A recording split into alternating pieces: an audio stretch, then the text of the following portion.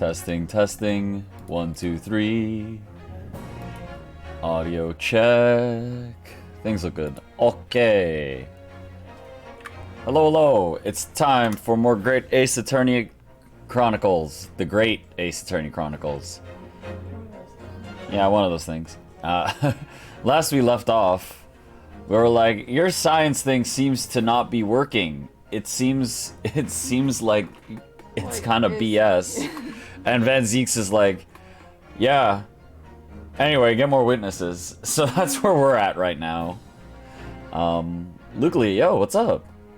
You're here right at the start. How goes it, yo? I hope you're ready for us to deal with the not transported man. Which is, it's basically the transporter man. I thought we would have been doing a summation examination at this point, but surprisingly, Van Zeeks just to get this trial going. Yeah, we're gonna get more trial going, so let's hop right into it. 23rd October, 10:44 a.m. The Old Bailey, defendant's antechamber. Also, hope your evening's going well, yo. Mr. Naruhodo. What on earth were you playing at just now? Oh, Waza. What on earth were you playing at all along? My hypothesis, my amazing hypothesis. You've been picking holes in it from the start. Because we want you to be not guilty? Sorry about that. But you promised me. You believed in me. You said you'd prove that rapid explosion was an accident, not murder. You said you'd keep my precious invention from falling into anyone else's hands. And if it's... But all you've done so far is try to undermine me. If it's a bogus invention, nobody will want it, man. Yeah, listen, man, if your invention's bogus, like... It's yours. It's yours. It's fine. You don't have to... If your invention doesn't work, it means you didn't kill the dude. I think that's probably the ideal here. Although he's probably like, no, but science, though. Like, but I want to be a successful scientist. Oh. Like, that's not on the cards for this guy, unfortunately. But don't you not want to be a murderer? He'd rather be a scientist than a not murderer. Also playing video games. Ooh, what games you playing? You playing the Pokemon ROM? The Pokemon Wing? I made you a promise, you're right. I said I'd believe in you and fight for your freedom to the very end. But I also told you I was no scientist. I don't understand your hypothesis. So the fact is, there's an undeniable flaw in your logic, isn't there? We're just gonna play it off as we don't get science. I don't know science, to undermine man. you. We just don't understand science. Ooh, you're on the Diamond and Pearl remakes now. Ooh, nice. Which of the two have you gotten, or did you get both? But if I just run through some equations, yes, you see, it's because my work is incomplete. Perhaps it is. Nevertheless, a man died as a consequence, didn't he? Oh. Oh, no! You're right. You're so right. It's all my fault. And I have no right to blame you for my failures. I'm a disaster, not just as a scientist, but as a human being. Well, that might be a little over the top. You're on the 8th gym right now? Oh, dang. Wow, already? I mean, I guess you've probably just been playing it since the game came out. That's nice. That's nuts. How are you liking it so far? Does it hold up to the originals? Does it improve upon the originals? Yo. Good evening, dude. Oh, yo, Rorix, what's up, man? Oh, you came right at the start. How goes it, yo? And dang, yeah, you've been sub for 48 months. Oh, snap, man. It's been a long time. Holy crap. Thank you. Thank you so much. And how are you this evening, Rorix? How goes it? Valve on the subject. What about Baruch? He's being awful. Claiming his old university friend to be a murderer, you mean? He's a disaster. Not just as a prosecutor, but as a human being. Oh, but no. Wait, he's Reaper, isn't he? Perhaps he's not classified as Homo sapiens anymore. Having Rebecca's brother over for dinner, making some ribs. Ooh, nice. And stir-fried shrimp. Oh, dude, that sounds pretty wicked. That sounds like a nice dinner.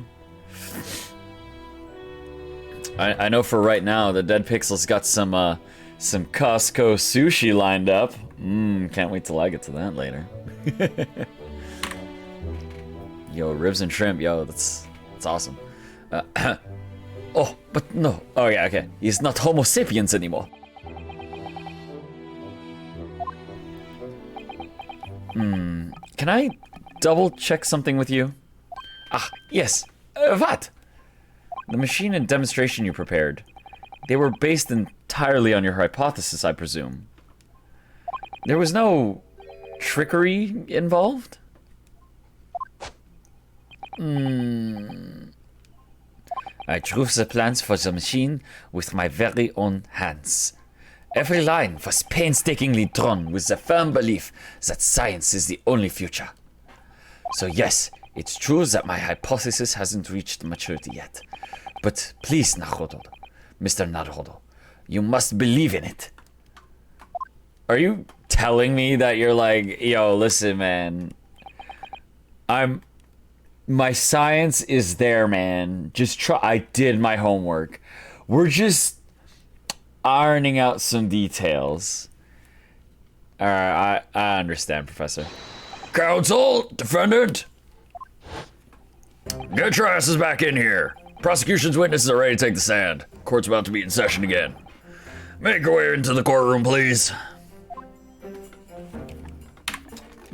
So I think even Hairbrain is like kind of acknowledging that, like, listen, man, I'm trying to get paid too. It all hinges on that demonstration. If the professor's hypothesis is as sound as he claims, it leaves him as the only person who could possibly have killed the victim. But on the other hand, Mr. Sholmes was adamant. Practical implementation, such as was attempted by the professor at the Great Exhibition, is quite impossible. So really, what should I be trying to prove here? Yo, man, prove that he's not a murderer. I mean, that's got to be what we go for. Yeah, don't care about if science is right or wrong. Only in this specific context. You should always care if science is right or wrong. But when you're trying to convince, you know, maybe put the science aside for, you know, the fact that he's not a murderer. 23rd October, 11 a.m., the Old Bailey courtroom. So who are our new witnesses going to be? In the name of Her Majesty the Queen, I hereby reconvene the proceedings of this court. Maybe Gina will come. Oh, yeah, maybe we'll see Gina. The counsels for the defense and prosecution, are you ready for the new witnesses to testify? The prosecution is ready, my lord. As is the defense, my lord. So, Lord Van Zeeks, I believe these next witnesses saw the demonstration on the day in question with their own eyes. Indeed they did. And as luck would have it, one of them is a police detective. Oh, yeah. Oh, it's Gina. So the testimony we're about to hear can be considered highly reliable. Even though she was Oh, yeah, new honest witnesses. Yeah, a street rat before that we didn't believe in at all. I love this, that Van Zeeks is like, She is a police detective. She can obviously be trusted with her word. meanwhile, like, 6 months ago, She is a street rat from a poor part of town. What could she possibly have to offer this court? a detective. The prosecution's stance remains unchanged. Though it ended in tragedy, the demonstration on the day in question was scientifically sound. It feels weird to have him say, like, Listen, man, trust the science. and oh, yeah, new honest witnesses. What's up, Mina? How goes it? How goes it, yo? And consequently, the sole person with the opportunity to have committed the act of murder is the only other individual to have been present on the stage at the time, the accused. Thank you, counsel. The prosecution's position is clear. So, bring forth your witnesses now. Bailiff, show the witnesses in. The witnesses whose proximity to the incident on the day in question will clarify the truth unequivocally. I feel like my voice is... I'm more... There's one of the three I'm most curious about. Witnesses, state your names and occupations for the court to hear. My name is Balthazar Loon. Yo, does he have like a hot air balloon in his hat? Yeah. Yo, that's amazing. What a flex. I am the impresario of all the hot air balloons in vicinity of the experimental stage. My name is Wilhelm Gottschalk Sigismund Ormstein. I've come to see the great exhibition all the way from my home in Bohemia.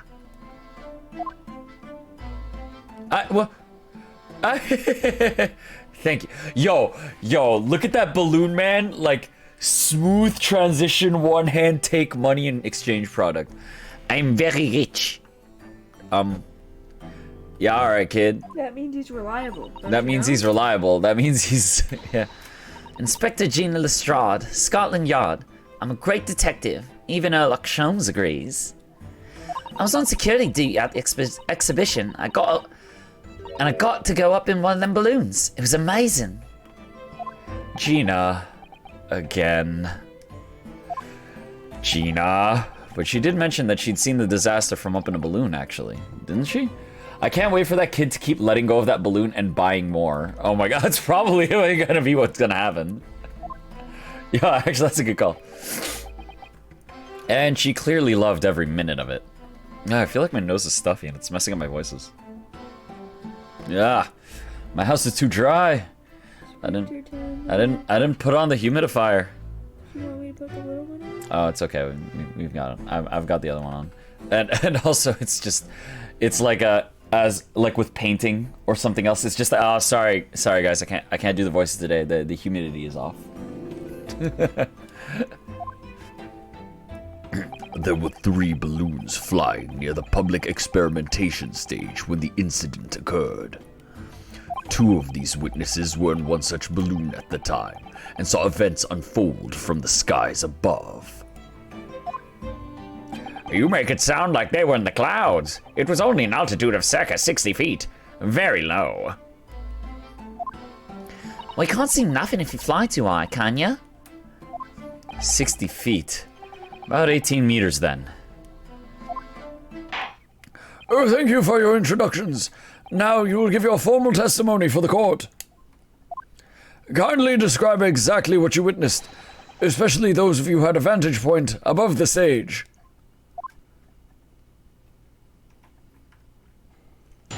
Witness testimony. The view from 60 feet up. It was an incident, terrible. I'm only grateful that my balloons were not damaged. A guy died, but my shit was safe. That's all that matters to him. Wait, that's not true. Yeah, one of His the balloons were not safe. We already know one of his balloons was not safe. Well, there you go. That's your first contradiction. We will press on that. There's a huge bang from the stage, and then the next second, another bang in the sky beside us. And from amid the smoke, a cage appeared out of nowhere.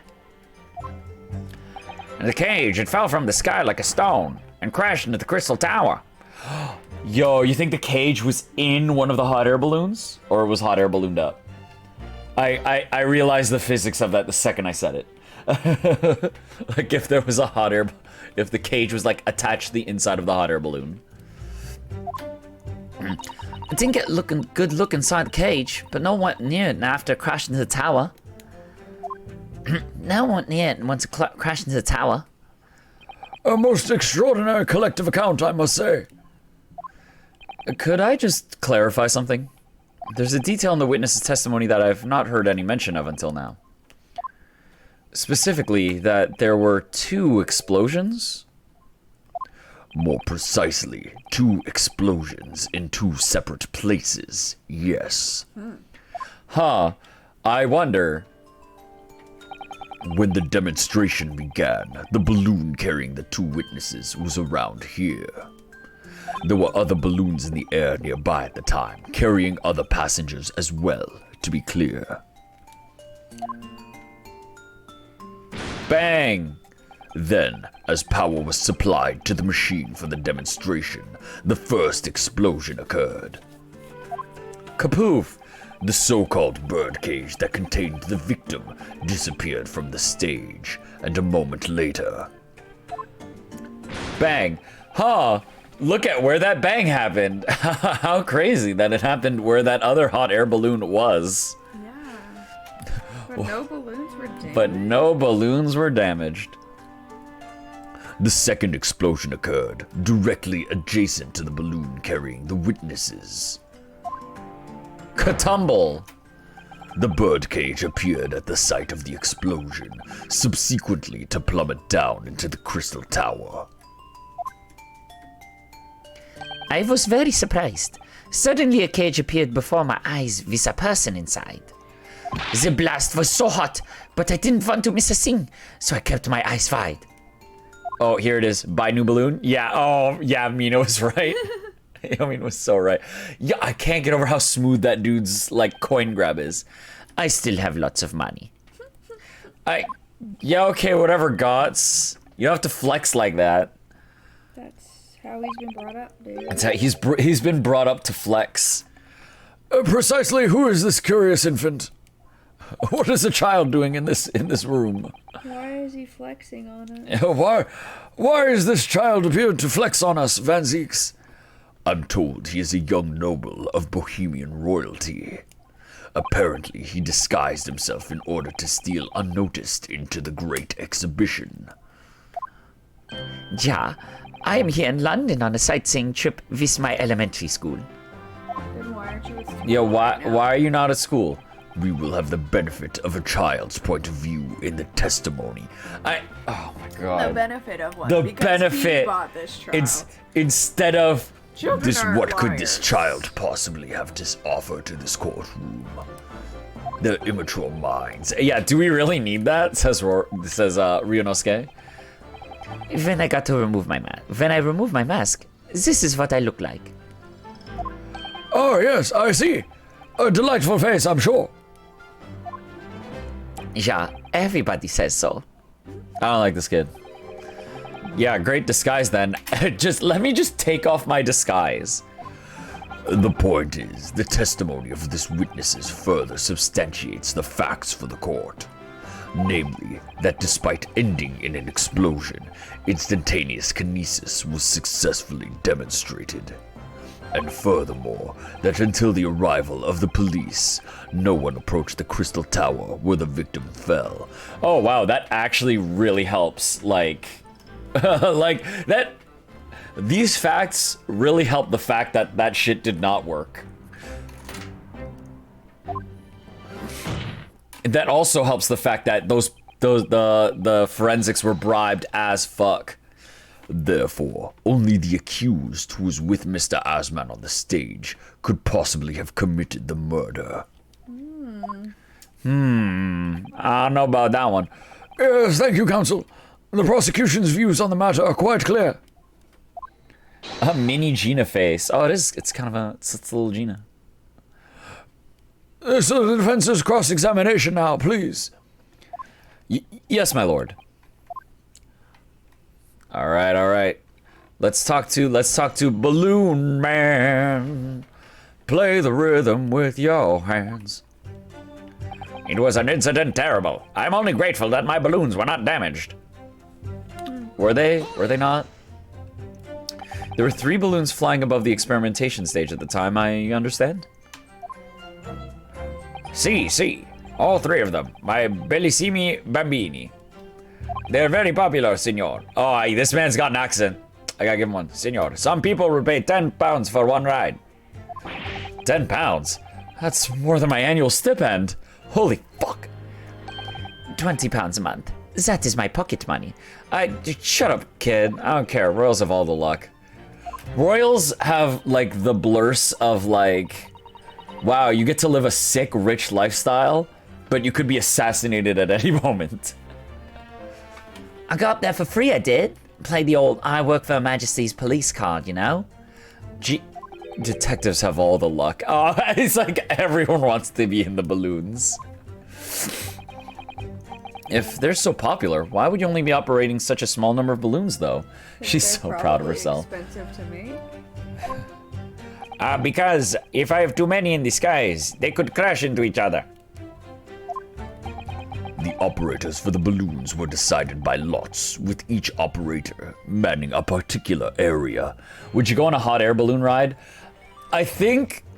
So, I mentioned this in another stream, in the first time the hot air balloons were brought up, that... So, on the scale of things that Dead Pixel would and wouldn't do... It's not an impossible. Skydiving is like, fuck no, I'm not doing that. Hot air balloon is a... Ooh, maybe. That one's a like...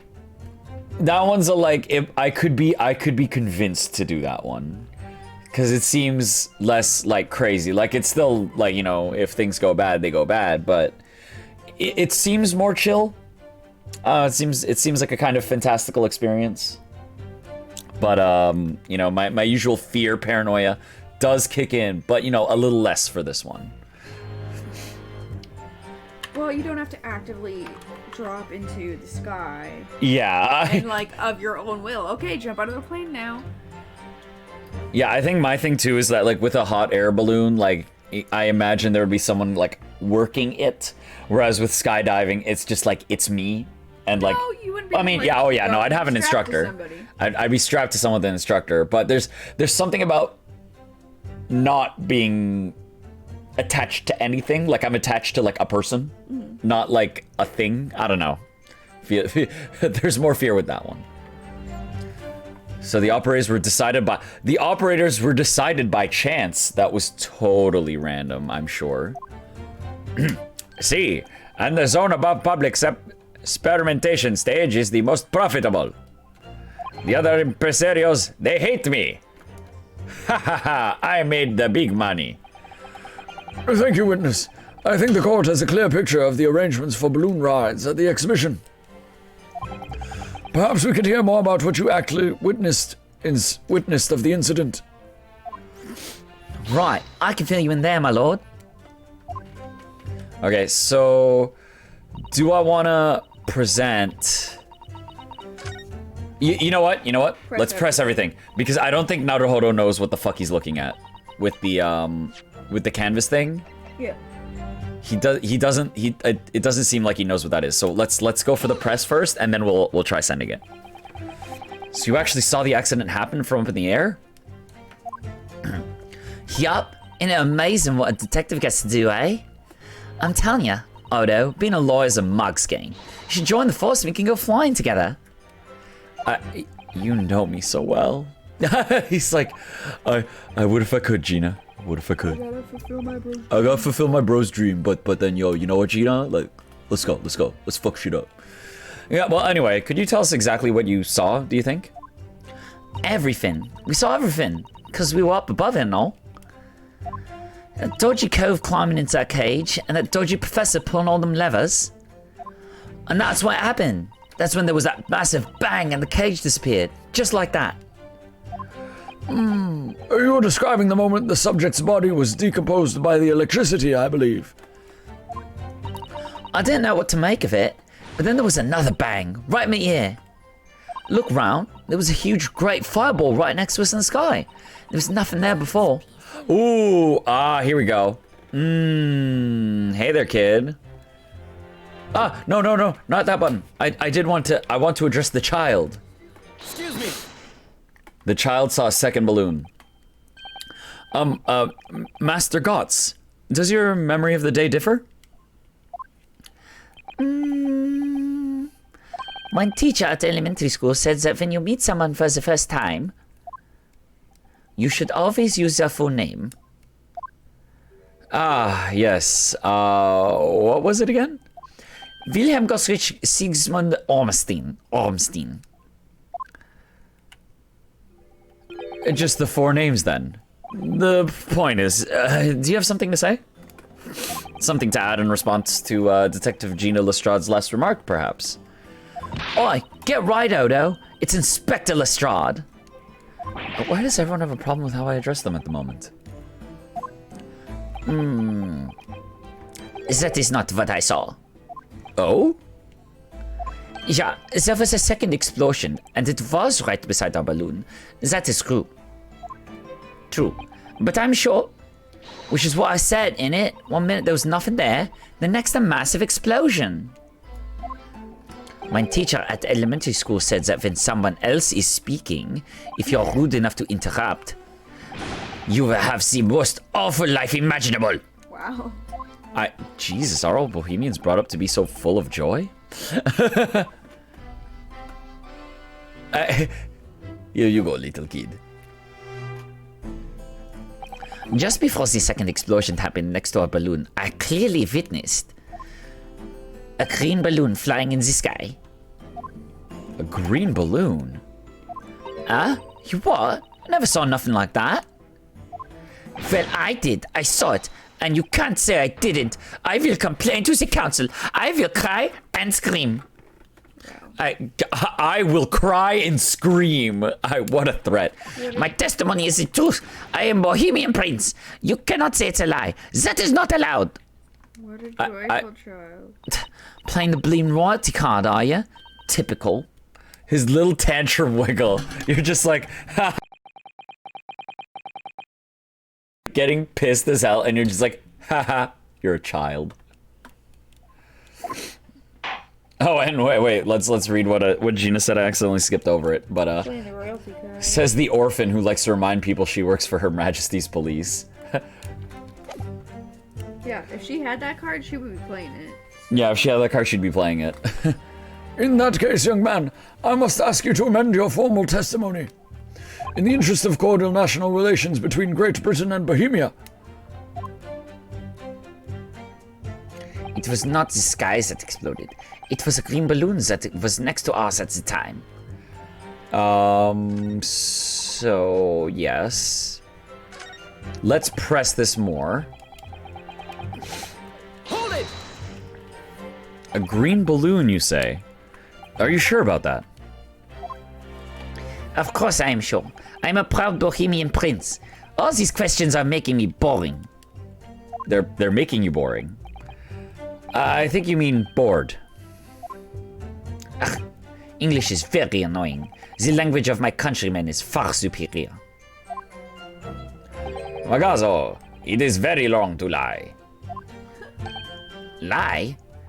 Flying balloons never explode. For the same reason the planets never explode. It is logical. Tell me that doesn't mean logical. If you insult me, you insult all of Bohemia. Madai! I will have the army come and shoot all of your stupid balloons out of the sky. All of them. None of my balloons had anything wrong with them. Oh, but I'll take that cash. Oh, hell yeah. Here you are, Your Highness. Your Highness? If only all international incidents were so easily resolved. Now that peaceful relations have been restored here in the courtroom, perhaps we could return to the testimony. Did you also see the moment that the cage materialized, Mr. Loon? No, I did not see the explosion myself. However, in the cage, it fell from the sky like a stone and crashed into the crystal tower. Hold it! Did you see that actually happen? No, in reality I did not. I saw it after it hit the tower. There was a grand confusion around the stage. I ran to see what happened. I was terrorized by the idea that one of my balloons had crashed. I suppose they are his livelihood. But when I looked up to the sky, all my precious balloons were still there. I saw it though. I saw it slam to the tower. After all, I am a detective now. Then tell us what you saw, Inspector Lestrade. That's what I like to hear. Didn't get a good look inside cage, but no one near it after it crashed into the tower. Was it you who gave the order to keep people away? Eh? Use your head, Odo. How could it have been me? I was up in a balloon, wasn't I? Right. So because I weren't available, it was the boss who had to leg it over there. He was getting shoved and kicked all over by the panicking spectators as he tried to seal off the scene. It was a real sight to behold, I can tell ya. Amazing. Poor Inspector Gregson. So anyway, I couldn't see the cage that well because of all the smoke. And I didn't really want to see, to be honest. I was scared out of me wits. Keep it together, Inspector. The prosecution really is asserting that the demonstration was genuine. What if it was actually some kind of switch-around trick instead? It'll mean that the victim was never actually on the stage in the first place. The 2 explosions would have thrown everyone watching into a panic for sure. I think I need to find out more about what exactly people saw at the time. Okay, before I continue, I'm gonna take a 2-second quick bathroom break. I'm gonna be back. I'll be back 1 second. Okay, people.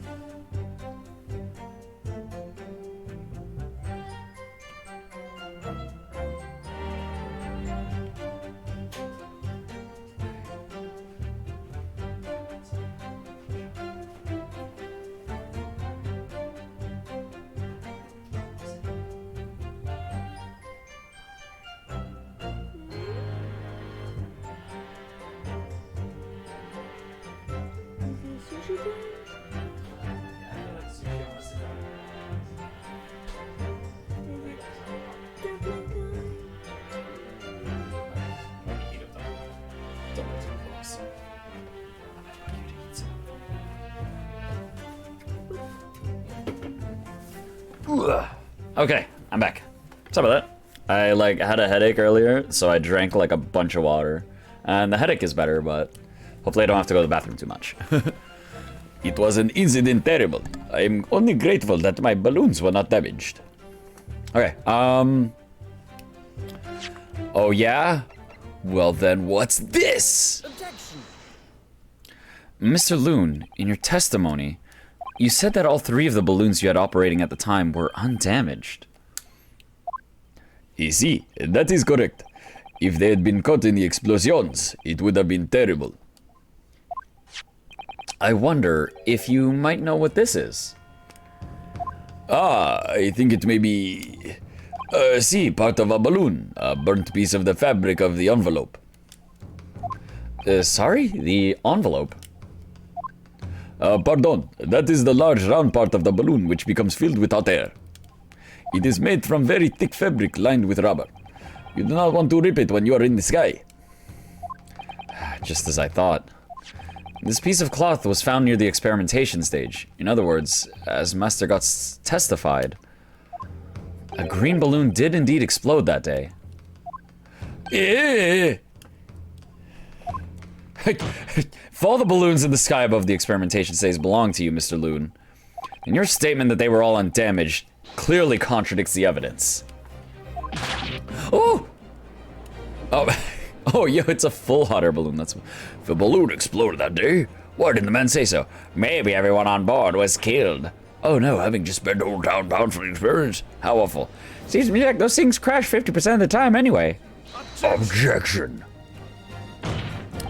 The instantaneous kinesis did occur, but the explosion on stage, The point of materialization shifted to a location occupied by a balloon. Causing the balloon to explode. Yes, eminently plausible. An unfortunate traffic accident, as it were, but it changes nothing about the pertinent facts. Wow, that is like the fastest subject change we've ever seen from Zeke's. He leans into what we say and then just changes his interpretation like instantly. This I cannot accept. Why not, Mr. Loon? You are suggesting that I am a liar. The person's died in a balloon incidente. There's no need to get fired up, Mr. Loon. The victim was the sole fatality that day. That's right, and I prove it. Balthazar Loon is not a liar. There's no such balloon in the sky. It is non-possible. You're saying it's impossible? Why? This court has more important matters to discuss than the number of balloons that were operating that day. Oh, this is something Zeke's does, but it feels way more fake than usual because we kind of know his ulterior motives. Yeah. Hey! But we can't ignore the fact that nobody appears to have known anything about this other balloon until now. My lord, the defense calls for the balloon to be brought to the stand. More testimony from Mr. Loon. I concur. There's clearly more to the truth here than meets the eye. It's imperative that we clear up the issue of this phantom balloon, I feel. Witness, you will give supplementary testimony about the balloons you are operating at the exhibition. Grazie, my lord. Witness testimony. Mr. Loon's balloons. Loon's balloons. As I said, Balthazar Loon is no liar. Every balloon I had in the sky landed safely. All 3 of my balloons were carrying passengers. If they fell to the ground in an explosion, what a catastrophe! Well, you can't get away from the fact that a burnt-up bit of cloth was found at the scene, can ya? The coppers at the yard reckon it was probably some debris thrown from the explosion on the stage. The stupido ragazzo is mistaken. My balloons have the red and blue zigzag stripes anyway. Ah. So it's somebody else's balloon where it's not supposed to. Ah, maybe it was a balloon that wasn't supposed to be there. Your assertion is that the balloon this child saw was not one belonging to you. See, exactly, Monte. Even if he saw a balloon in the first place. I do not like the sound of it. It is very bad for business. I have a good mind to sue the land of Bohemia. If you attack us, we will fight back. It will be war. All out war. Oh, here, have a balloon though. Hehehe. What happened to all-out war? It will be all out war. Mr. Loon clearly doesn't appear to be lying, but that doesn't change the fact that the testimony and evidence are contradictory here. If the defense is unable to find fault with the witnesses' statements, the court must consider them truth. Think long and hard on that, my learned friend. He's like actually leaving us an open there instead of being like, You should just go home and wrap it up. Yeah. situation's clear to change now. I have to get to the bottom of what happened here, no matter what it takes. Counsel, you may now cross-examine the witnesses. Alright, let's press them all. Let's press them all. Mr. Loon's balloons. Loon is no liar. Okay, no lie. No, we're going back, we're going back. Every balloon I had in the sky landed safely. You couldn't just have forgotten one, maybe? Signor. I might not notice if I was given 100 lentils and one was missing. But we are talking about 3 enormous balloons. Do you believe I could make a mistake about something so grande and expensive? I took the liberty of having Inspector Gregson check this gentleman's warehouse. I have the report here. It clearly says a total of 3 balloons. It would appear no mistake has been made then. Surely Miss Lestrade could have been sent for such a menial task. What? Me? I'll tell you what I told the boss. He's saying kids like me can only count up to 2. Well, obviously that ain't true, but the boss bought it and said he'd have to go himself in that case. Wow. In that case. Just lied or You just lie out of work. I can't do it. It might have just been Gregson just heard that excuse and was just like, I get it. I gotta go do it. He's like, I'm not putting up this fight right now. Oh, 3 of my balloons were carrying passengers. If they fell to the ground in an explosion, what a catastrophe! It's one of those just like resigned, just like, okay, you're not gonna do it, fine. It'd be quite a catastrophe if they fell to the ground for any reason, I think. On that note, Mr. Loon, tell me, what is it that keeps these balloons in the sky? How the fuck do these things fly? Are you an idiota? Sorry? That is like asking why does a candle burn bright? It burns bright because it burns bright. And the balloon flies because it flies. What else? That must be Italian for I don't know. How do you not know? There are 2 types of flying balloons. Hot air balloons and gas balloons. Hot air balloons work on the principle of hot air being less dense than cold air. Whereas gas balloons derive their lift by using a gas that is lighter than air. You see, and my balloons are filled with the magic gas, I believe. That is very not true. Hydrogen, lighter than air, but highly explosive. Good lord. I do not permit smoking of cigarettes in any of my balloons. The magic gas does not like fire. You have like a fire hat. I can see it. Even a small spark of static electricity could cause the entire balloon to explode. What is the matter with you, senor? All that comes out of your mouth is explosion, explosion. I tell you, my balloons are perfectly safe. They have to be, or I cannot eat. None of my balloons exploded that day. None of my balloons exploded that day. I am completely sure. But if you say that is what happened, you must show me the proof. Alright, so Mr. Loon had 3 balloons in the air that day. If none of them were damaged, then what was the one that exploded? I love that face that Naruhodo made, the like, huh? Is like I made that an emote in my Discord server, and it's perfect for just like, huh. But you can't get away from the fact that a bit of burnt up bit of cloth was found at the scene, can ya? Hold it! I was surprised to find the piece of find the piece of fabric still at the scene, actually. Didn't you search the area surrounding the stage for clues? Nah, I'm not into picking up stuff off the ground, mate. Always works out way better. Diving into people's pockets instead. So much for the new career path. Mind you, the boss was on his hands and knees picking up all kinds of rubbish from the floor. Thing is though, Cage went crashing into Crystal Tower, didn't it? So that's where most of the investigating was going on. Even so, I would have thought someone from Scotland Yard would have gathered it up as evidence. Cool. Listen to you. You stumbled across a bit of balloon and suddenly you're best investigator in the world. Pardon? Well, you ain't got a badge, have ya? Like this one. I could arrest you with this if I want to. I wouldn't put it past her. Come to think of it, it was talk of some scorching on the ground at the meeting we had about the investigation. Coppers at the yard reckon it was probably some debris thrown from the explosion on the stage.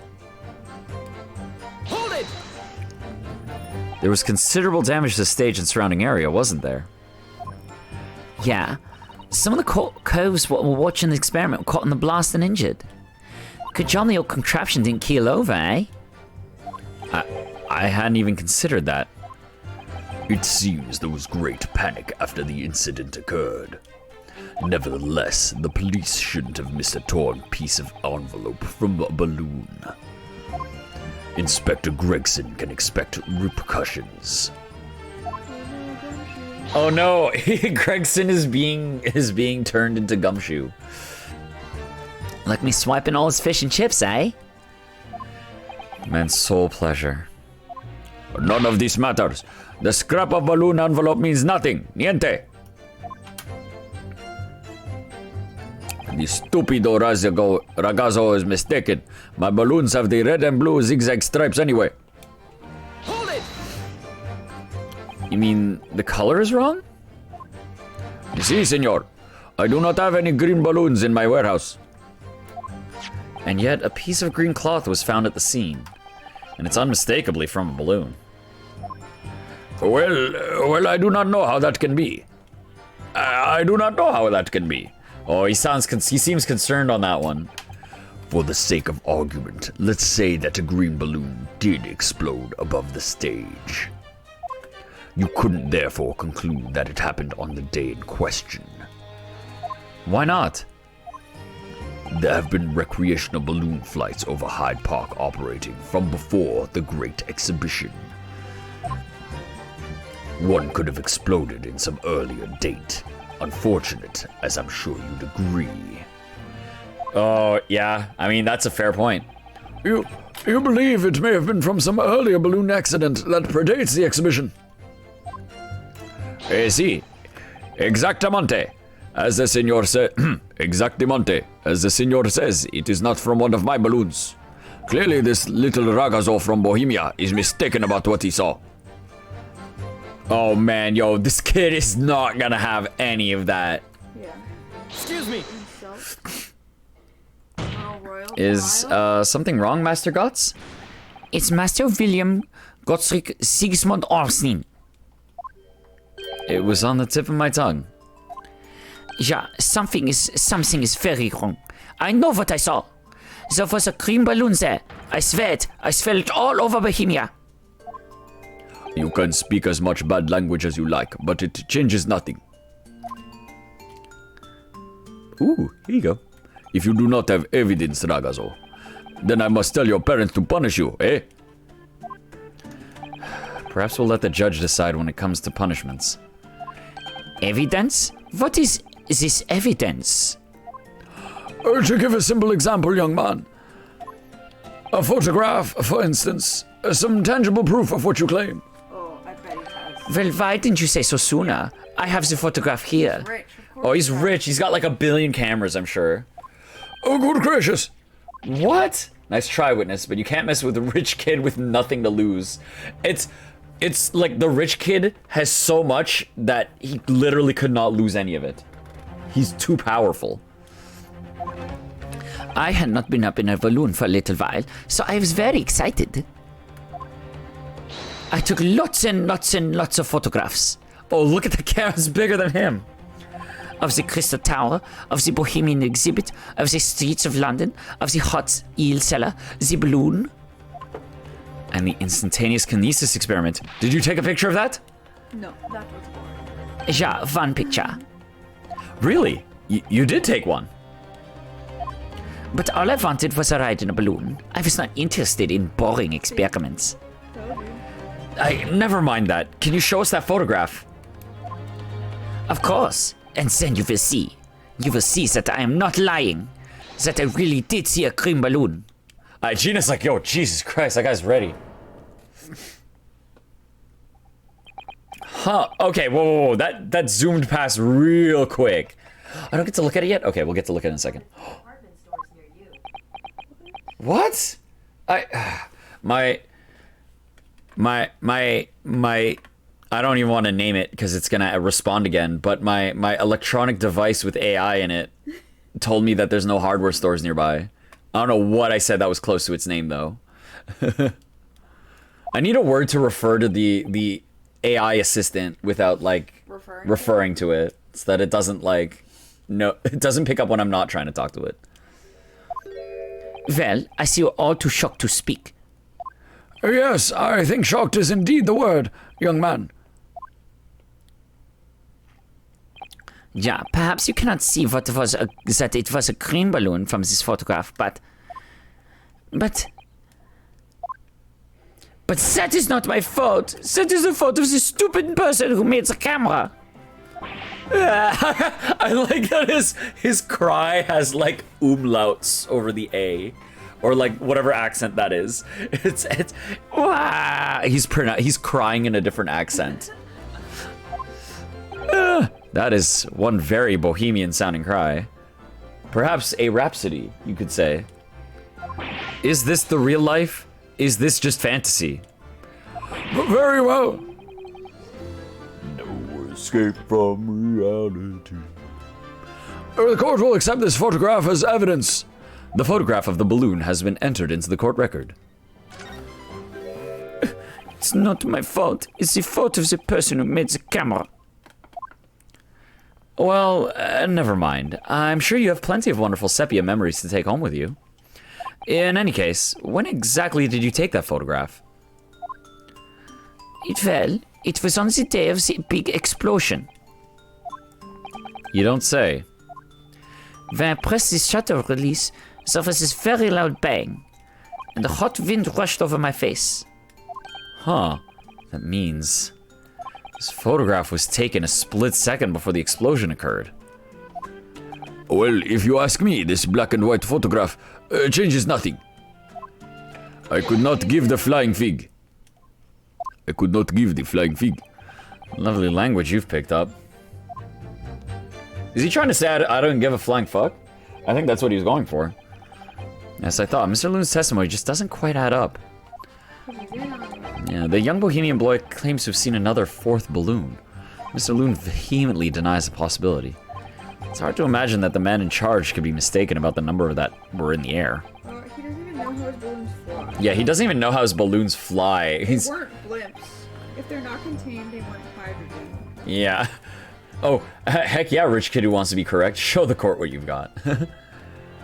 Still, this inconsistency must tell us something, I'm sure. All of the people in this case don't know their trade. The scientists doing an experiment that's impossible. The hot air balloon man doesn't know how hot air balloons work.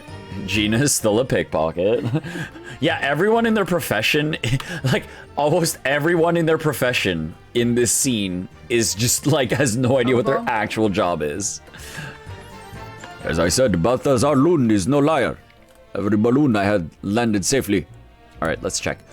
Let's look at this photo. Oh, what?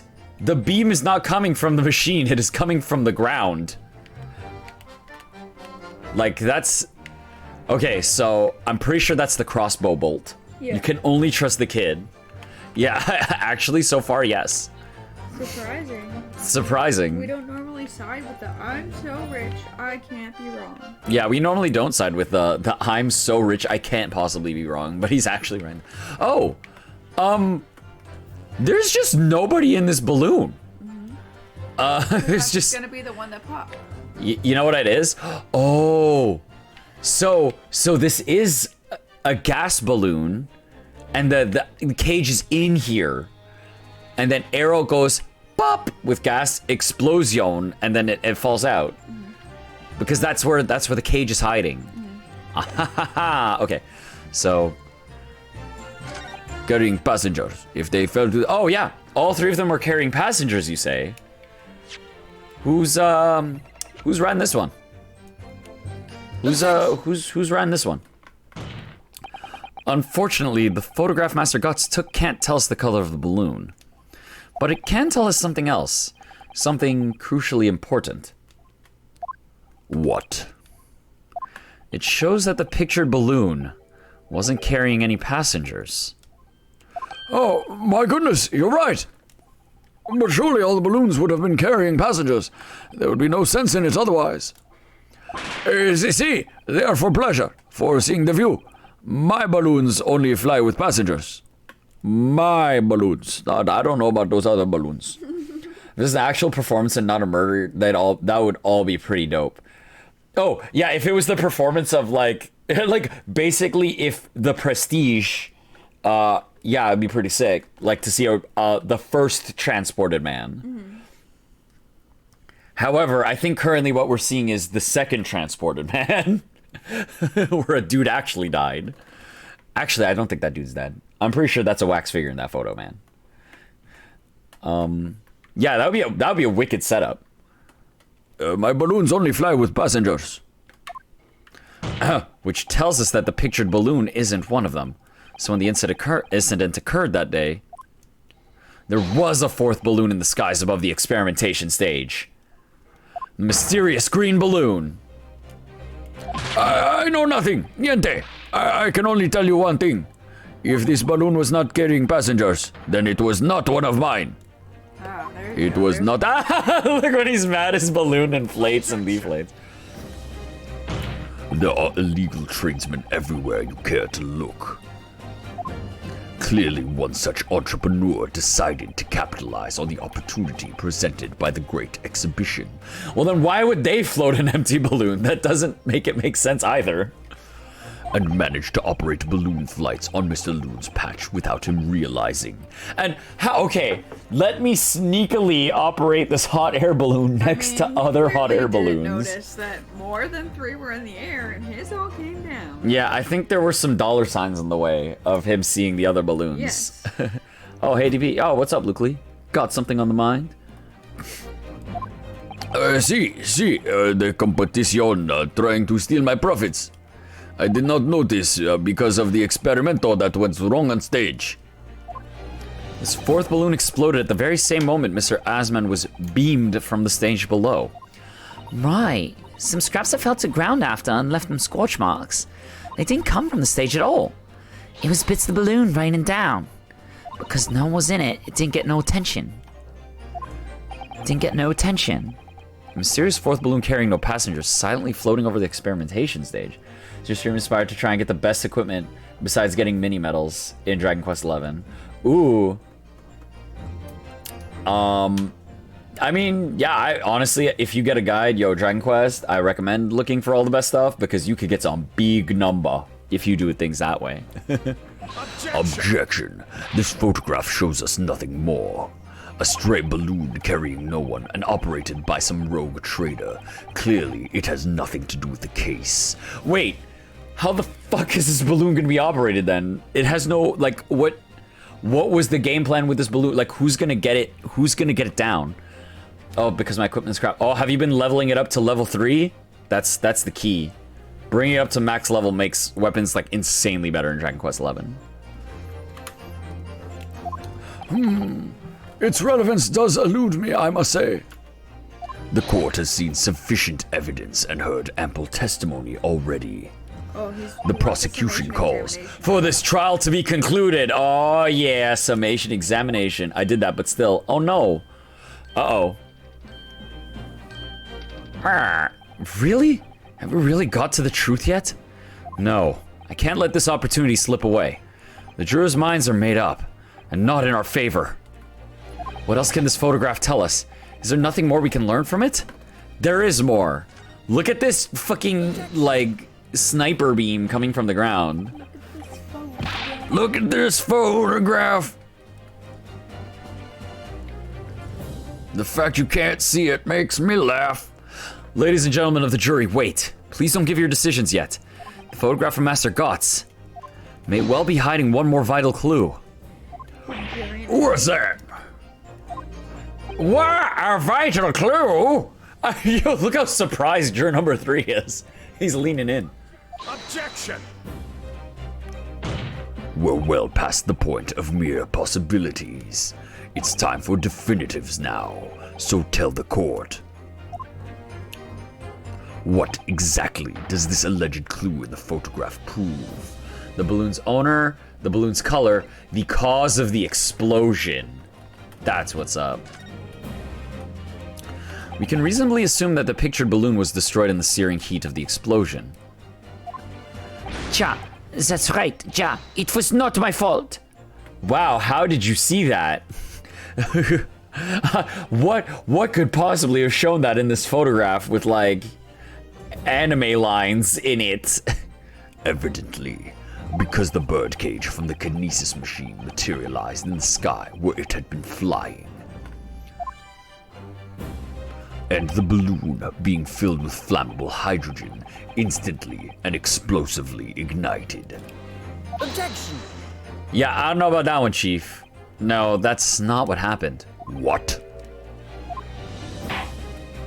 It would appear that the photograph requires closer examination.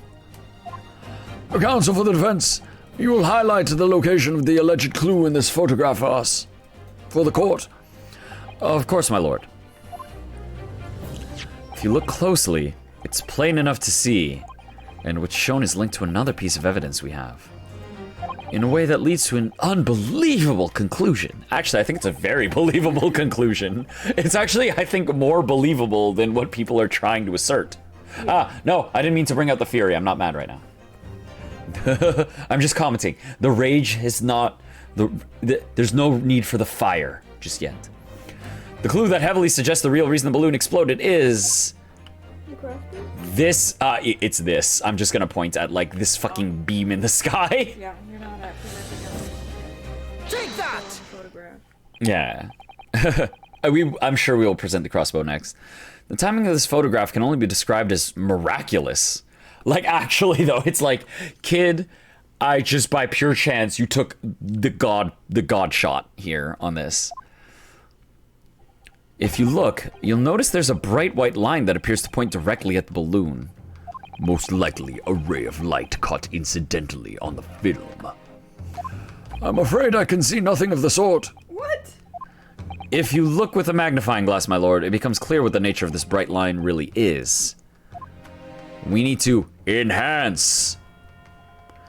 Oh goodness, what is that?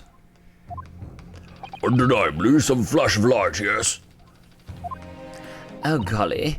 Do you think it might be lightning? Yes. Yes, juror number 2, it's lightning coming from the ground. Waluigi, what are you doing? Why are you just making a mess? Well, I picked those up. He hasn't been talking in the other stuff. We're gonna be like, Waluigi, go pick those cards up. What cards? And then you go behind the stand and they're all gone. You're like, fucking magicians. But it couldn't have been a finer day. I believe we may be looking at fire. Mortifier! Heading straight for the balloon! Mortifier heading straight for the balloon! Like an arrow! Indeed.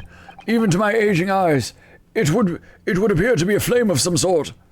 Oh, Texas Truth, yo, what's up? It is Big Bro Dead Pixel. How goes it tonight? How are you? We're investigating a case that is asserting that there's a teleportation going on, but we think the science is phony. I hope your evening's going well.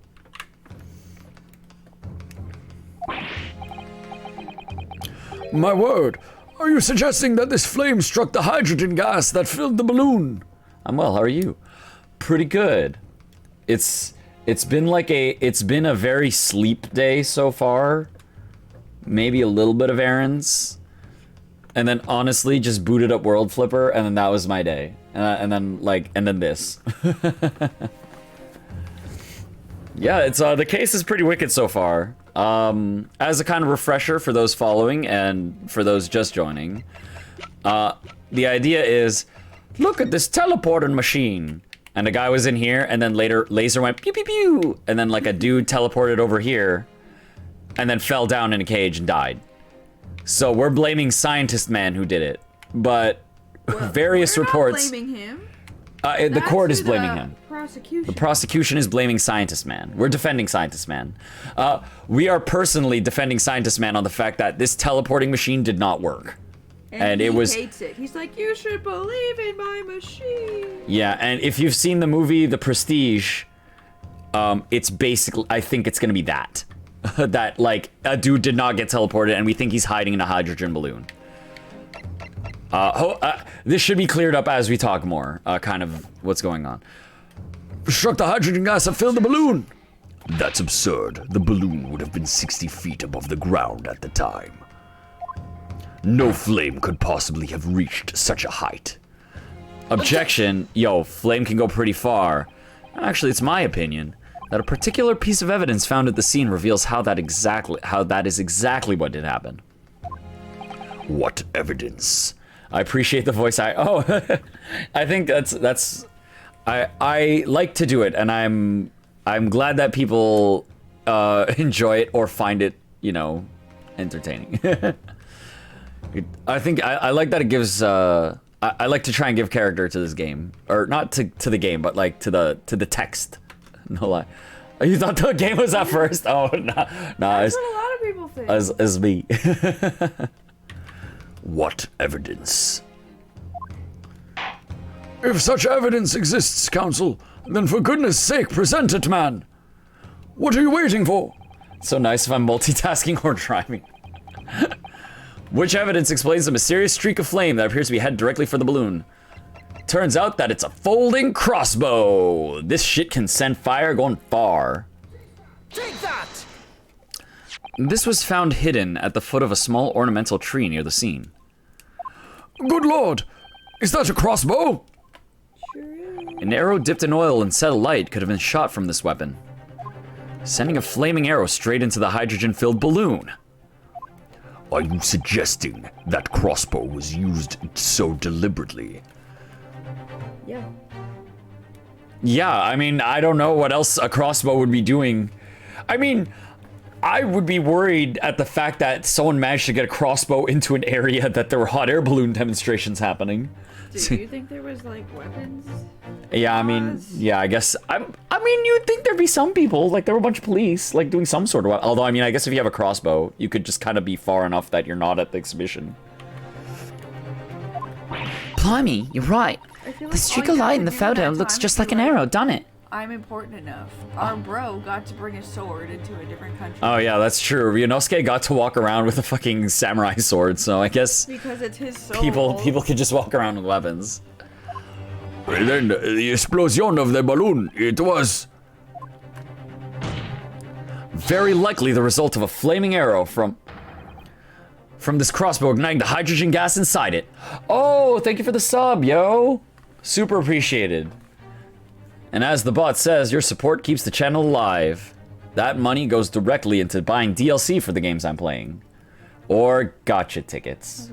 Or other games. or it just goes to buying other games. The current fund for DLC money goes towards buying outfits for Tales of Arise. Flaming arrow, hydrogen balloon. Oh! Oh, Zeeks was hit very passionately there. Order! Order! Counsel, this is an extraordinary supposition. Bless you. If the aim was to cause the balloon to explode, the shooter could have used a gun, of course. However, there's an obvious reason why that would have been out of the question. The noise of the discharge, of course.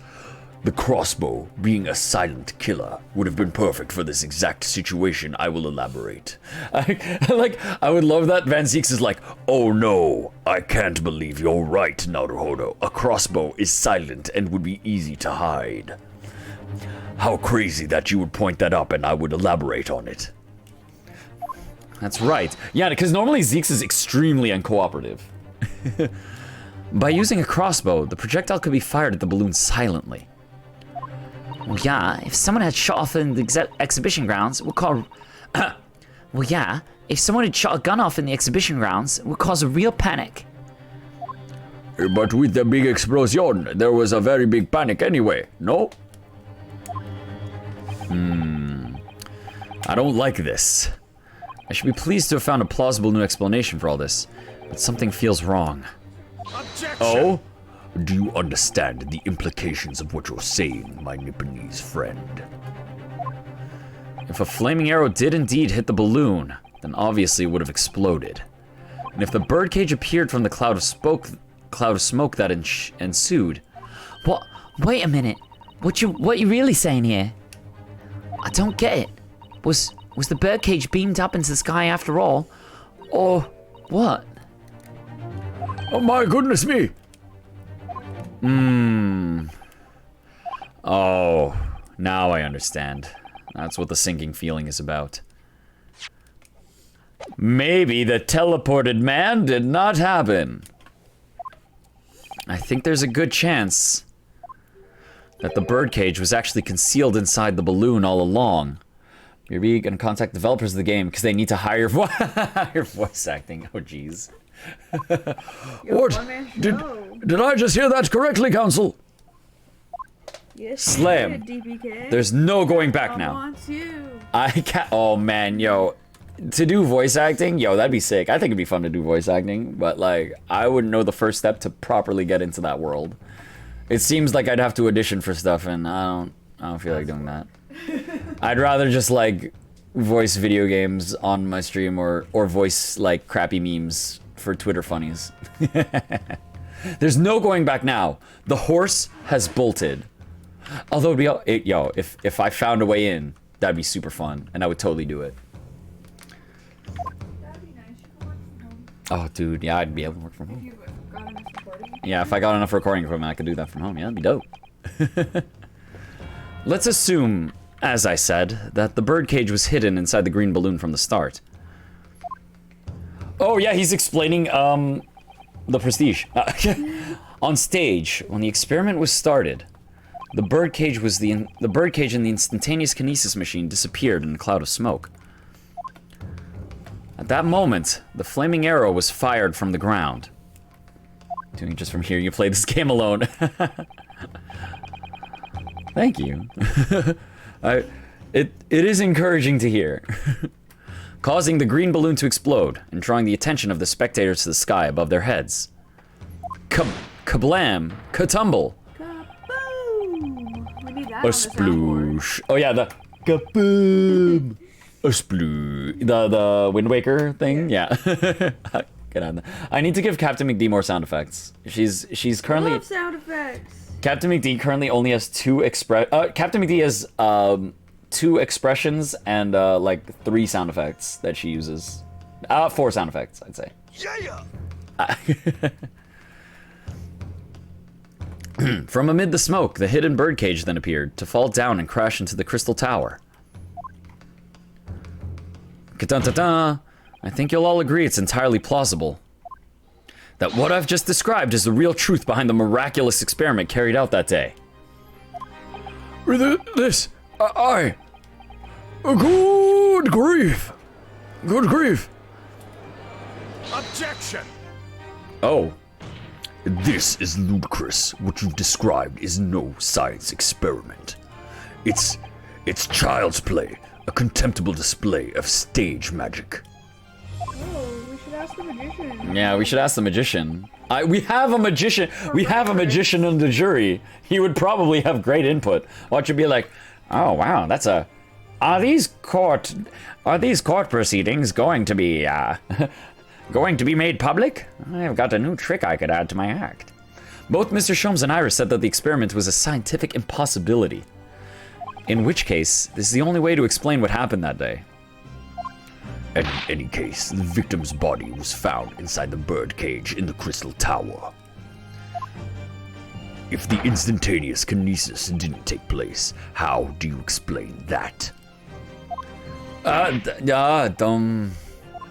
If I may put in a word, as a man of magic myself, such apparent discrepancies can easily be explained by some simple deception. Juror number 3. You gotta distract him. All that would be needed is a doppelganger. Someone who looked very similar to the victim, Mr. Asman. Yeah. No, I've seen this trick done 50 times on stage. It's the same man that comes out on the second side of the box. He's so into it. It's the same man that comes out on the other side of the box. Well, I don't know how he does it, but the only way I know how to do that trick is to use a double. He wears a stuffed gloves. It's the same man. It's the same man that comes out the second box.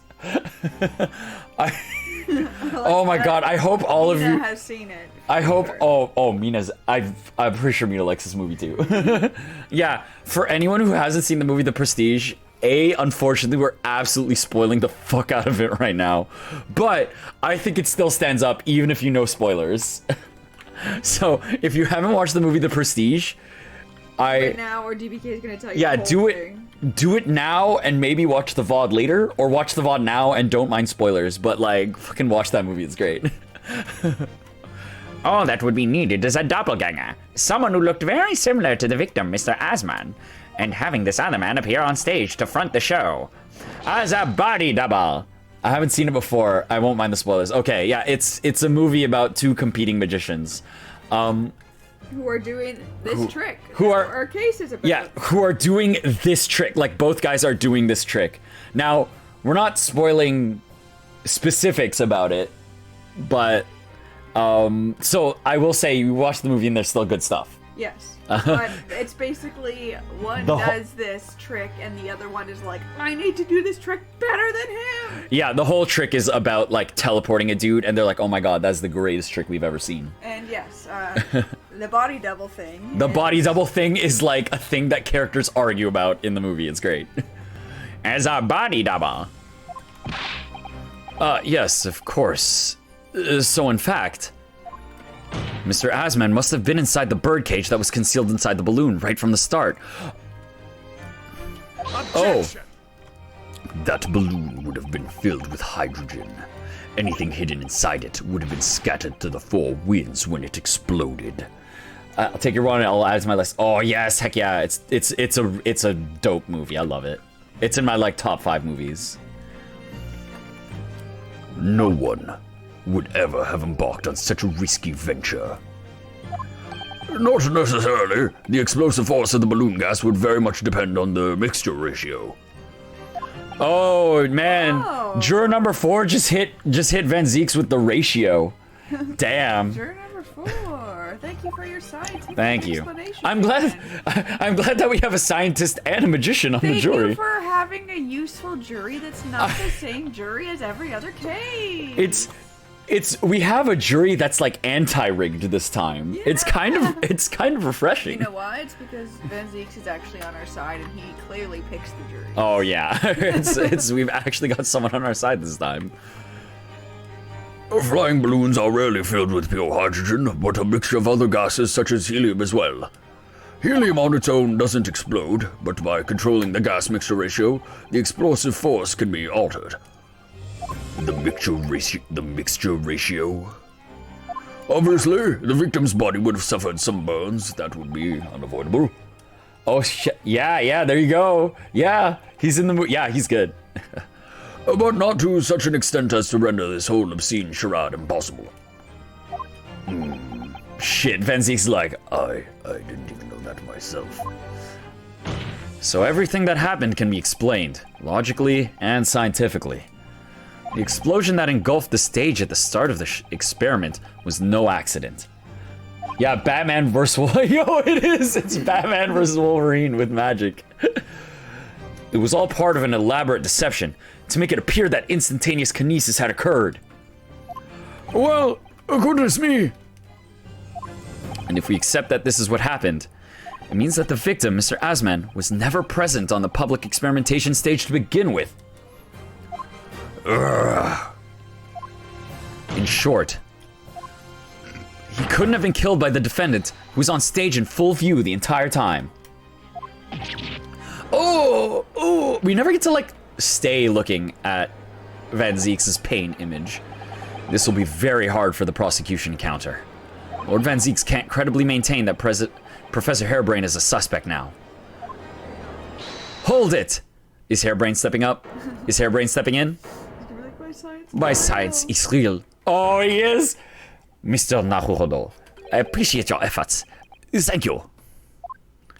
Professor, I've come to dig a hole so that the case continues. Yes, because I want to be science. But you can stop now. Just keep your mouth shut, please. Sorry? What's all this about, Mr. Hairbrain? So this is the man who made the teleporty machine. I, Albert Hairbrain, hereby confess that it was me who stabbed Mr. Odi Asman. Yes, it was me, with my faithful friend and partner, Andrew the screwdriver. What? What are you doing? What are you doing? He's been paid off, man. Oh, he's been paid off, 100%. Order!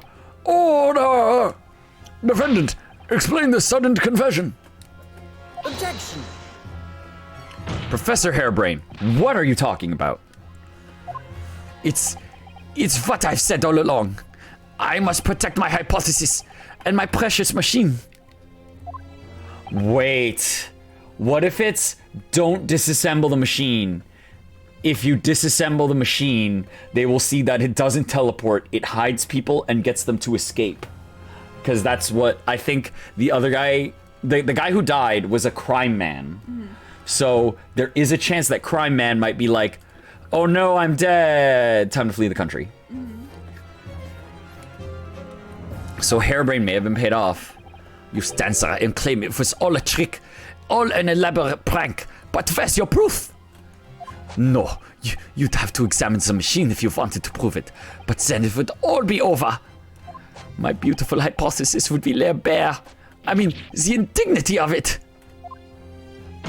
It's clear that you drew the plans for the experiment, but you didn't actually build it. It's quite conceivable that you were duped, Professor. If you'll just let me, I can prove. Baruch! Yes. I'll cooperate. I'll do whatever you say. I swear it. So please, ensure this special dispensation for Scientific Equipment Act is adhered to and protect my creation. Van Zieks is just like, yeah, alright, man. Pray, forgive the discourtesy of filling my hollow chalice at this critical juncture. Here's to my learned Nipponese friend. What? And his upcoming attempt to clarify the defense's position in light of the accused's confession. Do you intend to formally assert that the experiment was nothing more than a conjuring trick? Because the moment you do, the Special Dispensation for Scientific Equipment Act that protects the professor's invention will cease to apply. I guess we can drink wine at courts now. Oh, yeah, man. Except, joke's on you on this one. He doesn't even drink the wine. Yeah, drink wine. Yeah, you'll see. Oh, okay. So you know why they're playing this game? Right now, what's happening is, so we can't examine the machine because science says you can't examine the machine, which means that Mr. Osman probably wanted to abuse that so he could use it as his getaway machine. So I think the overall goal of this court trial is, no, that machine doesn't do science. It does man get away from his crime life. Teleport, I don't know. But I think right now we want to do this. What's on screen. Make that thing cease to apply so that we can investigate so that Mr. Osman can properly be brought to justice. Because I don't think he's dead.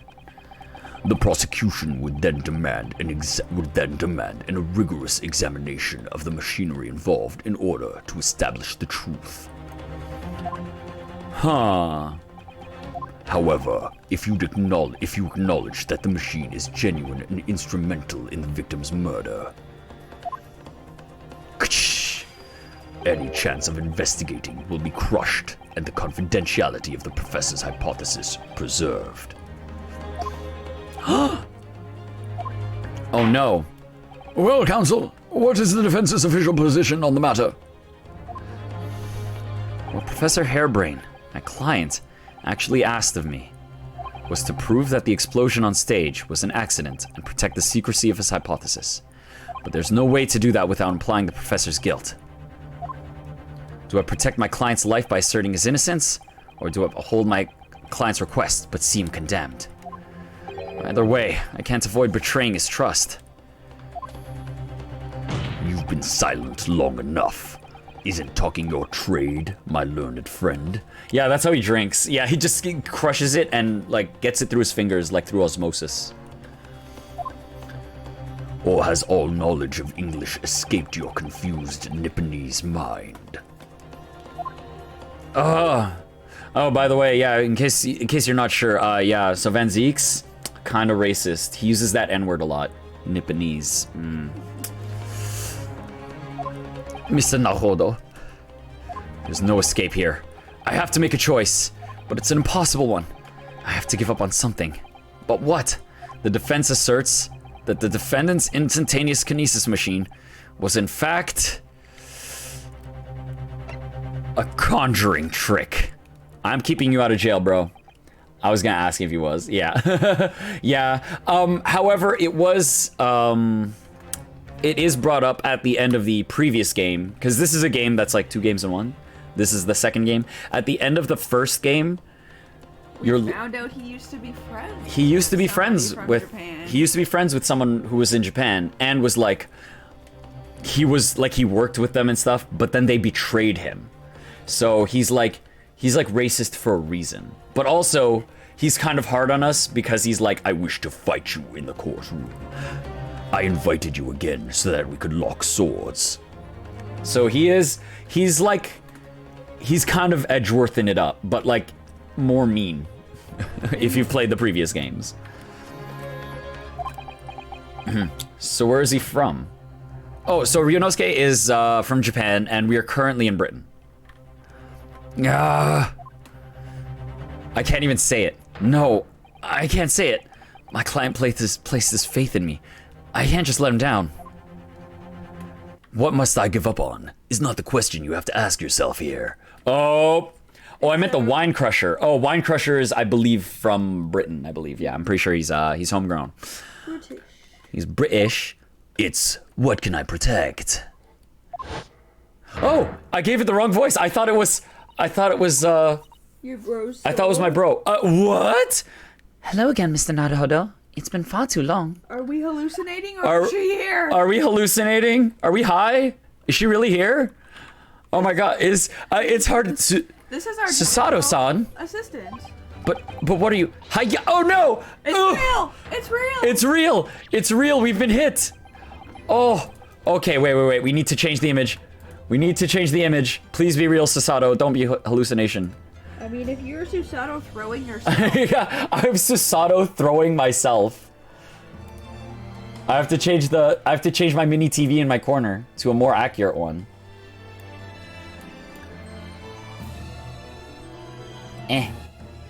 No, don't click. Just, there we go. Free movement, please. I don't know what's going on. Okay, so this is our like best girl. She's our assistant. She's been with us since day 2. And actually she wasn't with us. She started with us in all of day 1 when we were on trial. Yeah. In the first case. And also she's been gone for a little bit. We love Susato. She's our assistant. But she had to... Her cousin. Yeah, but she had to go back to Japan. But now she's back. And she helps us a lot. She's big help. But she also hits us with this judo throw. The Susato Takedown. Ah! My first Susato Takedown in 6 months. I feel alive again. There'll be time to talk later, Mr. Naruhodo. For now, we must concentrate at the task at hand. She is our Aiba. She is our Aiba. Yes, she's our Aiba. Which is working out not what I have to give up on, but what I can protect. She gives us facts. Yeah. But instead of looking them up and just beaming them into our face, she has a book in her sleeve of everything. Yeah. She's big assist. Professor Hairbrain. Yes. Yesterday you told me that science is the pursuit of truth. Well, my job is to pursue the truth too. Yes, of course. And personally, I believe that you didn't stab Mr. Osman. I think you've come to realize something yourself too, haven't you? That your experiments and the machine you built with the victim are questionable. I've never played these games before. Oh, no worries. I invite the questions. Especially if it helps you kind of understand what's going on, you know. It is an interesting story, and even if you do see some spoilery stuff now, if you want to go back and watch the VODs, they're on the YouTube. The whole series I've done so far. If you are curious about watching them all. It makes you get to know the characters and stuff. Yeah. And yeah, no, I don't mind asking questions. I don't mind asking questions. I don't mind answering questions. It shows that you're interested, and that gets me excited. Because I like the more people are interested in these games. Because I think visual novels, I feel like They get not overlooked a lot. I think they get overlooked a lot because you know, they're not like mash buttons crazy gaming, but the stories are quite interesting and the characters are as well. But I do find that sometimes it helps to have someone who's kind of played some before to like recommend some good ones. It helps to have somebody voice act the whole thing for you. I guess it also helps to have someone voice act the whole thing. Gosh, DBK. Don't you know? The truth behind that is what we must both pursue now. Helps to have someone else play it. Yeah, there you go. Ah! Yeah, visual novels are good games to watch as well. So, you finally opened your eyes. What? And as for you, Albert, you can't ignore this any longer. Having heard my learned friend's assertion, don't you have something to say? Behok. Lord Van Zeeks. Gosh, I've never heard him speak that way before. Van Zeeks being like that. Oh, just recently beat and got all the endings for Steins Gate Elite. Yo, I need to play the Steins Gate games. We saw the anime. Yeah, we saw the. We know the overall story, but we need the depth. Yeah, we've seen the anime of Steins Gate, so we have the overall story, but we want to go into it for the depth. We need to get those other endings. I gotta learn more about the cat girl. I know she's there, and she made Japan anime. I would love Steins Elite. Oh, ooh. Okay, it's on the visual novel list. You saw the anime first, and then you played the game. Oh, sick. Okay. Yeah, because that's on our list. So I'm trying to think what other visual novels I have lined up right now. I think only in the future I have the second Isomnium Files, but that's like next year. There's Paradise Killer, which I want to play, which I think is a 6 to 10 hour game. So I might have a day of that. But outside of that, might try me some Steins Gate. And they're remastering Steins Gate 0. Oh, man. Oh, you know what, though? Man, it's going to be fun for me trying to voice, like, 4 female voices. Oh, man. Do-do-do. Maishi desu. They're remastering into my Steins Gate 0 Elite. Oh, goodness. Okay, you know what? If there's, like, a Ultimate Edition coming out, I want to know which one I should start with. Like, if you're playing the Steins Gate games and there are multiple, like, which one would you say I go with first? Or if I should wait. Oh, here we go. Okay. I realize I'm missing multiple objectives. Ah! I see now. Are you doing all the town stuff? Yeah, there's a lot of stuff to do in DQ11. I was kind of surprised when you said you were done stuff. Yeah, each town has its own story. It's Science Case first, and then 0 next. That's how I'm doing it. Okay. I'll keep that in mind. I'm pretty sure all of these are available on Steam and or handheld, so. They're on the Wii now, or the Switch. Yeah, they're on the Switch now, so I'll probably give that a shot. Oh, okay. So we will move to Steins Gate after this one, maybe. Once I've got time. In truth, there is one thing. Something I've remembered that's of relevance. What? On the day it happened, just before I began the experiment, I saw a man near the stage. A man holding that crossbow. I beg your pardon. You saw a crossbow man. Bless you. Professor. Yeah, I think the air's dry. Oh wait, actually I think our air purifier has just been off for like maybe a week. I think I turned off the air purifier because it's like it was super loud. I have not seen Steins Gate 0. Oh, and Texas says bless you. I have not seen Steins Gate 0. But from my knowledge, Steins Gate 0 is the like it's the time period between the like failed timelines, I think, right? I need to fix Oh, you haven't fixed cobblestone? Oh man. Oh, there's something really fun that happens when you fix cobblestone. I haven't seen 0. No, I haven't. You know what? You know what, though? CaptnmcD and I have just finished an anime. Gankutsuo, The Count of Monte Cristo, which I also recommend. So maybe, yeah, we were in perfect timing. We were in the mood for, like, we need new anime. It ties the Steins Gate so well. Okay. We're gonna put that on the anime watch list then. Probably, might even start after the stream. Who knows? I might also just eat and play a different game, but who knows? It's a must. Oh, okay. It's gone from you should watch it to no, you must watch it. It is imperative that you watch this. Okay. Okay, you got it. I'll get back to you on that. Professor, did the man have any distinguishing features? What did he look like? Let me know what you think when you start. Oh, will do. Wait, Mina, you've watched it too? Oh man, I'm the only one missing. I'm missing out. Tall, taller than me, and thinner than me, with straight hair, straighter and whiter than mine. Wait, okay, so Sephiroth? It was Sephiroth. It was long hair. It could have been one of those okay. clones. I got a Sephi clone. Okay, wait. Straight hair, straighter and white, straight white hair, tall, thin. I can't think of anyone else that. Oh, Van Zeeks. Da-na-na. Oh, Suze with the raid. Yo, what's up? Raid hype. How goes it, yo? And Raid Mage Suze, dang, yo, 50 months, man. We're 4 years. That's crazy. Just thinking about that. Yo, what's up? Suze, how was fighting for your friends? I know, jeez. You know, Suze, would you want to do a collab again sometime? Just like, oh my god, a Mario Party collab? Yo, Suze. Friends have been fought Fortnite. Yo, Suze, we need to do a Mario Party collab someday. Even though, like, I'll hate it, and I know that you're gonna cheat, but, you know, it's fine.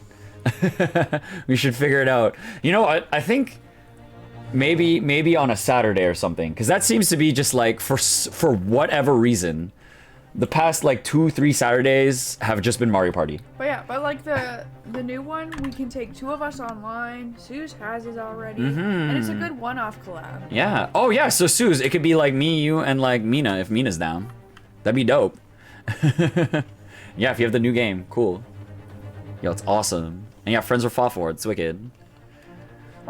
And man, Suze, you need to play this game. My God, you have to play this game so that I can like advance and say things that are totally spoilery. And I really want to say the movie name right now, but I will give you 10 sec. You know what? I'll give you 10 seconds to decide if you want to hear me talk about the movie that's about. This Saturday I'm a bit tied up, but I'll be available in the evening. Yeah, wicked. Okay, yeah. Yo, Mina, let's do it next Saturday. If I'm not already doing something else. Because I'm extremely hyped about it now, but there is also a huge chance that like there's something that I might be obligated to do or something. So I get semi-excited, but then like dial it back a little bit. Enjoy Ace Attorney. Will do, yo. Will do. All right. Okay, so I'm gonna give it like 3, 2, 1. I'm gonna keep playing. And yeah, we'll talk about it during the week. Sick. Bye. We'll catch you later, Suze. Play the game. Play this game already, man. Well, might want me for something next Saturday, but maybe. Yeah, okay, so yeah, that might be it. All right. Let me see. One less lens than me too. A monocle. And a rather stylish black monocle. Isn't that the dude that died? Wait, isn't that the dude that died? But one thing in particular will help to positively identify the man. You see, I know him very well. Very well. After all, he's the engineer who built my invention. What? Oh, I guess man, he's got gray hair. He built the machine? Yeah, soon TM. Yeah, oh. It's okay, Suze. One day I'm gonna play Paradise Killer and you can step in for that one because I know you played that one already. That's right. Mr. Osman introduced him to me a year ago. He's a man by the name of Enoch Dreber. Enoch Dreber? Wait, why are they surprised? Does this name mean something? Members of the jury say... Wait, you know what it is? Science and magic man are into it. It's gonna be... The magic man is gonna be like, well, that man's a wizard. He can make anything happen. And the science man is gonna be like, that man is a sham, and he's been plaguing the scientific... I don't know. Oh, you think it might be a combo of the two? I was thinking about the Prestige again. Oh, wait. Oh, you think it's straight man. up just the Prestige man? The science man that helps make magic inventions for people that are actually science. Magicians do tricks on stage. What this man does here, it's like what this man is a wizard. We're gonna meet a wizard. We're gonna see Tesla. Is man's grasp beyond his reach, or is his reach beyond his grasp? All right, time to go screw some light bulbs into the ground. Let's go. Not a name. Yeah. Oh no, I was right. Okay, so I was right. Not a name any scientist wishes to hear. The man's an abomination. Not a name Andy Conjure wishes to hear either. Who on earth is he? Who is this guy? I'm afraid this isn't the first tale of this nature that I've heard in scientific circles in connection with that name. There's talk of other flamboyant experiments that turn out to be nothing but stage trickery in the end. Obviously, the rascal is after the government's research grant money. When magicians are in need of money, I've heard of them resorting to these underhand tactics. Some acquaintances of mine with experience of such things have mentioned Enoch Jabber's name before. Not me though, not at all. I've never talked to the man, not once. Nope, not me. Straight-laced Waluigi. The man is both an engineer and a magician. The man is both an engineer and a magician. Yes, we're dealing with an unparalleled confident trickster here. That's Enoch Drebber for you. Oh man, yo, a combination of science and magic? The dude's unstoppable. What are you gonna do? What are you gonna do against a mage alchemist? They've got everything covered. Yo, it's fucking like a full metal alchemist. So it's true then. My invention, my great machine, it was just a grand illusion? You're not guilty! You're not guilty! Considering what we've just heard about Mr. Drebber's character, I'm sorry to say that sounds increasingly likely. Yes! Yes! Yo! Hey, Poops, what's up? How goes it? We're now discovering that this man's magic was not magic. It was stage trickery, and multiple people were in on it. Even so no one else believed it. I wanted to. I wanted to believe that the machine would function exactly as my hypothesis predicted. Which is why you were so opposed to it being investigated, I presume. I knew that if the machine was examined in detail, its construction would give away my hypothesis. Obviously, I didn't want that to happen, but at the same time, I knew that if it was found to be nothing more than a trick, than a work of deception, then everything I've worked towards, all my research, all my dreams, my whole life would be over. This calls for an Osu man cupcake. Oh, this calls for an... Oh, tier 2 Osu? Oh, so I know I have the follower emotes for tier free. Where's my emotes? Let me click on my emotes. Yeah. So for free on my oh, you can hold okay, wow. Thank you, Twitch, for teaching an old man how to use this thing. You get these 3. I see this is my only emote. Yeah, I don't really have emotes when I... Wait, are you somehow a follower, or are you somehow a sub and not a follower? Is that a thing? Is that weird? The follower thing, because that's a follower emote. It should be free. Yeah. Wait, how do you... It's got... I guess it's got to be there somewhere. I mean, I think. Now I've been following you. Yeah, I'm pretty sure you haven't. Okay, because like you should... unless the follower emote's like you have to be a follow for a bit or something. I don't know. Because I think you can only use the follower emotes in that channel. I think that's how the rules on that one work. Also, the Osu cupcake. Yo, I'm addressing that now because I'm not sure if I said it. Yo, the Osu cupcakes. Nice. I'm glad that those cupcakes were appreciated. I meant to have been following you. Yeah, you have been. That is bizarre. Copy and paste and see if it works. Are you on mobile? Oh, maybe mobile. Maybe it's the mobile. Oh, yeah, because I was going to say, I have tried to use stuff. Oh, there we go. Tex has got him. Okay. I didn't find them. Okay. Oh, yes. No. So now we can agree with things, or we can disagree with things. Or you can flip them if you want to say if something is on. Or if you wanna, or you know what, it's Christmas time, so we can always do the, where is it? Let me do the, wait, let me, oh wait, I can't modify the follower emotes? Boo. Lame, I want to modify. I only have doggo. Oh, I wanted to modify the follower emotes so that I could go ho ho ho. Follower emotes don't show up on mobile. Ah, bummer. Ah, okay. I wish I could do the reverse so I could do ho ho ho, because it's getting Christmas. I actually need to make the Discord Christmas themed. It's currently Halloween themed though. Try my phone and iPad. Ah. I was terrified at the prospect.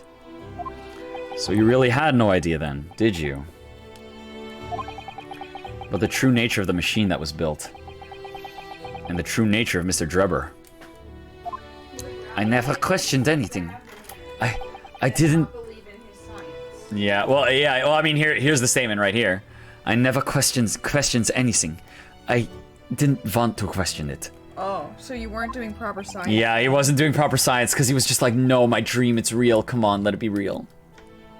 It's entirely possible that Mr. Asman and Mr. Drebber were working together to use you as a means of fraudulently acquiring the research grant money.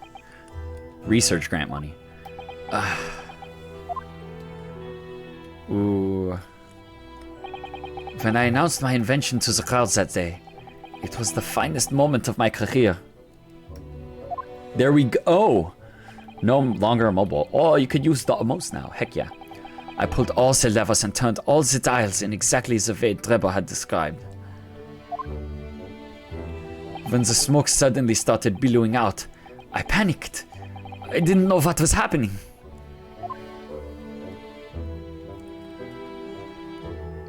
But I really don't know how the whole illusion was made to work. I don't know anything anymore. Oh no. Yeah, I mean, that's also a crushing feeling of like, hey, everything you've worked for, it's a lie. And the worst part is you got to, like, the worst part for him, I think, is that he got to experience, like, the hype of it going well, and then, like, just crashing down. Let me confirm one final point with you, Professor. Do you now consent to the prosecution submitting the necessary paperwork to release your invention from the protection afforded by the Special Dispensation for Scientific Equipment Act? Yes. Please go ahead. I'm very sorry. Dun-dun-dun.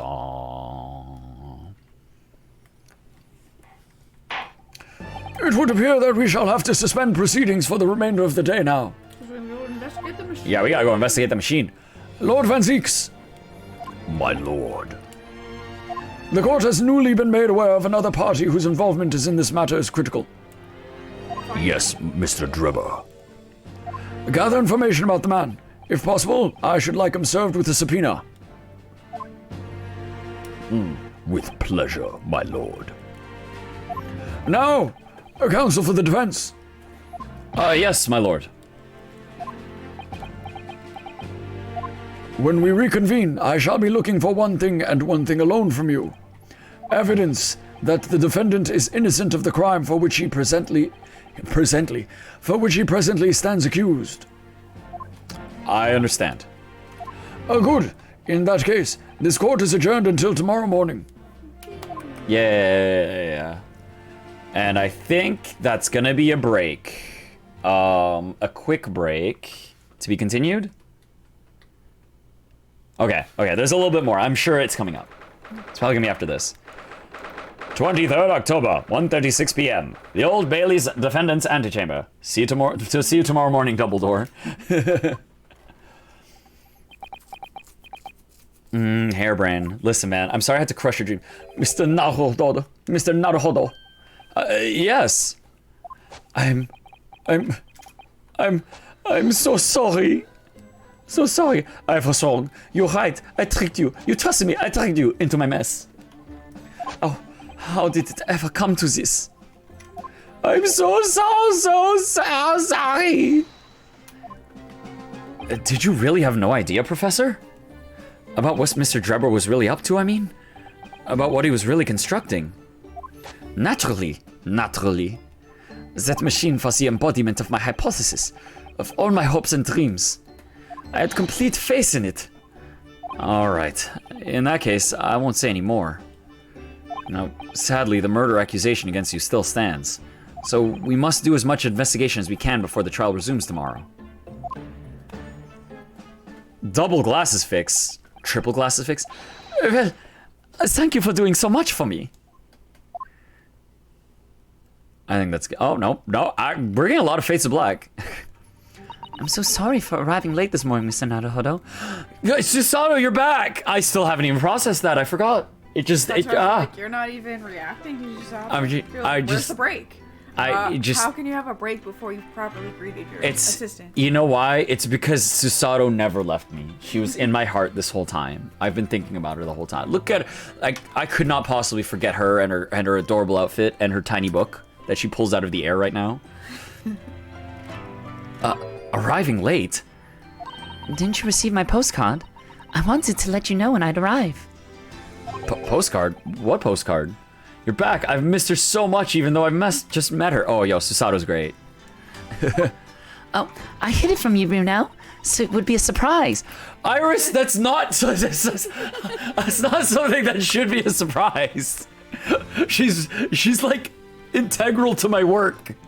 I would like to have known this in advance, Iris. Iris knew. Iris was being your assistant. Iris, that's mail fraud. It's not the Iris I know. Oh, it's the Iris you're gonna get to know. She's a character. She's interesting.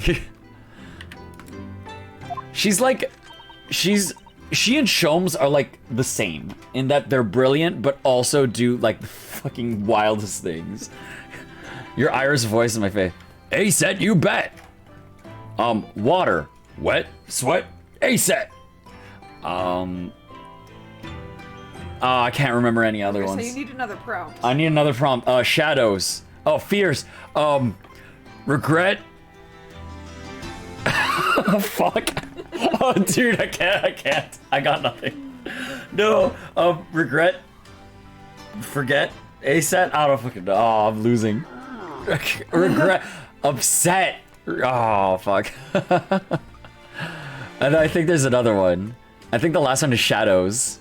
But I can't even name one of them. Well, did it work? I was surprised, all right. Especially when she threw me to the ground. Yeah, shadows. I don't know shadows. I only know water for some reason. Oh dear, I'm so sorry. I was just so happy to see you again that it sort of slipped out. Maybe we could stick to more traditional displays of emotion in the future. Susie's train was late to London Victoria this morning, you see. But we made the coachman really whip the horses hard so she didn't miss the whole trial. I was watching from the gallery for a while, but in the end, I'm afraid I couldn't contain myself. I mean, I'm glad you stepped in when you did, Susato. I was freaking out. It was a bad time. Well, I'm glad you didn't. Oh. Having you on my side in court gives me the strength I need to win. Oh. Yes, precious. Oh, what a team. So, I'm delighted to see you back in London. Oh, you're too kind, Mr. Naruhodo. I'm delighted to be here. I hope I can continue to be of service to you. Of course. So, what's brought you back? Yeah, did Professor Mikotoba not protest?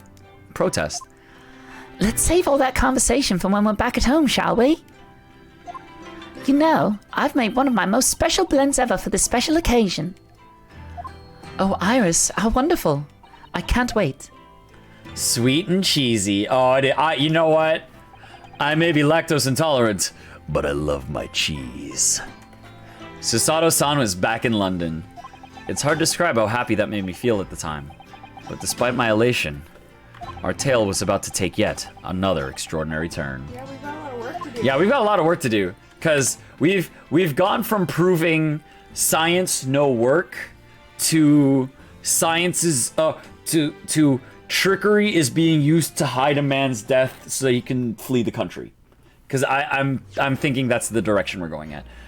Okay. Save your current progress. Yes, we will save the current progress. And I think I will take a quick break, maybe 5-10 minutes, grab a snack. Maybe even shorter, honestly. I'm probably just gonna move it over. Grab a quick snack, go to the bathroom, stretch a little bit, and then we'll reconvene for 23rd October, 2:41 p.m. Naruhodo's legal consultancy. Okay, so we'll stay on the screen. We're gonna do a quick, well, I mean, like, you know, 3 to 5 minute BRB. Go grab some cinnamon rolls. Go grab some snacks, some dinner maybe. Bathroom break, stretch it out, and I'll be back in a few.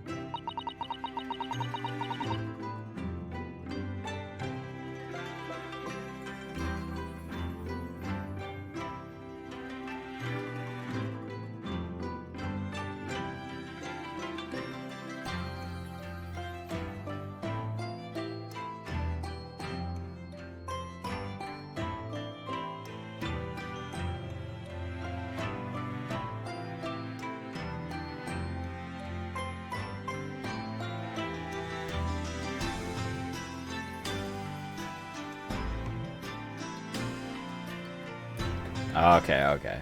I was easing into getting back. He was like, let's play one text bar, so music. Yeah, I was like, I'll play one text bar, so music plays that we start to get people's attention. I'm still like stretching a little in my seat, but like I just sat down and just ate 6 pieces of sushi, and like I'm like re-energized. I feel more powerful and awake, and I'm glad because I get to play this game longer. Okay, just gonna do one last little like kind of stretch, and then we'll get right back into it. Oh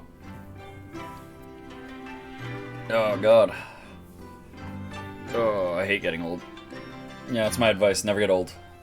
Don't do it if you can. I mean, the alternative is to just have to wait before you're old. I don't think that's a worth it alternative. Okay, well, okay, don't not get old by getting out of the game of life. We're not speedrunning here, and that's also cheating. So don't do that. Well, That will help no one. Well, then they're gonna get old.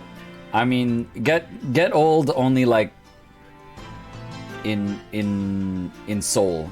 Keep body young as long as possible. You know, eat well, get your sleep, drugs. Oh, I was laughing at you for eating. Oh, eat well. Oh, yeah, man. Well, see, that's why I'm telling. DPK. Listen, I tell others, you know, do as I say, not as I do. Those who see me in poor condition, they'll be like, dang, you need to eat better. I'll be like, oh, you know what? You've learned a lesson from seeing me. I'm glad it could help.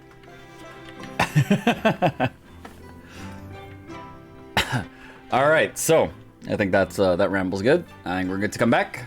So let us continue. Oh, this room. It's been too long. It hasn't changed in the slightest, though. And it's been some 6 months, hasn't it? And it's a long time for things to say so familiar. I didn't know when you might return, and I wanted everything to be as you left it. But it has been some 6 months, it's true. So is your father all right, Susie? What happened? My father? Yes, Professor Mikotoba. I mean, it was half a year ago, but that's why he went back to Japan.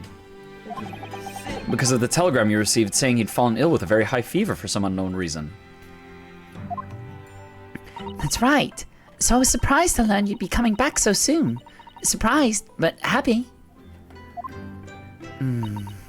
Oh, I think she knows something about the other case. I think I wrote about it in my letter to you. That was all a trick. Oh yes, he was lying.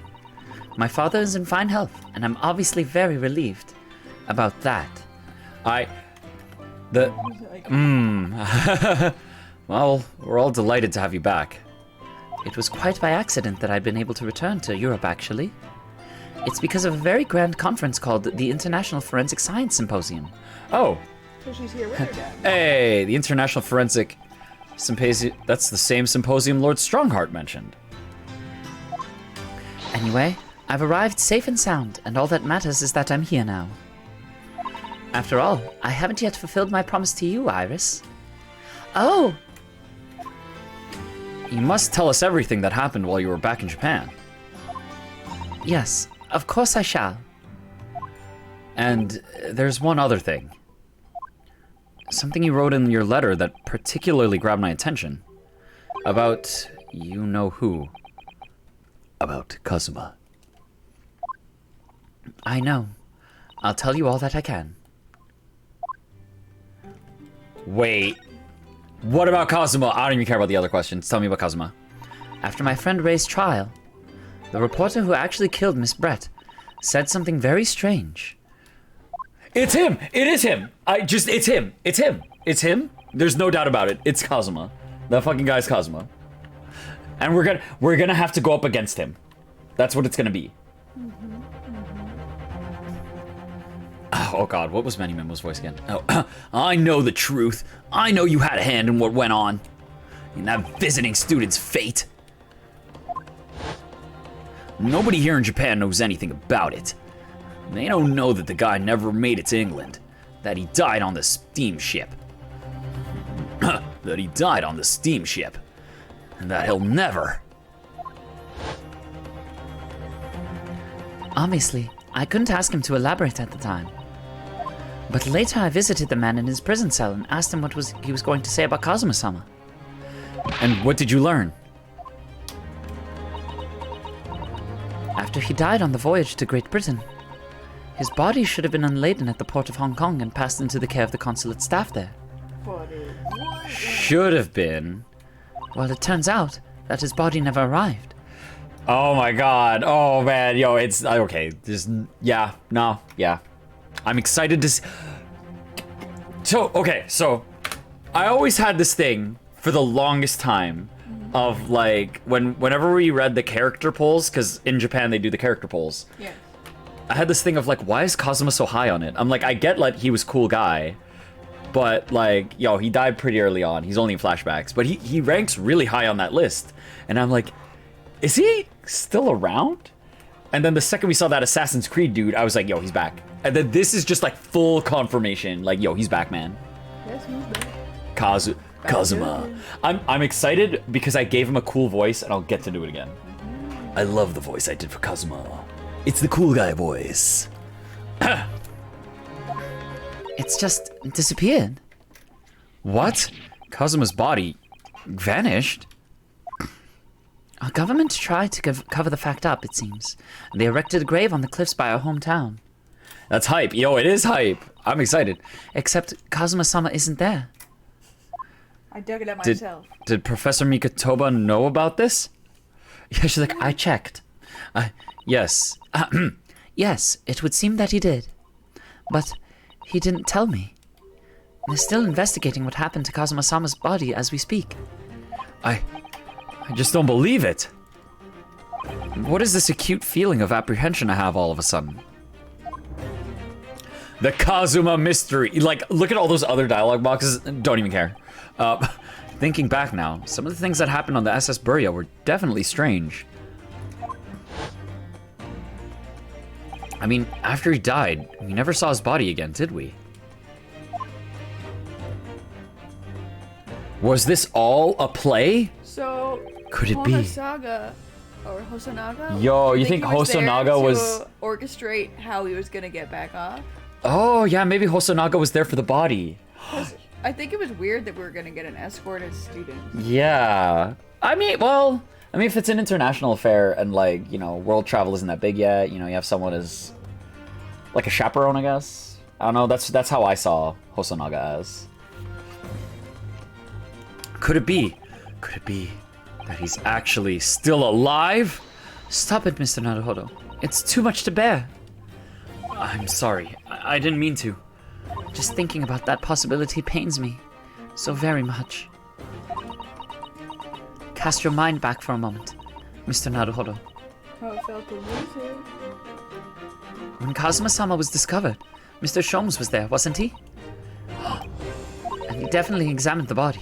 I remember it clearly. But Mr. Sholmes could be in on it. Mr. Sholmes could be in on it. Watch Mr. Sholmes come up later in another case like, look at this serum I've just devised right now. It allows a person to remain unconscious and play dead for a while. You'd never know that they were living if you hit them with a stick. Haha, look. Just like they just poke like a dude on the ground. This would allow Romeo and Juliet to happen flawlessly. This would allow Romeo and Juliet to be played flawlessly. But didn't that have a tragic ending? Yeah, so what if Sholmes in on it? Man, I thought that from game one, and I was ready to put that idea away. I put that idea away by game one. So if Kazuma-sama hadn't been dead at all, it would mean that Mr. Sholmes had lied to us. What? I can't believe it. Sholmes, a liar? Get out of here. I mean, he's trying to keep people safe though, like the Yeah. Iris stuff. Oh, well, I think Sholmes is definitely the kind of character... He's been told things. It doesn't necessarily mean he agrees with things. Yeah, no, I think Sholmes is the guy who knows more and he acts like a dingus to get away with doing way crazier stuff. Yeah. Because they're like, oh, he's just being Sholmes. Meanwhile, he's like, ha ha ha, you'll never expect, and he's like, okay, got to hide his body so that no one suspects a thing. But there's no reason why he would possibly have done such a thing. I suppose that's true. Why would anyone fake their death? Anyway, I'll see you in court tomorrow, Susato, about this man who died in a balloon accident.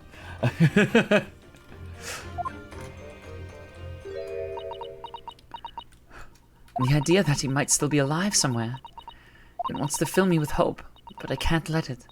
Because if it turned out not to be true, I'd be filled then I'd be back at the bottom of that awful pit of despair again. Yeah. Oh no! Oh! The look away, Susato. That's a new Susato. I'm terrified what that might do to me. Oh, Miss Susato. I know she's given the idea the thought it deserves. It's Susato we're talking about, after all. Extra sad. Yeah, no, sadness. I probably shouldn't push it now. All right, let's go on to other subjects. Let's which one do we want to deal with? Josiah Brett. Josiah Brett. Yeah, we're doing these in reverse this time. Okay. Josiah Bretto. The woman who's ooh, sorry, excuse me.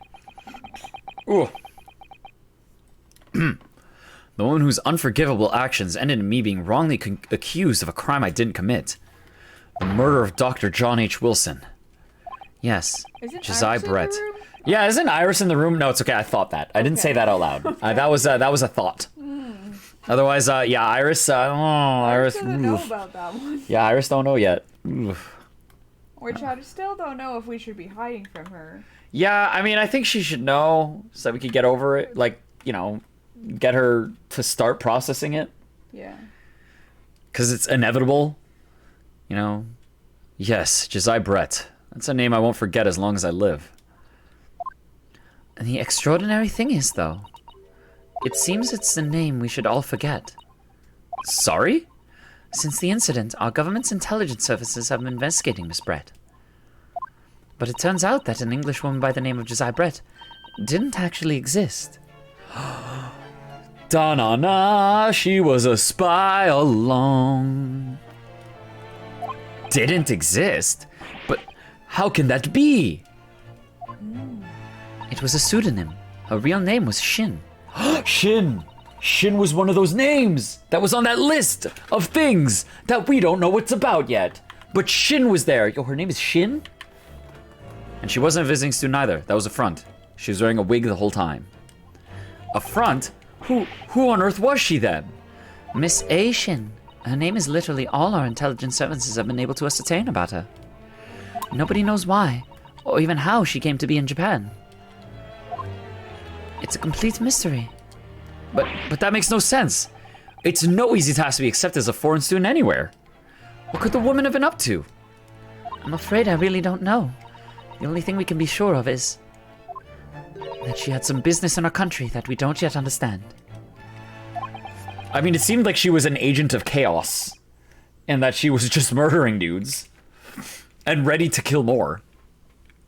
And now she's been killed, while all the questions surrounding her existence remain unanswered. I'm afraid so. A. Shin. Who on earth was she? And why do I feel as though I've heard that name before somewhere? I mean, yeah, it's been 6 months since he's heard it, and it wasn't in a context of someone's name. Yeah. So, it's understandable that he wouldn't, like, link that one together right away. Forensic Science Symposium. Lord Strongheart mentioned something about that symposium, too. I think he said that investigative authorities from 40 different countries would attend. Yes, and from Japan, my father and Judge Jigoku have been invited. Oh, Judge Jigoku. Yeah, Judge Hell. I love that that dude's name is Jigoku, which is like, I'm pretty sure that means hell in like Japanese. It's something of an honor, I believe. Well, Professor Mikotoba is the leading expert in forensic machine in our country. Machine. Oh no. Medicine? He's the leading expert in forensic medicine in our country, after all. Yeah, I can hide that bumble. I'll sweep it under the rug. It'll just be a big lump. But who's the other person you mentioned? A judge, you say? Yes, His Excellency, Judge Seishiro Jigoku. You've met him, Mr. Naruhodo. Last year, in the Supreme Court. You can't possibly have forgotten.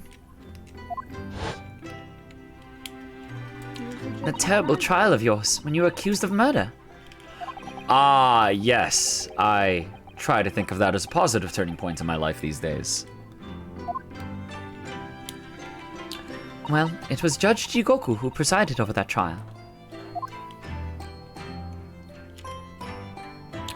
If I'm perfectly honest, I'd be happy never to see that man's face again in my life.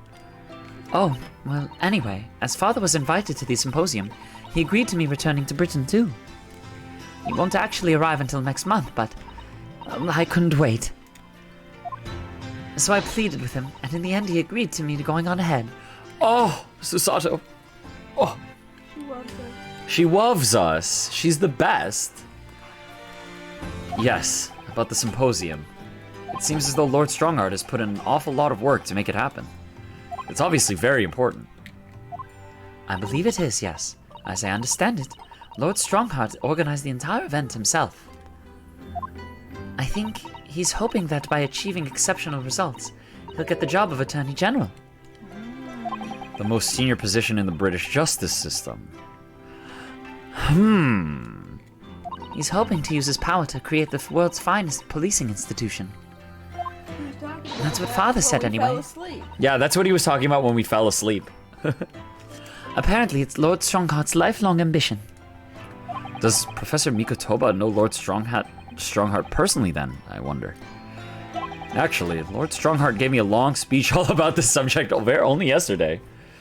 But I sort of lost the will to live early on and didn't really listen to most of it. How trying for you. She's like, I know you have no attention. She's like, oh, I know you have ADD.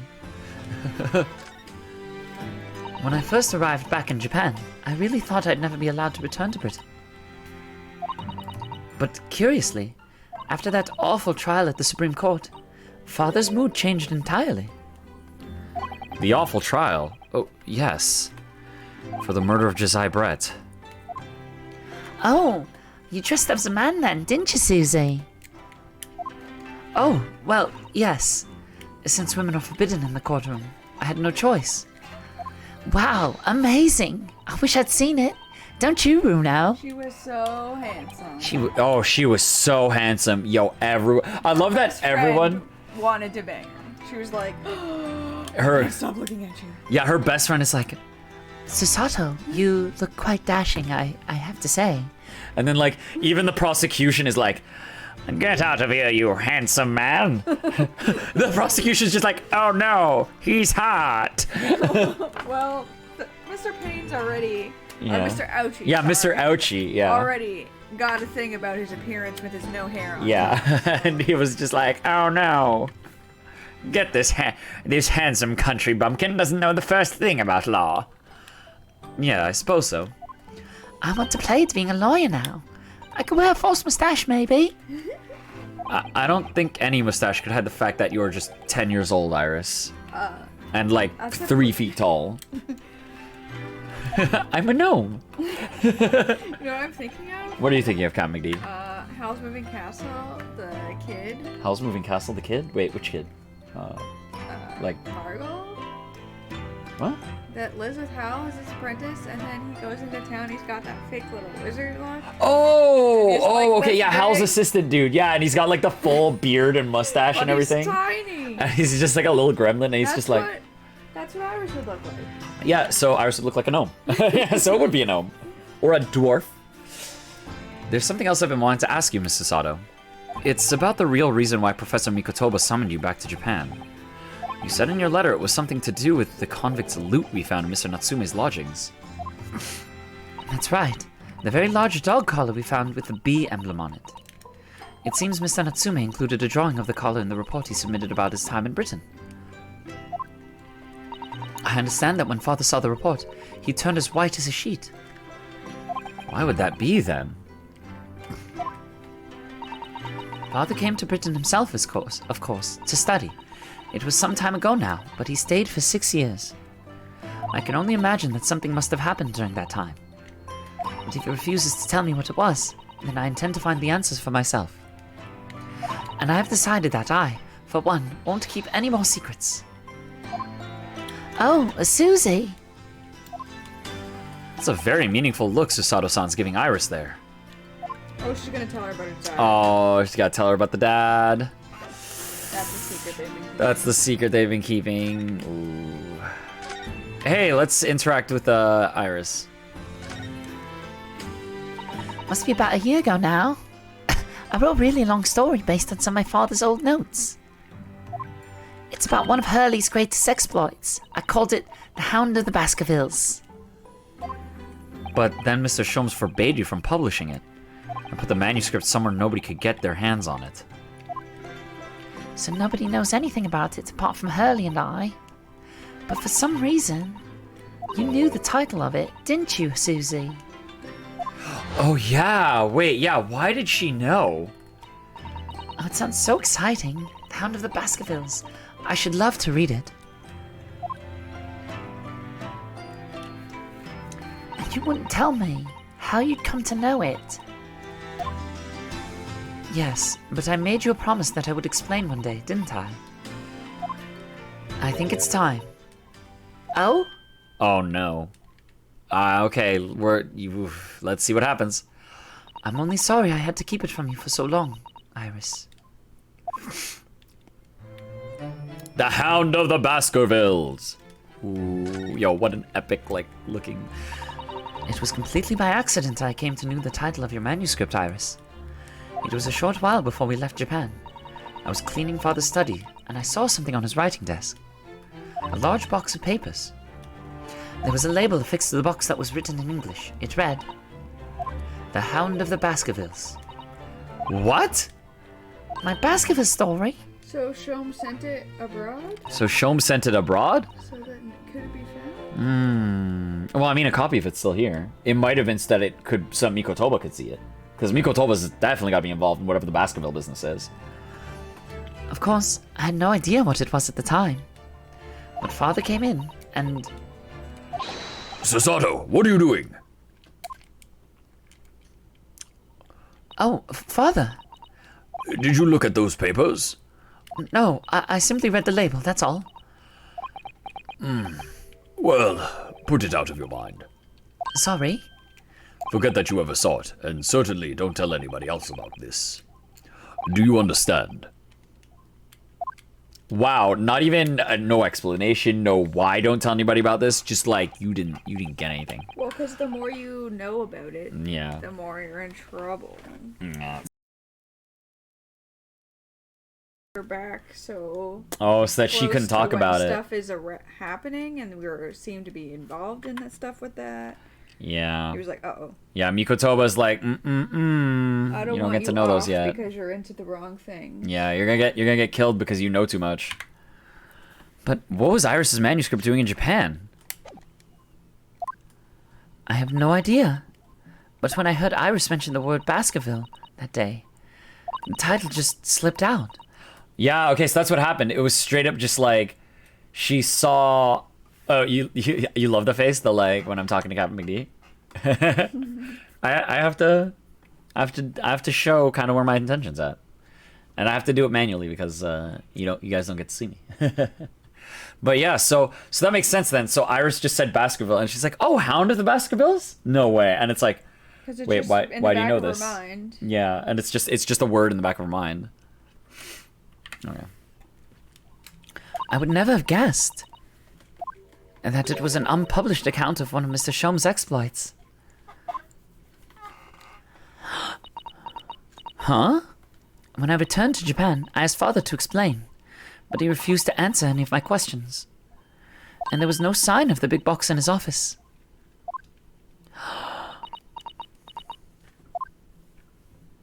That's really all I know about it. I have no doubt that Father has a very good reason for being so secretive about it. But still, I made up my mind to explain myself to both of you.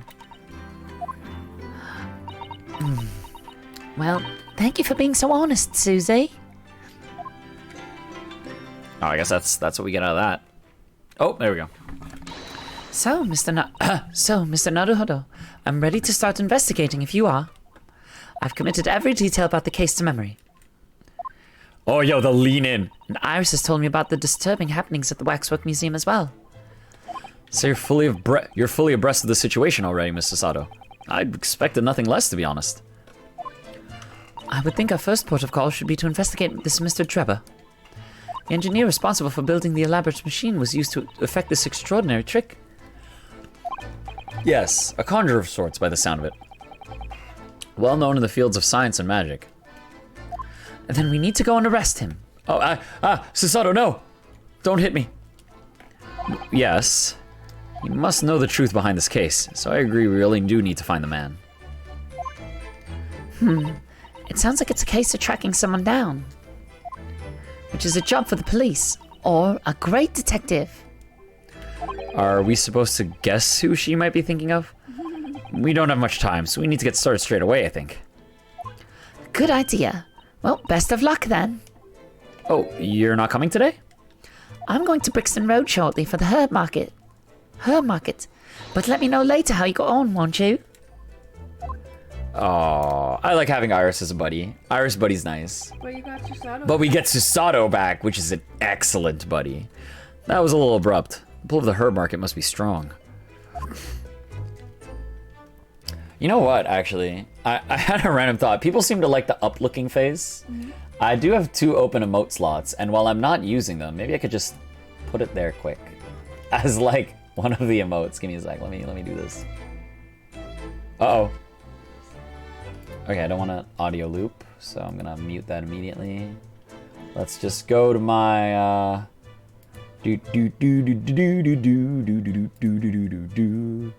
Where are my emotes? Because then I can add some... What emotes page? Under the viewer rewards. What the... Oh, man. Why is everything different now? 2 open slots. Okay, let's see. If the image fits, then I'm gonna put the up look emote. Alright, where is it? Where are you? Mouth up. Mouth closed. Oh my god, I named these horribly. This is so confusing. There we go. I did this to myself. Oh no, it won't work. The image is not... Oh, because I didn't crop it. Okay, yeah, sorry. Okay, that's gonna wait till next stream then. Okay, we don't get to have the up face. Not tonight. Next stream though. Maybe I'll also add the fury. Okay. So we can move. A new location has been added. Madame Tuspel, experimentation stage. Prison. Lord Chief Justice's office. Where do you want to go, CaptnmcD? Where do you think we should go?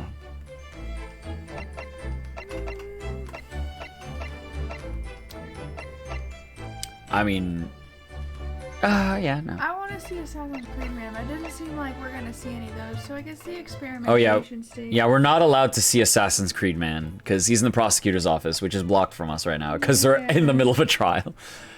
You know what? I would love to see Madame Tuspel, so I think I'm gonna save her for last because she's the best. Okay. Well, I said the experimentation. Oh, experimentation stage. Okay. I thought you. Take that into I did not. Experimentation stage did not register, so I thought you picked nothing. 23rd October, the Great Exhibition Grounds, foot of the Crystal Tower. Oh, what is? Oh, it's a doggy. Hello, doggy. I had no idea there were so many people in the world. I know what you mean. It's really packed here today. It feels as though it's taken us 2 hours just to make our way through the crowds at this point. Has it? I shut my brain down, so I didn't really notice, to be honest. Gosh, I do wish I had your absence of mind sometimes, Mr. Naruhodo. There you are. I had a feeling you lot would show your mugs before long. Oh, nope. That was Greg's. Oh, there you are. Very Yeah, oh, yeah, there we go. Hi, Dougie. Oh, Inspector Gregson. Is your hard at work as usual? Warm greetings to you. I do hope you've been keeping well since last we met. What's with all this ceremony? We just saw each other in court this morning. Oh, he's talking to Susato. Not you, Sunshine. A gentlewoman so loyally at your side. Oh. Why, thank you, Inspector. How good of you to notice. He might be a bit rough around the edges, but he's still a proper English gentleman at heart, I suppose. As you've probably guessed, we were hoping to investigate the scene some more. Right. Well, that's the young trainee's domain. Oi, get over here, Gina. Gina, dang it. Gina, you're supposed to be working right now. She seems to be busy playing with the puppy. Probably giving a traditional East End training. Gina? She's a police officer now. Amazing, isn't it? She's a good kid, actually. Heart's in the right place, anyway. She's got the detection bug, if you ask me. Yup, I think she'll follow in my footsteps nicely. What do you mean? I'm being transferred. It's time for me to say toodaloo to London. Oh no, really? That's a bit sudden, isn't it? I had no idea. Where are you gonna be posted then? We'll come to see how you're getting along. Not likely. But you're welcome to try. If you don't mind a trip to France, that is. To France? Do you speak French? I'll be working in the Paris Police Prefecture. Should be right up my alley. But France! It's an entirely different country. I don't understand. Why would you be sent there? That's the way the adult world works, sunshine. Now don't go poking your nose in where it's not wanted. I'm intending to take the kid with me when I go. What? You're taking Gina to Paris? Well, I can't leave her here in London. Who knows what'd become of her? Who knows what'd become of her? So he's taking it in. Yeah, he's taking an interest. He's adopting her. He's adopting her. He doesn't want her to turn into crime again. I don't think he's worried about her pickpocketing, Mr. Naruhodo. I think he's worried about the Reaper. Oh, of course. So that's playing on Inspector Gregson's mind too, is it? Anyway, I haven't mentioned any of this to Gina. So don't go blabbing, you hear me? No, of course not. I've got to keep that diving diva safe and sound. Until all this is over, at least. Oh, what? It's over. Oi, did you just call me a blue-vin diving diva again? Ah, so you heard that, did ya? Right, well, any questions about the scene? You can put them to my capable detective diva here. Oh, all right. You were the boss? Inspector Lestrade's in charge here now. I suppose I'd better keep my word and not mention anything about Paris. So, Gina, you've got a new dog, have you? Oh! He's so cute. Isn't he great? Toby is his name! Oh my god! It's him! It's him! He made it! You gotta spam the Toby. Oh my god, wait, where is it? Where is it? I have to spam it. No fucking way. No fucking way. Yo! Let's go. Yo, if you are in Mina's chat, yo, spam the Toby emote. Toby is in Phoenix, right? Mina, I think that's my favorite form of Toby you've just posted there. Oh my god, that's fantastic. Okay, wait, I have to do the big Toby. I have to do the beep. Oh wait, alt click. Oh, it's alt click. Yeah. Oh my god. Oh wait, that's the favorite. Oh my god, how do I do multi emotes? I just learned. I did it wrong. Okay, this is what I want to do. Yeah. Oh my god, yo, no way. That's amazing. It's Toby. Toby's his name. That's the highlight of the stream right there. Just that. How delightful. He's absolutely adorable. Yes, the dog does seem lovely. But it's the not so lovely Inspector Gregson that's playing on my mind, to be honest. And then and then the dog's just gone. Toby the dog! Where'd you find that little mutt then, Gina? Oi, don't be so flaming rude, Odo. A slight overreaction, don't you think? He ain't no mutt, alright? Toby's... how'd they put it? Oh yeah, a bona fide detective. Sorry? I've given him a proper title and everything. It's Chief Inspector Toby to you. More senior than Inspector Gregson, is he? Oh, so he's a police dog, is he?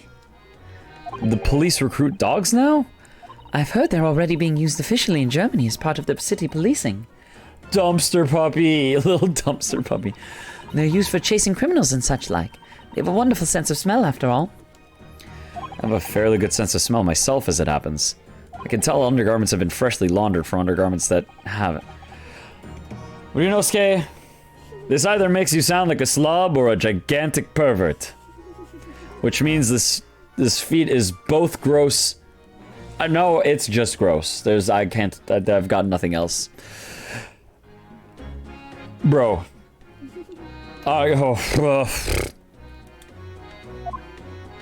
Huh.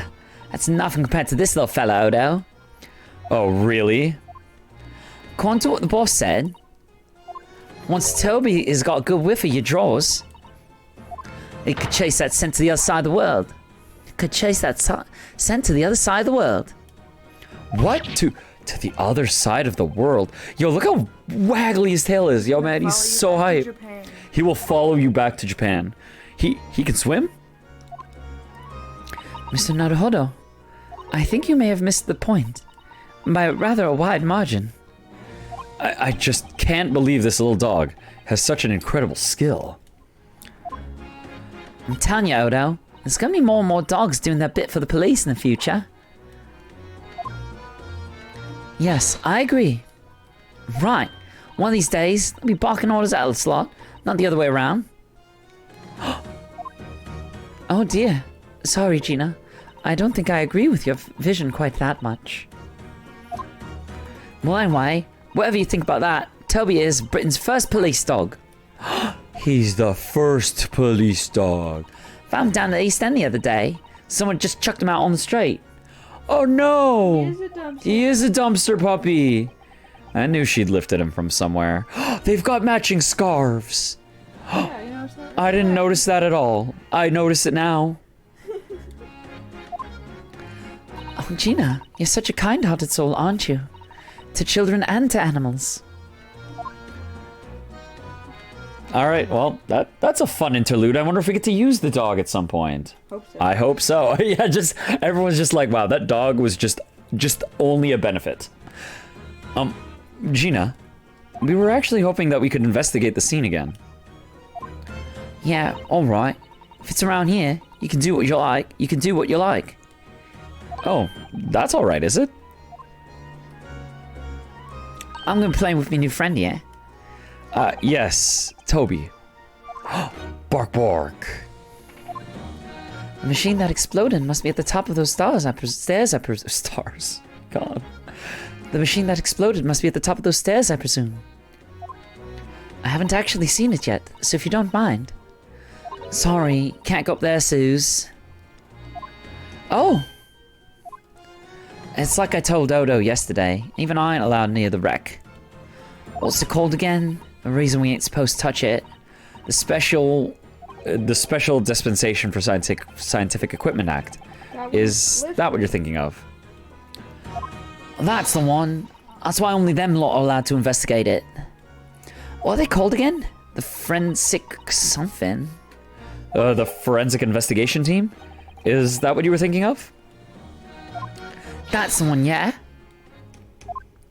But isn't that the case that the special dispensation has been lifted? I think so. I don't really get it, to be truthful with you. You're still supposed to get permission from some bigwig of others, as far as I know. What was his name again? Lord Strange something. I'm not sure that's quite right, Gina. I think you mean Lord Strongheart, perhaps. That's the one, yeah. Apparently, he's always watching time or something. So without Lord Strongheart's express permission, you can't investigate on the stage. So time to go Lord Strong. Alright, we're gonna have to go say hi to Strongheart after. Wait, is there more stuff? I think there's more stuff. Okay, last dialogue box and we'll look around at the scene a bit more. It's great, wasn't it? I had a right laugh. It was a new one on me, that. You know, being in court and not spending the whole time worrying about I'm to be found out. You know, being in court and not spending the whole time worrying I'm about to be found out. You did keep an awful lot of secrets in all your previous court appearances, didn't you? Yeah, I know those made things hard for me every single time and all. Just doing my job, Gina. But watching someone else get in the neck's a lot of fun, actually. It was amazing when you showed that dodgy professor's dodgy experiment was a total fix. The dodgy professor, as you put it, Gina, is Mr. Naruhodo's client. Oh, sorry, 1 second. Oh.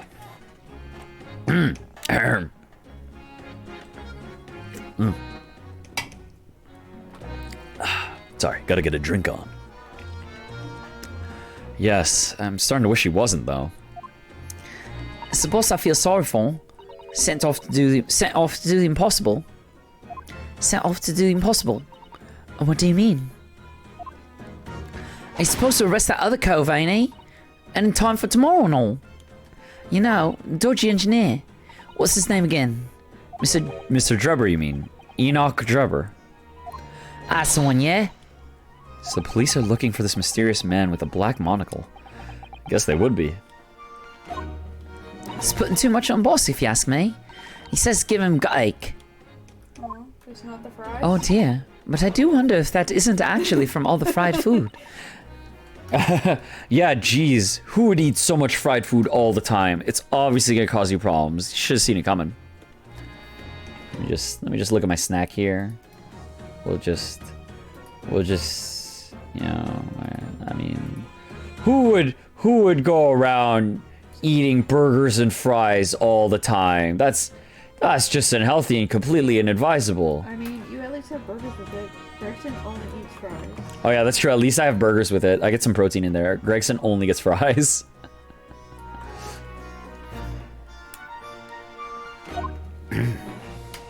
Engineer's whereabouts. Whereabout is he? So Scotland Yard are trying to track down Mr. Enoch Drubber. I wonder if they've had any luck. He's really funny looking. Got two eyes that don't match. Saw a glimpse of a picture of him earlier. I mean, I didn't actually pinch it or nothing. The old devil's got it. Sorry? Who? You know, a Scound Reaper was always glugging down glasses of blood red plonk. Ah, Lord Van Zeeks. He's always had infamy, that cove. Don't know what he's always scowling about mine. Probably would have been a pretty good boss as it goes. She'd rather be the Reaper's apprentice than a detective's trainee. The way I see it, if the choice is between a chip-guzzling detective and a chalice-glugging demigod, you're equally badly off with both. I suppose you're right. I hadn't thought of it like that. Yeah, glad we put that one to bed. Anyway, point is, everyone at the yard's dead set on finding the fishy engineer. But there don't seem to be no clues to go on, so they're stuck. There's nothing that can lead us to Drubber at all? We don't... Oh, no! I didn't mean to pick that. Okay, Skippo.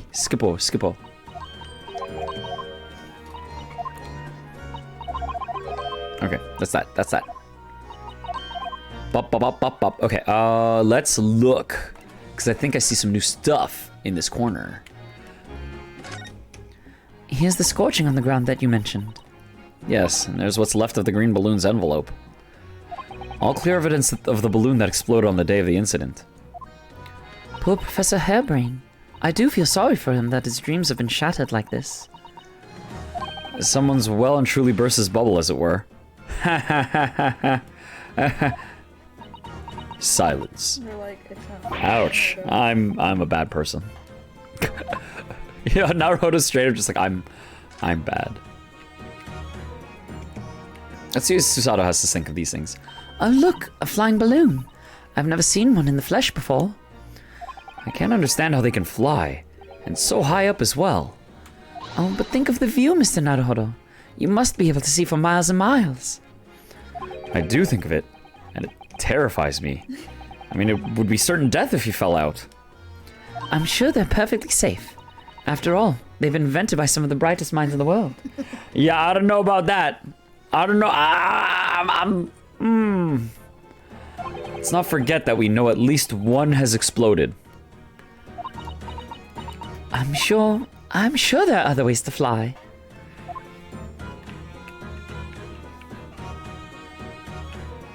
I mean, by the numbers, flight is one of the safer modes of transportation. It is, however, unfortunate that when things go wrong, they go very wrong. Yeah, and they, like, make the news and stuff. Car crashes #1. I'm pretty sure. I mean, it's gotta be. What a shame that the symbolic landmark of the Great Exhibition has been damaged like that. Yes, unfortunately the birdcage crashed in the most prominent position possible. It's the gods giving us a warning, if you ask me. Man must travel under his own steam, not cut corners with instantaneous kinesis. But imagine what might have happened if the birdcage had landed in a slightly different location. The death toll could have been far worse. So I think perhaps it was a blessing in disguise. Well, the gods are benevolent, obviously. I did say it was just a warning.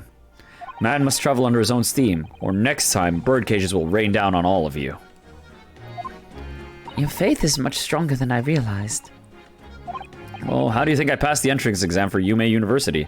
It wasn't by studying alone. Yo, man. It's by prayer. I prayed. I did every good luck thing. I went to the shrine. I got... Oh no, I don't have the clip anymore. I made sure that when I went to the shrine, I had some amazing luck. You know? Not before the shrine and you have some horrible luck. Thankfully, that worked. What else is there? Crystal Tower, I guess, yeah, we'll just look at the front. Ah, the Crystal Tower. The Crystal Tower. I can't believe I'm seeing it at such close proximity with my own eyes. You've really been looking forward to the great exhibition, haven't you, Miss Susato? Oh yes, when I found out that I had to return to Japan, I am afraid I cursed my luck. But here you are, back in London, gazing up at the magnificent tower.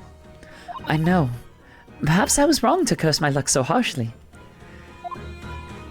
Yeah, okay, I think that's all of the tower. Envelope. Upstairs not allowed. Oi! That's off limits up there! Try to sneak past me again, I'll stuff your gob full of the boss's fish and chips. Yes, please. I love yeah, fuck it, do it. Do it. Please do. Just all over, burger in face.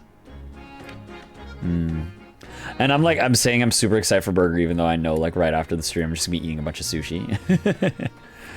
I love fish and chips. I suppose we need special permission. Okay.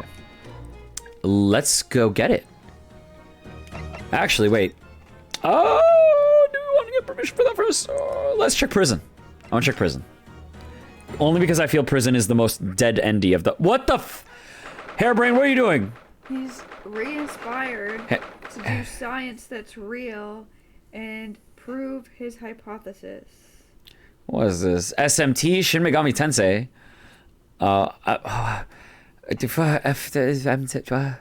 Standard deviation. I'm seeing some Pythagorean. I'm seeing trajectories here. 23rd October. Local prison cell 11. Look at this nerd. What's he doing? Oh my! The whole wall of the cell is covered in mathematical equations. And he's still writing more now. Professor, sorry to interrupt.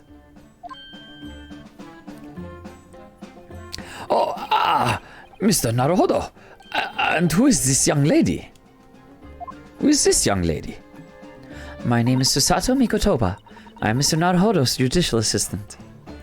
It's a pleasure to meet you, Professor.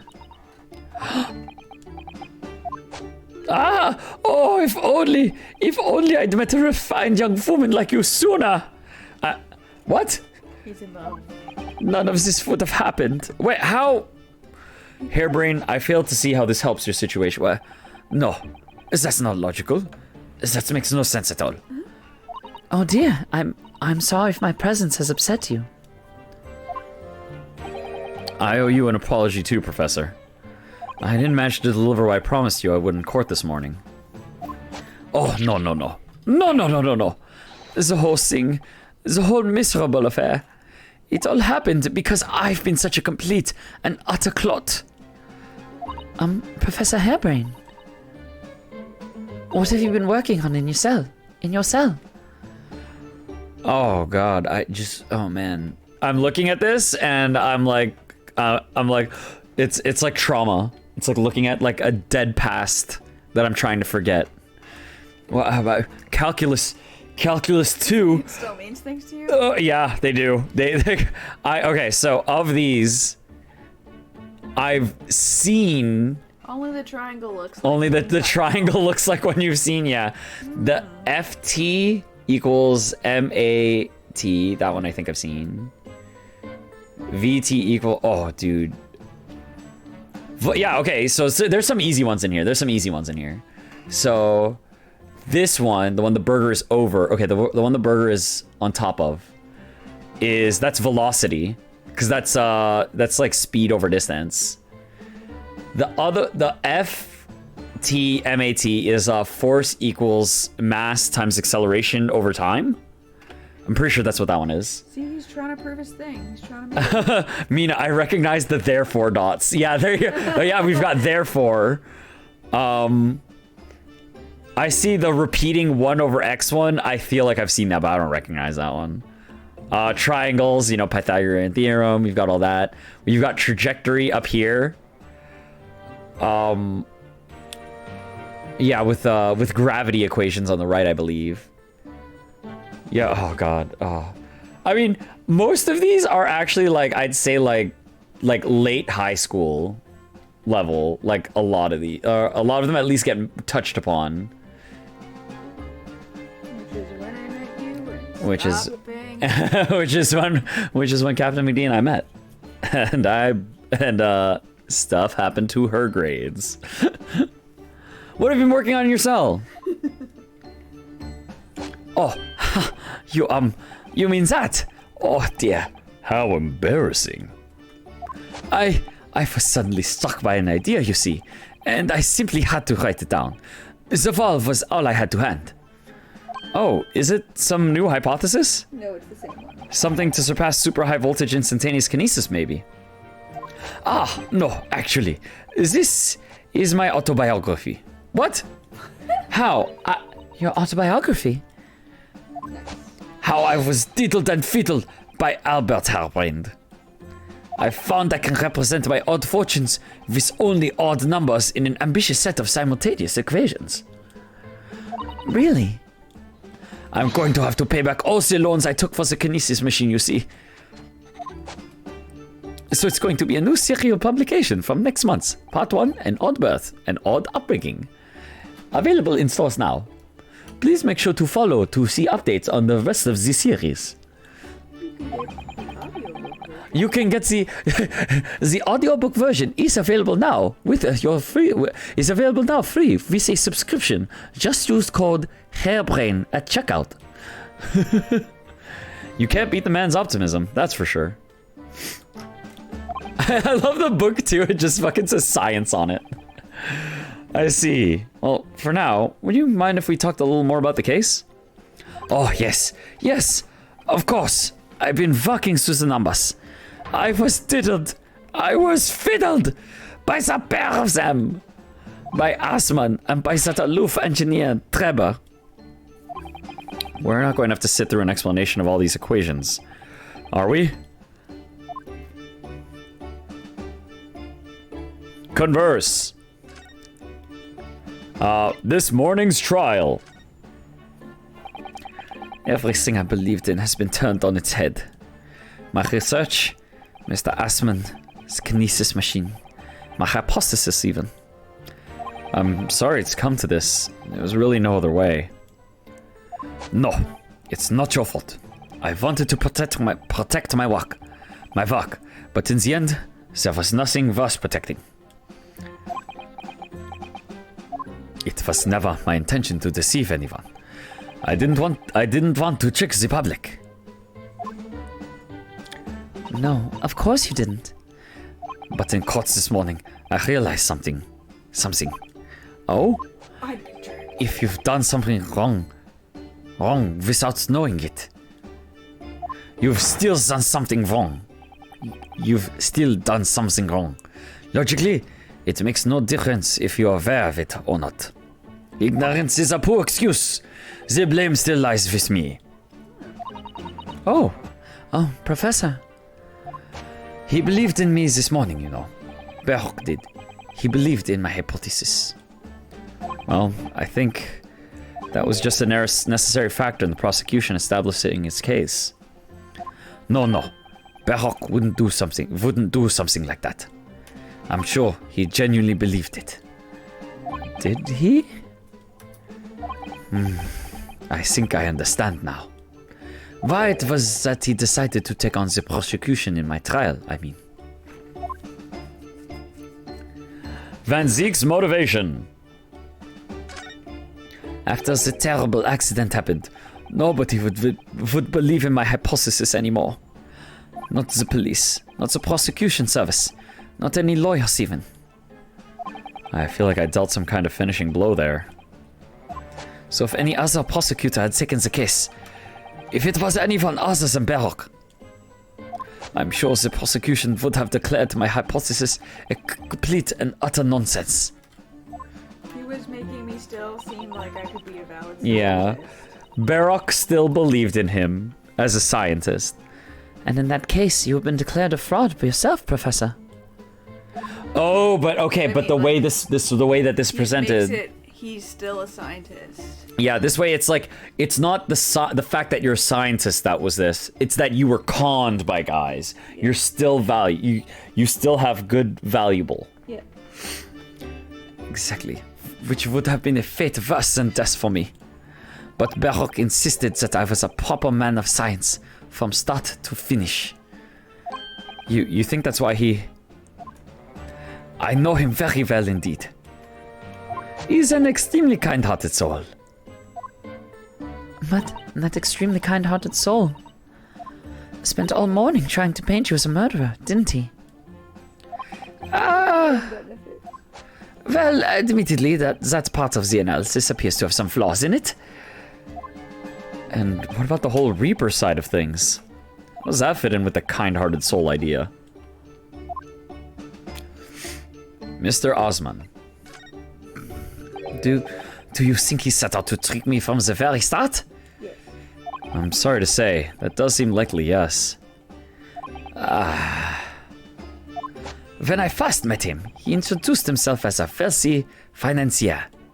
He looked over the paper I'd written and said my work would benefit all humanity and must be pursued. He was so enthused. He was so emphatic. But in reality, he was the mastermind of some vast criminal network, it seems. I still can't believe it. As the machine was essentially a set decoration for some stage magic. It probably didn't require a large amount of investment, actually. But the scale of it, it wasn't just some small trick. It was a very elaborate feat of deception. All young scientists are full of hope about their burgeoning ideas, full of zeal. But none of us have any money. We want to do research, but we can't afford it. Many of us take on barely legal part-time work to try to earn just a few measly pennies to carry on. To go through all of that, only to be taken for a complete fool. It's too rotten to believe. It is. I agree. And that's why we have to find those responsible and bring them to justice. Mr. Osman is no more, of course, which leaves only the engineer. Mr. Enoch Drebber. What if Enoch Drebber and Mr. Osman are one and the same? I was thinking that. Because we didn't get. Because wait. Let's look at people. Odie Osman. Yeah, that's a guy. You could put a monocle on that face. He could wear a wig. He could be someone totally different. I think it might be the. Oh, I do more likely think though it is the he's high. I think it's the prestige. Yeah. Is he an engineer or a magician or swindler? It was about a year ago when Mr. Osman first brought Jabba to meet me at my laboratory. Okay, so he's seen them both at the same time. So they cannot be the same man. Wait, no, unless it's literally the prestige. If this is actually like straight up the prestige, like down to that detail, I'm gonna lose my mind. And I think it's awesome.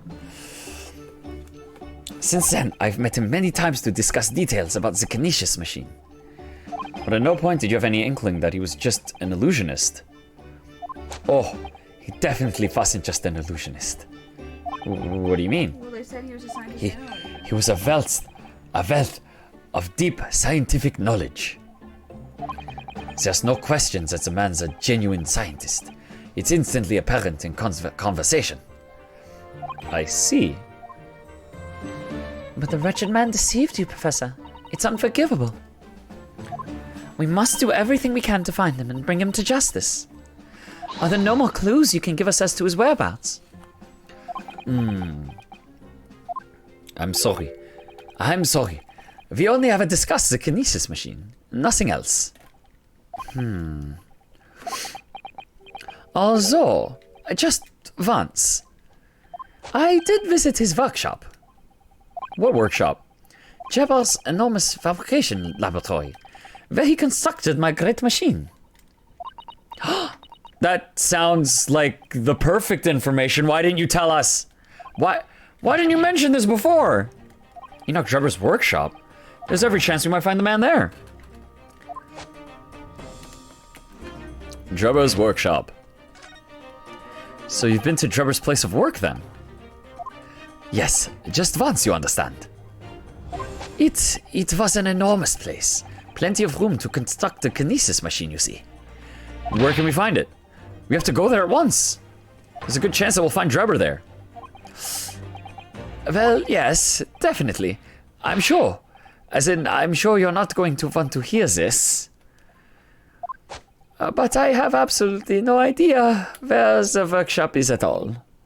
Hey, DP, I'm stuck. Ooh, where are you stuck at? Unfortunately, if I'm gonna be honest, my enthusiasm to help will be there, but my memory is not my greatest quality. But if you tell me where you're stuck, I will think and see if I got stuck at a similar place. I'm so sorry. I was more than half expecting that. You see, I was blindfolded in the carriage the entire way there. The entire way there. He blindfolded you? He wasn't taking any chances then. Stuck in a place called Hotto. Oh, is that the place with the painting? Because if that's the place with the painting, I think the painting's where you want to go. Because that's, Hotto is the name of that place, right? I think. I remember the painting. Yeah, because, yeah, there's reasons to go. The painting is fun nom. Oh, okay, wait. You know what? I'll take a sec to do a quick Google. To see what I can remember. Hotto. And if I'll do just a quick, do I remember anything? Otherwise it may be lost. Which one's this? Mount Hotto. Wait. Shinto Shrine. Okay, yeah. Oh, wait, is this the one with the volcano? Yeah. I mean, did you I'm not sure if you need to like try to climb the volcano to trigger events, or if you need to talk to certain people to start events. I do remember running back and forth on the mountains up and down a lot. It might be a specific cutscene in one of the buildings. I'm not sure. Unfortunately. I cannot remember. He blindfolded you. Wasn't taking any chances then. The place was incredible. The pinnacle of modern engineering. Even the oil he used was the very best. A special French machine oil that's impossible to obtain in Britain. Ah, the indescribable scent of that imported oil. Perfumers across the world should forget their secret formula and use that instead. Oh, this dude's... Alright, time to Google then. Yeah, I mean, that's how it is sometimes. Yo, this man's about to just start sniffing, like, just... Oh, dude, he's just giving it the sniff. all the like machinery. Ooh. And gasoline and oil. What do you think, Miss Susato? Eau de machine for your next birthday? I've never used any kind of perfume, Mr. Naruhodo. And I'm not sure I'd like to start with that. I don't suppose you know even part of the workshop's address, Professor. You don't have a business card for Mr. Drebber, for example. The man was clearly very cautious, Miss Susato. I'm sure he would never have. Aha! I do have a business card. Yes, I do. He gave me his business card once. It's right here. Look. Look, it's... What? Let me see that. Let me see that. Yo, Susato, ready. Okay, I'm gonna press A, and I gotta get that screen cap at the right time with the no text box so I can get a clean cut of Susato fighting. Oh, I didn't get one. Okay. Throw it, get to the wind, why don't you?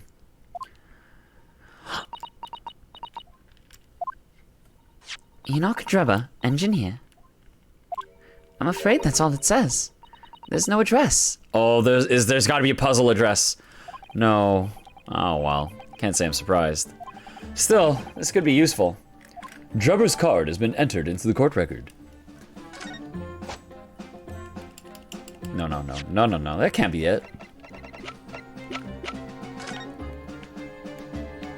Aha! There's a thingy on the back. This dark smudge here. I think perhaps it's machine oil. Oh, yes, possibly.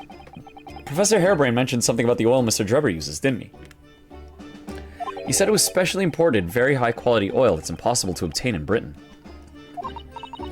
Yes, that's right. But more importantly, that it's more fragrant than the finest perfume. So, excuse a moment. Oh, it doesn't appear to have any scent at all. Don't worry. I expect that's just because there's such a tiny amount on here. Get the dog. Oh, yeah, we need the dog! we have use for dog! Doggy. Can we... Oh, okay. Okay. I really want to go see the dog again. But we do have to still see Lord Chief Justice first. And I suspect now that the dog is probably going to be the last thing we do. Because I think catching Drebber is going to be the last thing we do. Who is this? Hello? A scientist? You got a white glove? 23rd October, British Supreme Court, Lord Chief Justice's office. That man is tall and thin and straight white hair. Oh, who's that standing beside Lord Strongheart? I wonder. I've never seen her before. Oh, hello. It's Eno from Guilty Gear. No, wait, no, actually, it's, not Eno. Not from Guilty Gear, wrong Eno. I'm Eno from, it's that girl from Naruto who can, move your shadow and, who can, not move your shadow, oh my god, what's her thing again? God, it's been too long since Naruto. Anyway. The the young champion of the court. The young champion of the court. You had some success this morning, I understand. And you've thrown the entire government into disarray as a result. Oh? You mean because of Professor Harebrain's experiment? Ino Yamanaka, thank you. Sham science being demonstrated at London's Great Exhibition. The country's been made to look foolish, and now politicians are scrambling to respond. Lord Van Zeeks is in Whitehall as we speak, giving an emergency briefing. Oh dear, I didn't mean to cause any trouble. None of this is your responsibility. The government is entirely to blame for having been taken in. The special dispensation that prevents investigation at the scene will be annulled later today.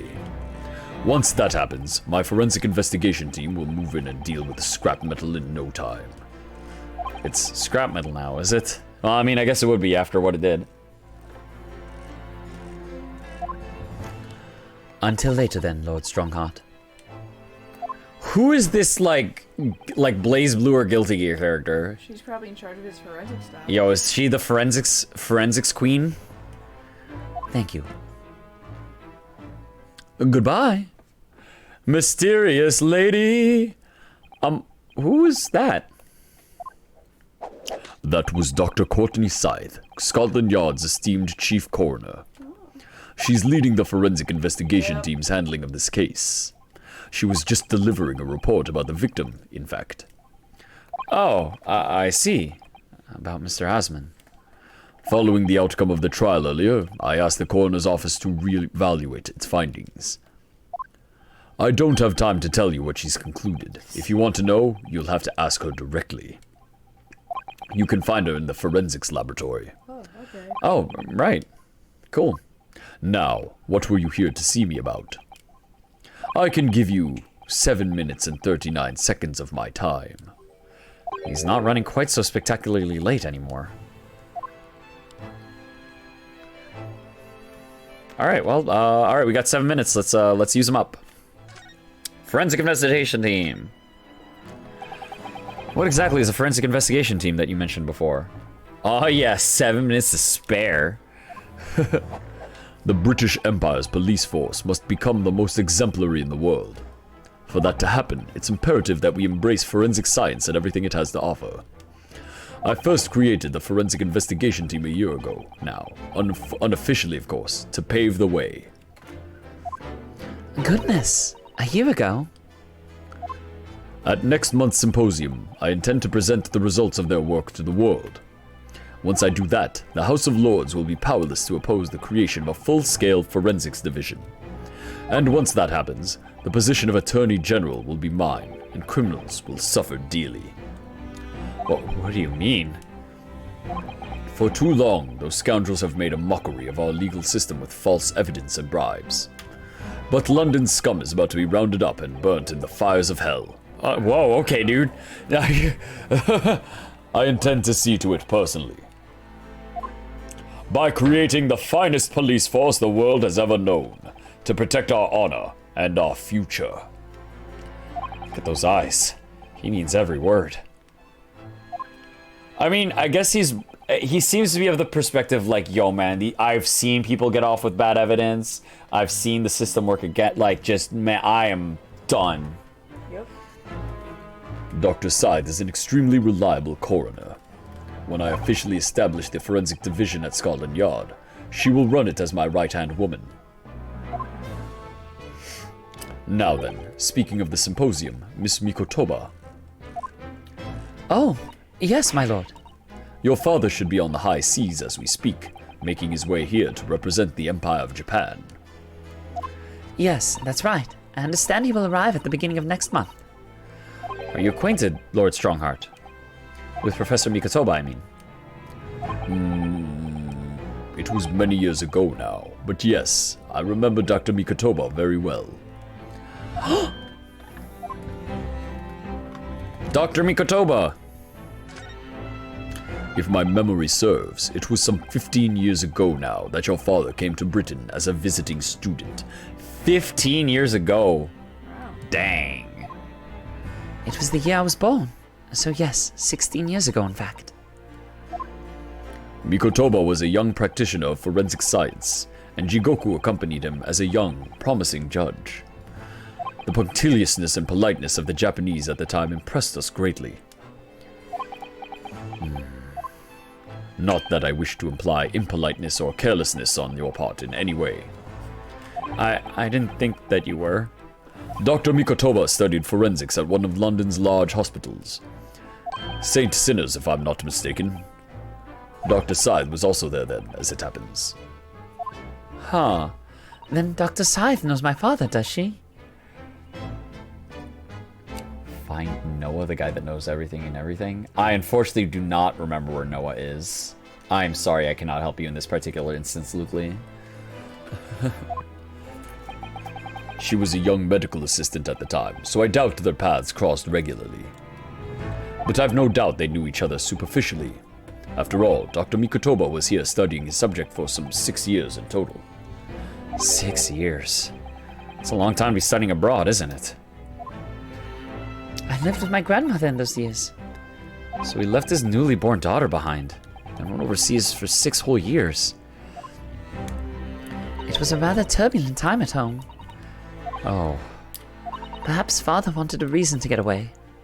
What do you mean? Why? Don't worry, Google's my best friend. Yo, Google. Yeah. Thank you, Internet. Well, clearly something was going on at the time. Alright, Lord Van Zeeks. I wanted to ask you about Lord Van Zeeks, actually. I heard that his older brother was killed some years ago by a mass murderer known as the Professor, who targeted nobles and royalty. Is that right? You Japanese are a thorough lot. You've done your research well. Yes. And you could say it was that very incident that gave rise to the Reaper. What? Why? When his brother, Clint Van Zeeks, was murdered, it was just after young Baruch had graduated from the University of London and become a prosecutor. When obvious criminals who managed to evade conviction in court started disappearing, rumors quickly spread throughout the capital. Londoners started to say that wherever Baron Van Zeeks went, the ghost of his dead brother wasn't far behind. Oh my word. So, Lord Van Zeeks isn't the Reaper. It's the ghost of his brother? Da-na-na! Ever since that time, he became a very aloof figure in London's legal circles. Huh. Oh, yes, Lord Strongheart. Go ahead. It's about Professor Harebrain's experimental machine. We'd like your permission to examine the remains, if possible. Are you well versed in science, then? Not in the slightest. In fact, you could say I was barely aware of the subject at all until recently. Well, the special dispensation legally preventing investigation of the machine is currently being annulled. Within a few hours, Dr. Syde's team of forensic experts will begin their own investigation. But I suppose until then, there's no harm in you looking at the wreckage, as long as you touch nothing. Thank you. Being able to look at it is better than nothing. And I'll be able to see it too. Yo, okay, we're gonna see something that's incriminating, and then it's gonna be You changed. said you didn't know anything about science. That's also true. Yeah, that's true. That's true. He's letting us go because we He's like, don't know oh, science. As soon as they bring up their science version, we'll be like, they're credible. You're an idiot. Your time is up. You'll have to excuse me now, I'm afraid. My next engagement calls. We're extremely sorry to have troubled you when you're so busy, my lord. I have important matters to attend to in preparation for the symposium, you understand. Bye. And there he goes. I just no goodbye. He's just out. New location's been added. Okay, so we've got forensics laboratory and experimentations. Okay, I mean, new spot, new place. We get to see a new world. So let's check it out. Let's see what's going on. Skelly! Multiple Skellies. Oh, and a table for working on bodies. 23rd October, Forensics Laboratory. I believe this is it. Dr. Syde's laboratory. Yeah, there's no windows here. Seems like you're in a basement. Seems like we're in a dungeon. That chemical smell really assaults the nose. There's plenty of salt to the eyes in here, too. You know, it's one of those places that looks like cluttered, but like still pretty organized for how much shit is in there. Yeah. It looks as though the doctor isn't here. But we're here now, so we may as well do some sightseeing, don't you think? What a seasoned tourist you've become, Miss Susato. We could just have a little look around, being careful not to upset any restless souls. I walked past him like, you know what? Luke Lee, don't feel bad.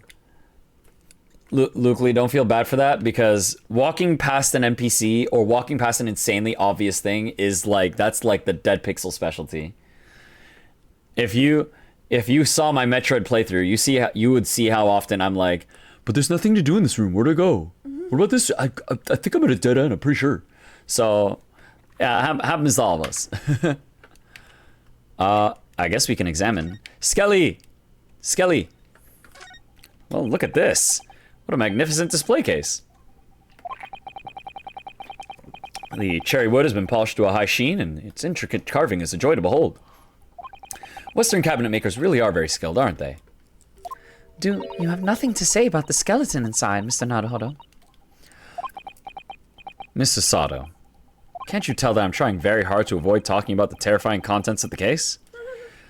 It's how I cope. I'll be sure to remember that from now on. He's doing everything he can to not talk about Skelly. But Skelly! Look at all the bottles on the shelves in these cabinets.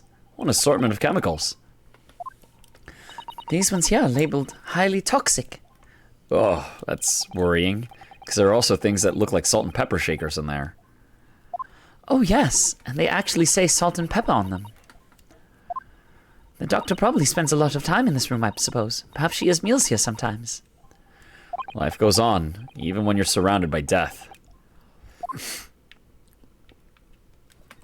But there's a lot to look at in this room. I suppose this is Dr. Scythe's desk.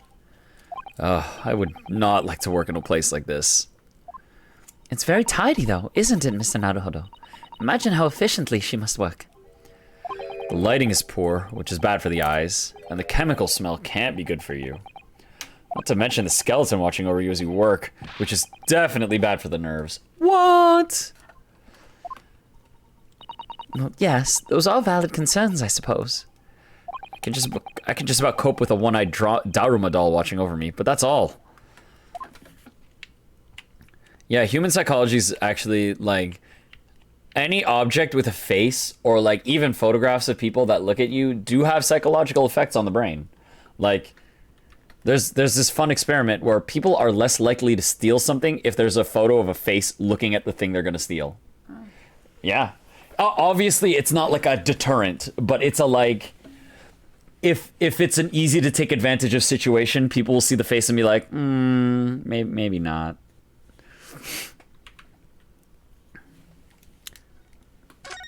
A table and a set of sharp tools. When you consider each in isolation, it all looks quite innocent. So why is it that when you put them side by side, they seem so horribly disturbing? It might be best not to ponder it too deeply. Seeing the large tome that's open on the desk does make me wonder, though. How can anybody concentrate on bookwork with this acrid odor of chemicals in the air?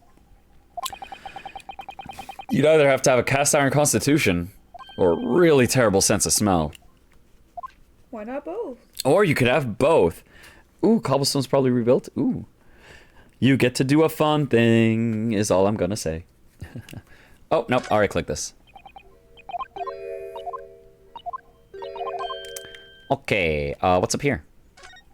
Those large jars seem to have pale things floating around inside them.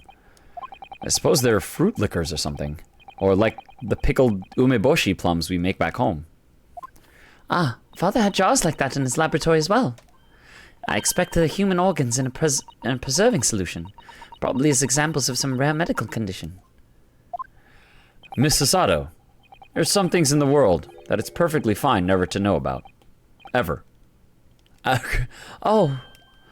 So as I said, I'm sure they're fruit liquors or umeboshi, aren't they? Of course. Just denial. Who is this up here? That looks like an owl and a crow up there. I know. They haven't even twitched since we came in here. Because they're stuffed. Well, no, they wouldn't have. They're taxidermy mounts, Mr. Naruhodo. Oh, I was afraid you were going to say that. I've been trying very hard to tell myself that they're just sleeping with their eyes open. Yes, I think perhaps you were wise to put something like your Daruma doll on display in the office instead. Yeah, taxidermied animals is like, that's, I don't know. I'm not like, no, I wouldn't do it. Not for me. Well, okay, I guess we don't get to see what she's about. But you like Darumas. I do like Darumas. I would do a Darumas. Yeah, rebuild cobblestone. Yeah, good job, Luke Lee. You did it. Now you get to do a really fun thing. Who are you gonna... you'll see. I'm just gonna wait. I'm gonna wait for the thing to happen. So that's that. We can now go to the experimentation stage, or Madame Two Spells. Well, you said you wanted Madame Two Spells to be that. Yeah, we'll do 2 spells left. You already know. Oh, you already know, but to do that, you gotta do something. Oh, okay. Alright, let me up. We have permission now. Oi, that's off limits up there. Try sneak past me again, I'll stuff your gob full of the boss's fish and chips. Yes, please. I love fish and chips. I suppose we need special permission. We got special permission! We got it, though! Oh, maybe I need to click it again. Stage up there is where the experiment was set up. It's very high, isn't it? About 30 feet, I believe. Or 9 meters if you prefer. Sweet departed angels. Couldn't bear to part with them. Oh, sweet departed angels. Couldn't bear to part with them. So we have them stuffed. Oh my god, yeah, Coraline. Oh, Coraline's a fun movie. I enjoy it. Doesn't it? Yes, we need to get up there and look around properly. Although if I'm honest, climbing all those stairs make my chest hurt. Oh dear. I think perhaps you should exercise more, Mr. Naruhodo. Oh, Naruhodo needs to lift. Hello? Let me up. Lifting's not gonna help you climb stairs. Ah, that's true. Cardio and strength are different. My bad. It's off limits up there. I have permission! How come I don't have it suddenly? Because you didn't get written permission. Oh, you know what it is? Maybe I do need to go to Madame Tuspel's and I need to have a cutscene of like, you know, we should go up there. At the very least, I'll check this place to see if it's a dead end. 23rd October. Madame Tuspel's.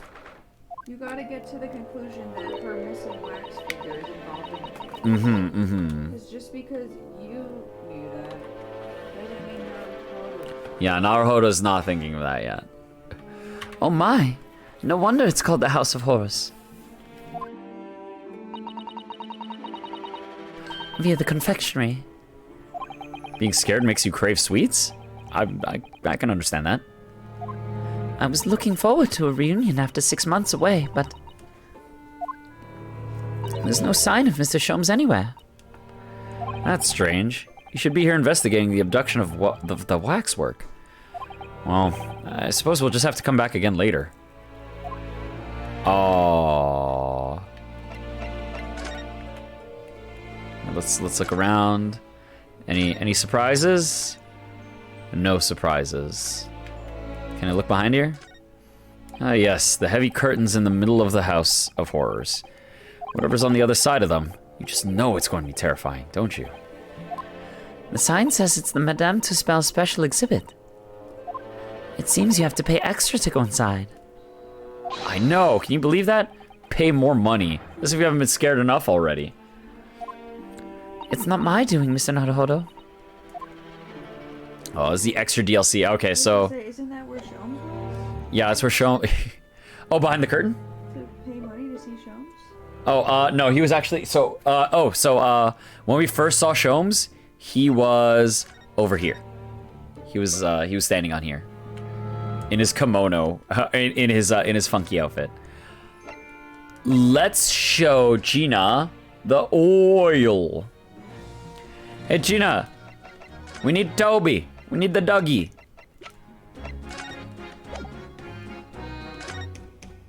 About this, Gina. Yeah, I'm still learning me letters at the moment. I only know A to E, so if it ain't too much bleeding trouble... Oh, she can't read, damn. But I mean, yeah, like that was the thing. Yeah, if you grew up on the streets. Yeah. The street life. Actually, Gina, it's the back of the card that's important. A? How come? It's just a dirty old smudge on the back, that's all. That's all. It turns out that this is a very high quality French machine oil. It has a very particular scent, apparently. You don't say.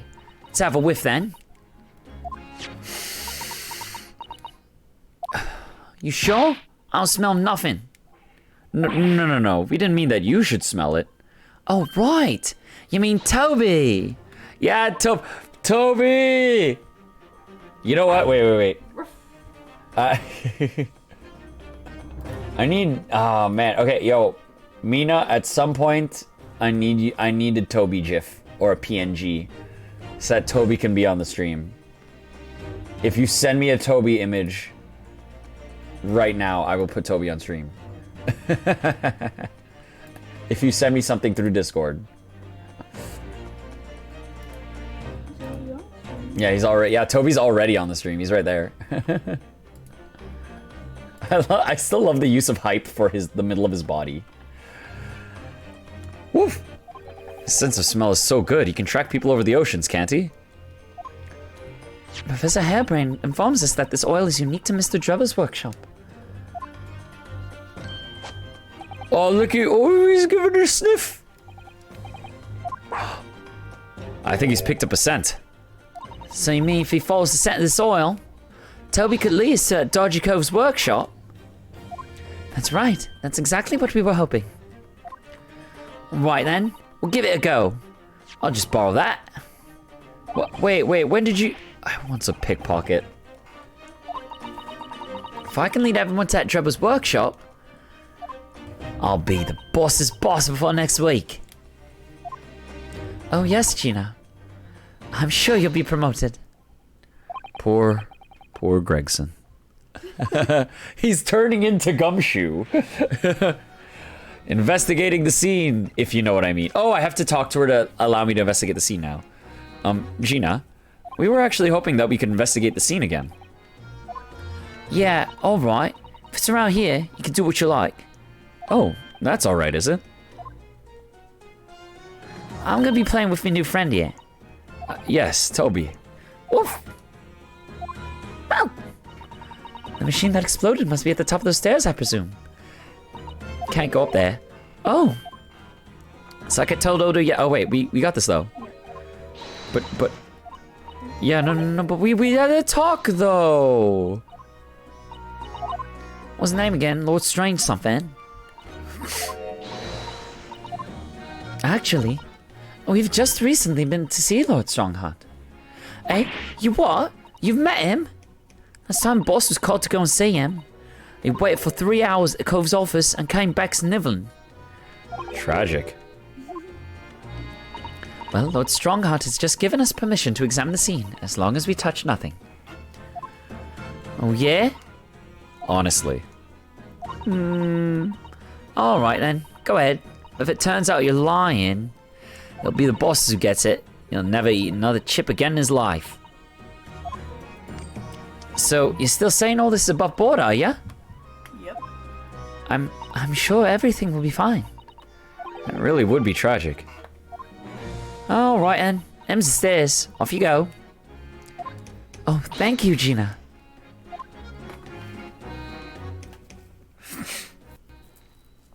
Right then, Odo. Leave it to me. Sorry? We're gonna get going after Dodgy Engineer Cove right this minute. Oh, but hang on. Someone's supposed to be on guard duty here all the time. I'm afraid we can't help. We need to get on with our investigation as well, Gina. Oh, right. Oh, well, never mind. It ain't gonna be me what gets in the neck. It'll be the boss. Poor Gregson again. Someone's gonna tamper with the scene. Ready, Toby? Get that oil scent, have ya? Come on then, boy. See you later. Yay, Toby's gonna be a hero. Go, Toby. Go, Toby. I do hope the smell of the scent of that oil leads him to that swindler's workshop. Yeah, I hope so too. Ideally before the dog swims across the channel to France. Alright, let's move. Oh wait, this is a weird thing where like I have to click here to move. Stairs lead up to the experimentation stage. Let's go and see what we can find out.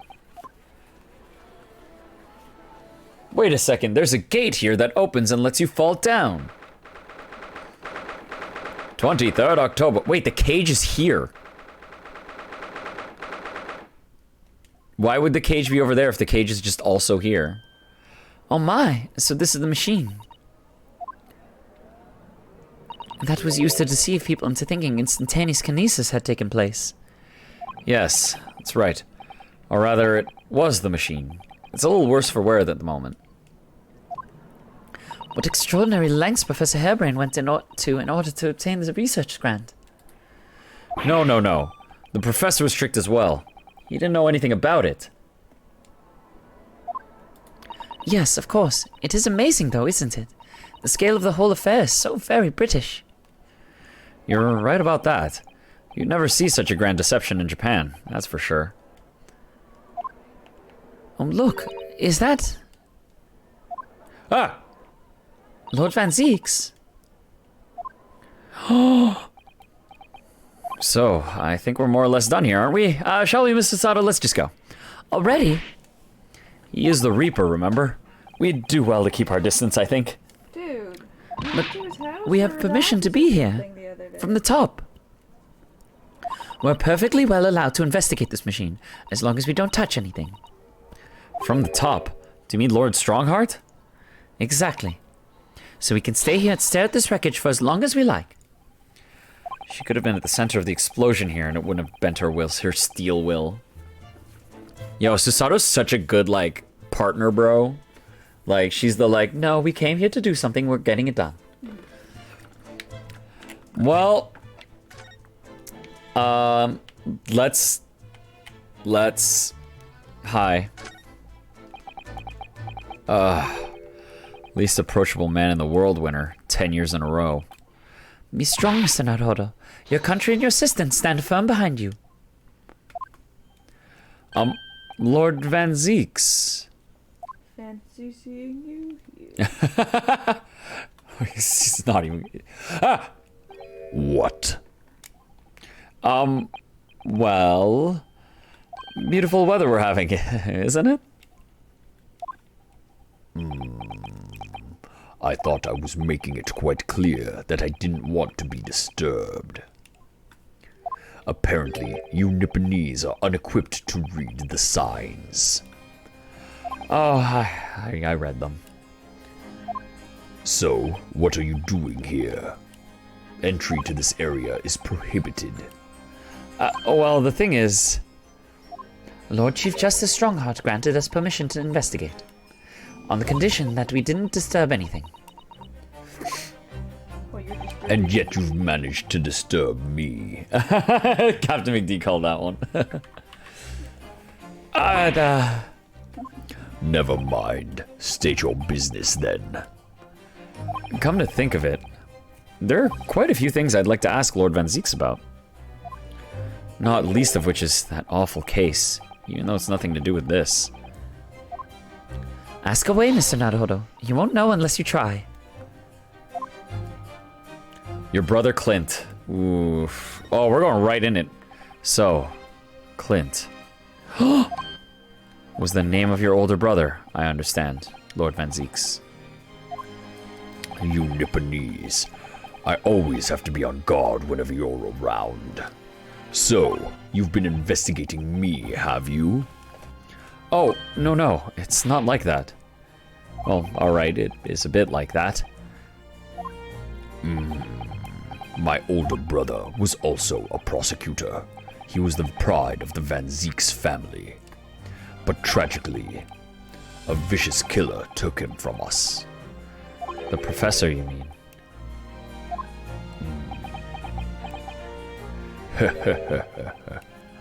Is something funny? That's the extent of what you've discovered, is it? I shouldn't be surprised. Sorry? There's more to it then. Lackluster work is very much your trademark, isn't it? You're too kind. Are you going to tar all Nipponese with the same brush next? So tell me, what's your interest in that historic incident? As it happens, Lord Van Zeeks, there's a rather curious case that's come to our attention. Are you aware of the Madame Tuspel's Museum of Waxwork by any chance? I am, naturally. I believe that since last month I feature in one of the displays there for public scorn. What? It's like I'm there for people to say mean things to me. Oh, yo, Mina sent over Toby GIFs. Yo. Okay. I'll use this one. Okay. Oh, let's go. Give me this image.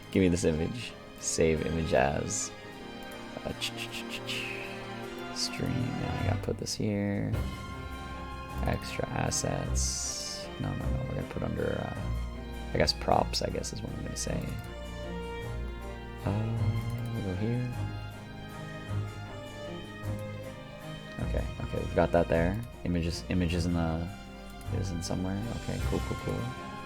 And then I gotta do this. Whoop. Okay, we have to find out where I saved it. I saved it somewhere. Did I forget the second I placed it? You little adorable doggy. That makes a lot of noise. There we go. Look, we're now featuring Toby. That's awesome.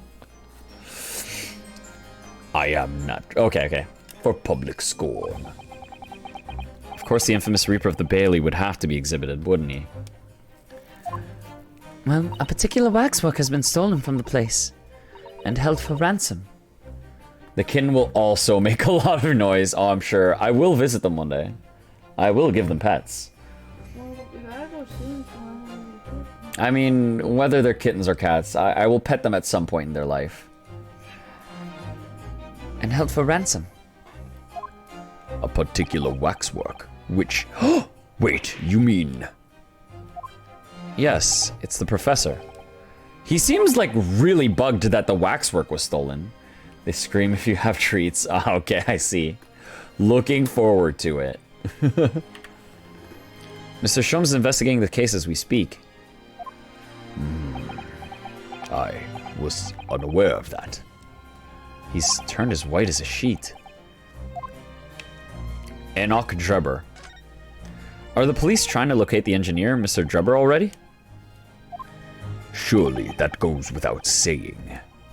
We're very keen to see him found as well. The trouble is, we don't have much to go on aside from the description of the man we heard in court earlier. Which, according to Professor Hairbrain, was of a tall, thin gentleman who has straight white hair and wears a black monocle. So, I was just wondering. Oh, so I was just wondering. I mean, I realize it's probably not possible, but... We'd very much appreciate any more clues you can give us. Wow, Susato-san really knows how to take the bull by the horns. Fine. Why not? I have a photograph of the man here from an investigation 10 years ago. Though it appears he already had that black monocle at the time. Huh. I don't have much to say about that guy. I don't know why. I saw that photo, and I'm just like, yeah, it's a guy. it's a dude. Oh, okay. Hopefully it pops up again. What? Oh, nothing. I was just surprised that you shared that with us. We all need the man's testimony in court tomorrow, which means we have to do everything we possibly can to track him down in the short time available. So why wouldn't I show you the photograph? Oh, you know who he looks like? Okay, wait, when he pops up again, I'll show you. What is it about Lord Van Zeeks? Sometimes I just can't work him out at all. A photograph of Drebber has been entered into the court record. So that dude looks like a guy from Virtue's Last Reward. He looks like a dude named Dio. Oh, it's totally not Kazuma. It's not Kazuma at all. It couldn't be. The man is dead. Ah, the file I requested for the trial tomorrow. Thank you. Yo, Susato knows. Yeah. Susato she just knows. Look at that posture. Susato's probably gonna cry. Oh my god. Are you alright? Who is this man, Mr. Naruhodo? Lord Van Zeek's apprentice, apparently. So I'm not the only one. Susato-san can see it too. I think they know, but that's also why he didn't push it too hard, because she hadn't seen him yet. But I think now that she's seen it, he's gonna be like, listen, I get right? the vibe that that's our boy. That's our guy, yeah.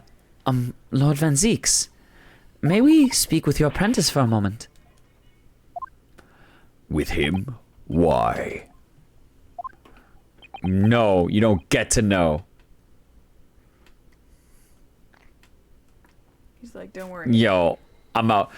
Kazuma-sama! Oh. Oh, oh. Oh.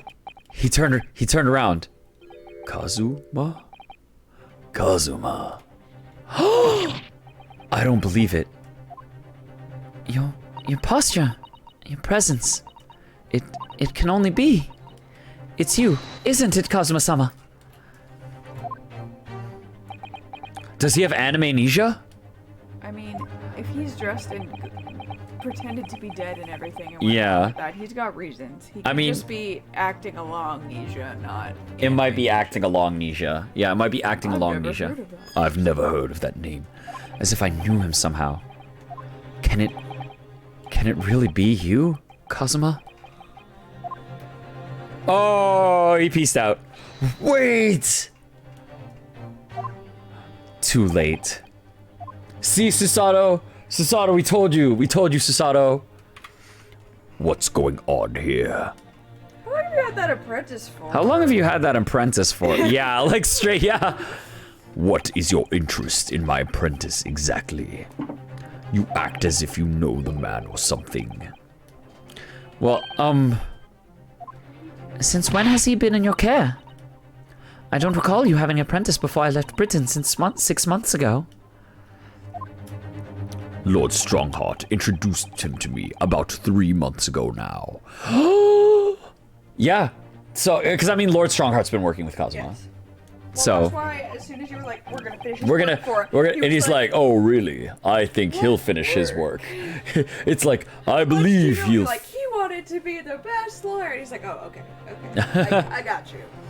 Lord Strongheart's like, okay, good. They don't know too much. With instructions to mentor him as a prosecutor. But he didn't tell you why, did he?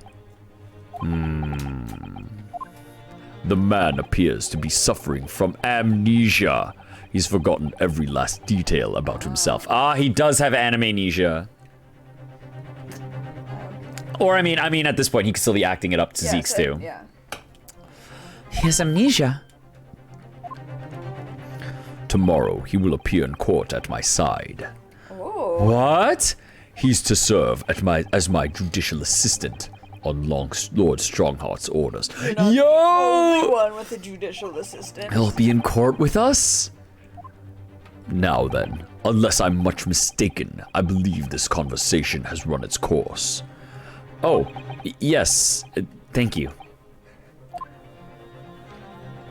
I definitely saw a reaction there. Yo, you think we're just gonna pass him a sword? And just be like, feel it! We know!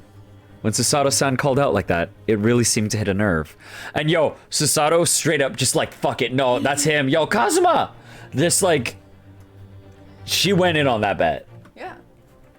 Where we were like, wait a second. Huh. When she called out Kazuma-sama. Oh man, Susato! Don't cry. Don't cry, I want to give her a hug. I want to give Susato a hug. She's so sad. So our conversation is over. Excuse me, you're kind of blocking. You're a little in the way. I need to look at stuff. What a terrible explosion it must have been. Even the steel girders have buckled and twisted in the blast. And what they call the birdcage was right in the middle of it all. Just here. Yeah, look, you could see a hinge. Yeah, you can see hinges all the way around. That's a trapdoor for sure. But look, Mr. Naruto, the metal grill on the floor.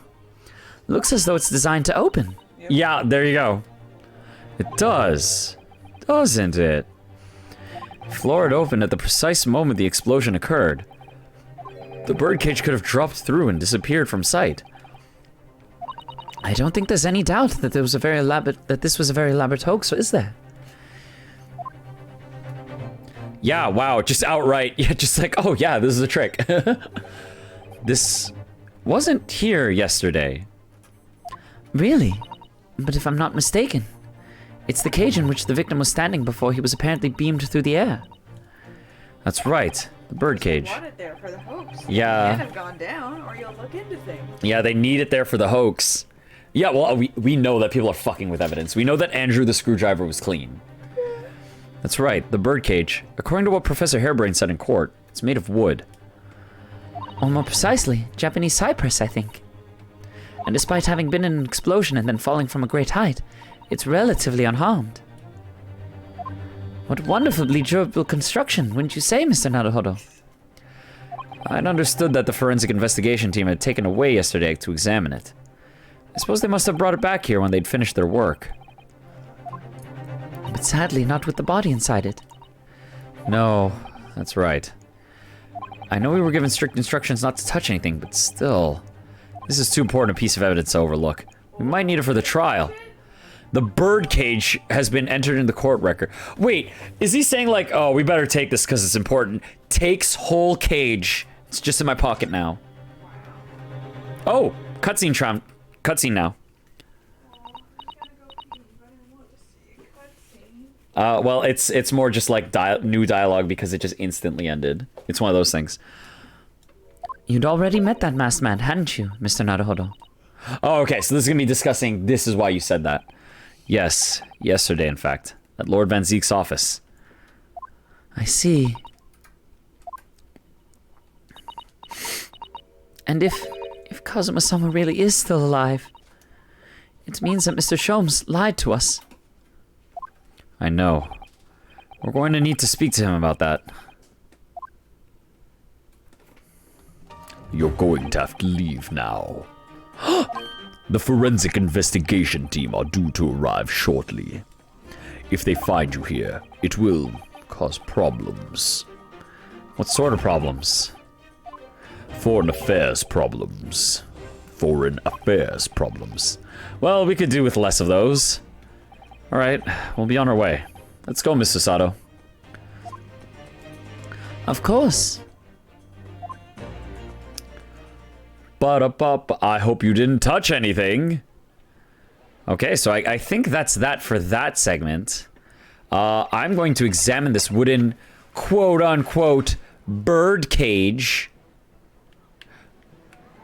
What's this? I see a pink spot. Oh, no, nothing. Can I open? Can I look in? Damage to the bird cage. Oh, look here, Miss Susato.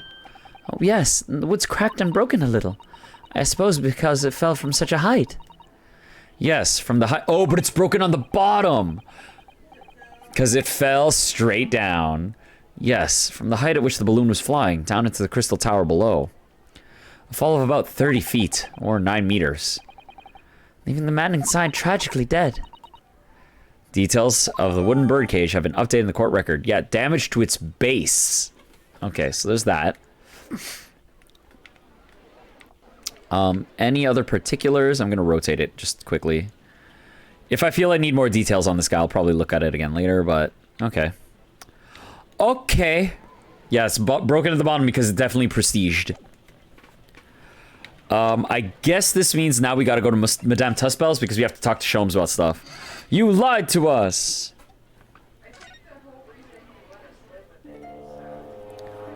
Yeah, oh, the whole reason Sholmes even let us live with them is to keep an eye on us. Da-na-na. Yeah, we needed it, but it's still... Sholmes, where are you? Show yourself! 23rd October. Sholmes is sweet.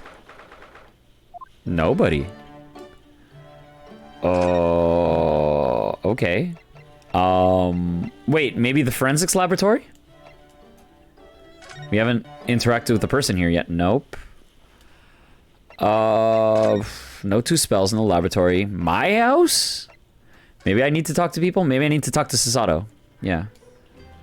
Oh, let's talk to Susato. What to do? Do you know, I honestly thought I might never have the opportunity to return to Great Britain. And certainly not so soon. It's funny. For the past 6 months, I've been able to work in court. Meanwhile, you've been raising a storm in the Supreme Court of Judicature back in Japan. Please, Mr. Naruhodo. I may have been dressed as a man, but it was a very reserved performance. So what your father said in his letter about a Ryutaro takedown is reserved? Oh yeah, yo, the double takedown of many memo. Well, anyway, I'm back here in this great capital now, and ready to assist you again in any way I can. Thank you, Miss Susato. It's my pleasure, Mr. Naruhodo. Oh yeah, I got super stormy outside our house, like super quick.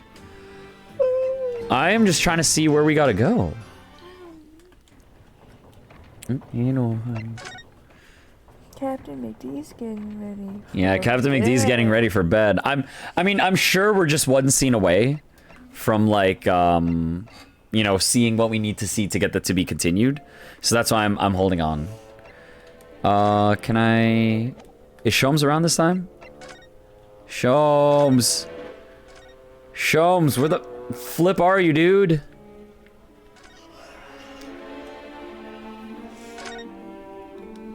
Because he's got to be around somewhere. Maybe prison? Maybe prison's the last place I gotta go. I'm just looking for new dialogue. No, check. Oh, yes. Confirmation. Yo, is this the guy?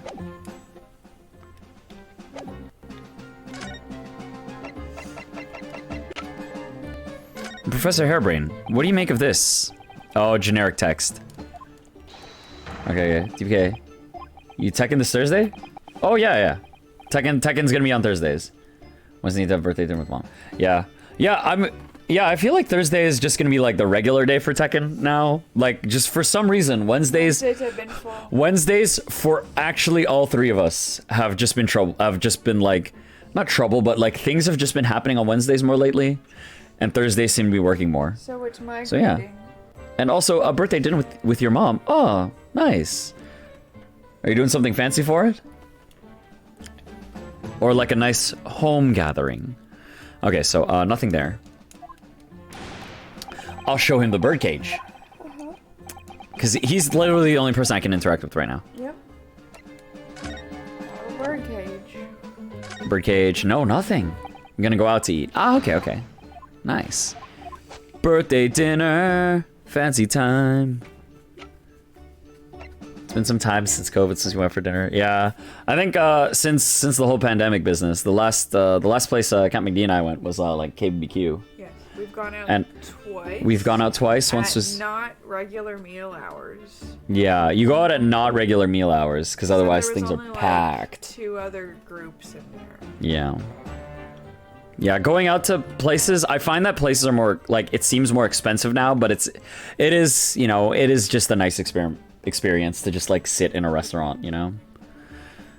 Just, it's fresh.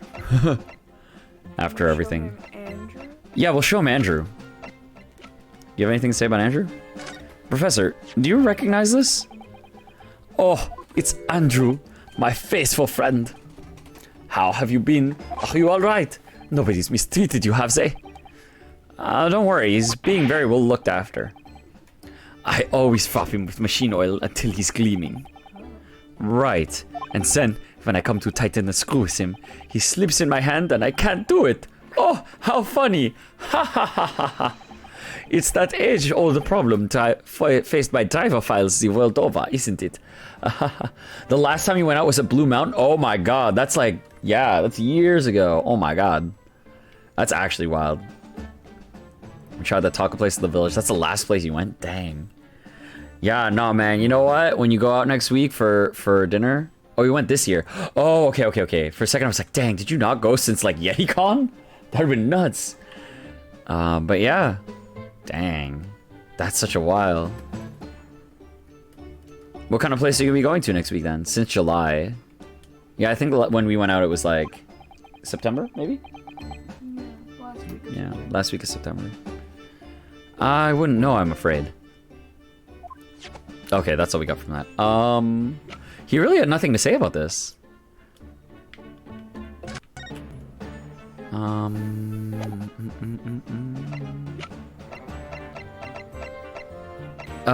Was there anything on the back of this? Do I need to show that to Susato? Wait, why is it not? The Reaper, yeah, it's not checkmarked right now. The Reaper attacked. Wait, is that the not? Yeah, that's Cosmo there then. Kingpins of Underworld generally managing to escape conviction in the Reaper's trials. This isn't the first time their henchmen have tried to attack Lord Van Zeeks as a result by the sound of it. Look, he's got a French soul now, like English soul. Yeah, he's got a French soul now. Sword. It's a Chinese place, my parents like. Ah, okay. Hope you get some nice food.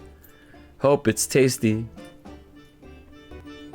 And Chinese place makes me think of like Yakuza 7, how like the thing every character wants to do is go get Peking duck. Cause it's like such a big plot thing that they want to go to like a Chinese place.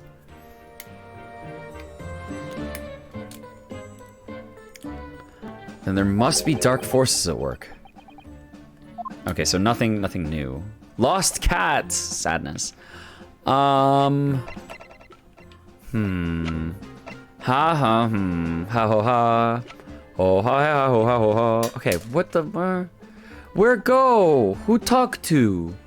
There's nobody around. Is Shom's hiding at home that I just didn't see? Like maybe I just need to look left and right and he's just like sitting in his chair. No. No. Iris is also not home. Where the F is literally everyone?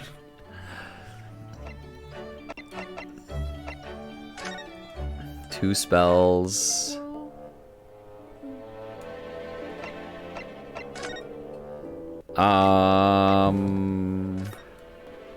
There's gotta be something we're missing.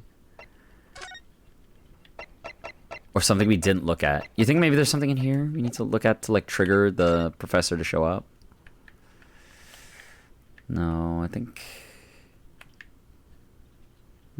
we got everything here. Okay. Well, we'll do this like one quick once over everything. We'll examine everything without a check mark in the prominent places. Because maybe this will trigger Shomes to show up or something. Oh, what a horrifying scene. A murderer caught in the grisly act. I know. And in case you were wondering, it's the one with the big knife that's supposed to be the killer. I don't think anybody would be in any doubt about that. Surely. I mean, you'd think so. One sec, I dropped something. I'm gonna pick it up because it's gonna bother me that I don't pick it up.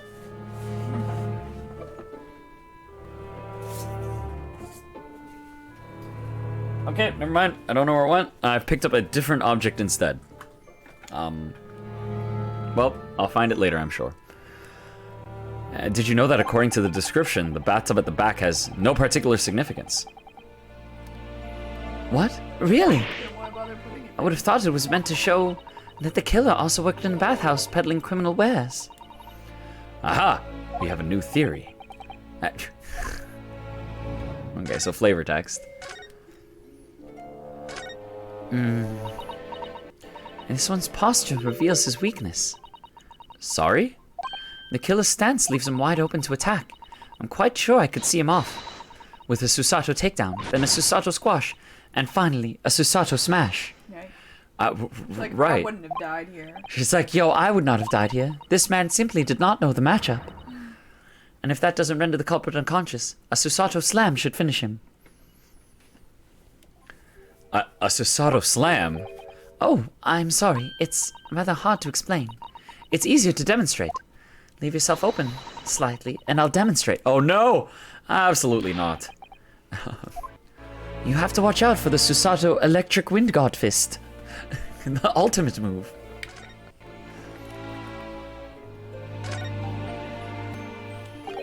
That old policeman isn't here now, obviously. I still can't believe he just happened to be on the jury, though. Wow, what are the odds? It's like... Yeah. I had understood that London has a population of 6 million people, and yet... The jury system seems You terrible. do seem to run into the same people disproportionately often, don't you? I am glad that they bring that up in the game. They're like, whoa, that's crazy, isn't it? Yeah, it is. And then just, that's that. The end. Just, yeah, they're just, oh, no way. How could this be? Oh, that's all we get for that? Oh, boo. Okay, really, nothing here. Not even Shomes. Because then if we don't find anything, it means we have to show Hairbrain something, but I don't know what, though. Everything. Yeah, everything I have. Experimentation stage. Maybe we have to go here. Maybe we'll run into Gina again.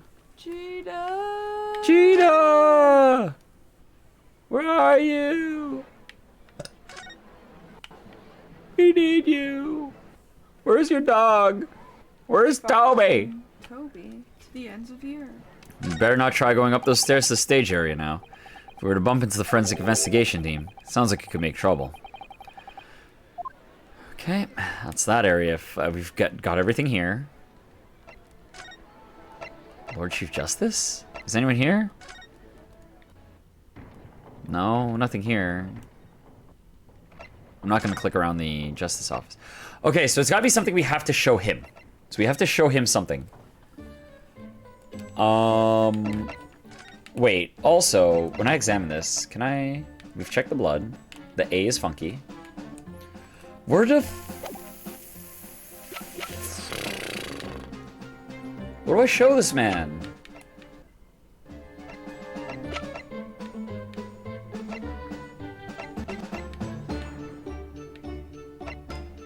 Because I tried that. I tried this. Let's just show him everything. Yeah, F it. We have the speed button. Like I'm out of ideas right now, so I'm just showing him literally everything in my inventory.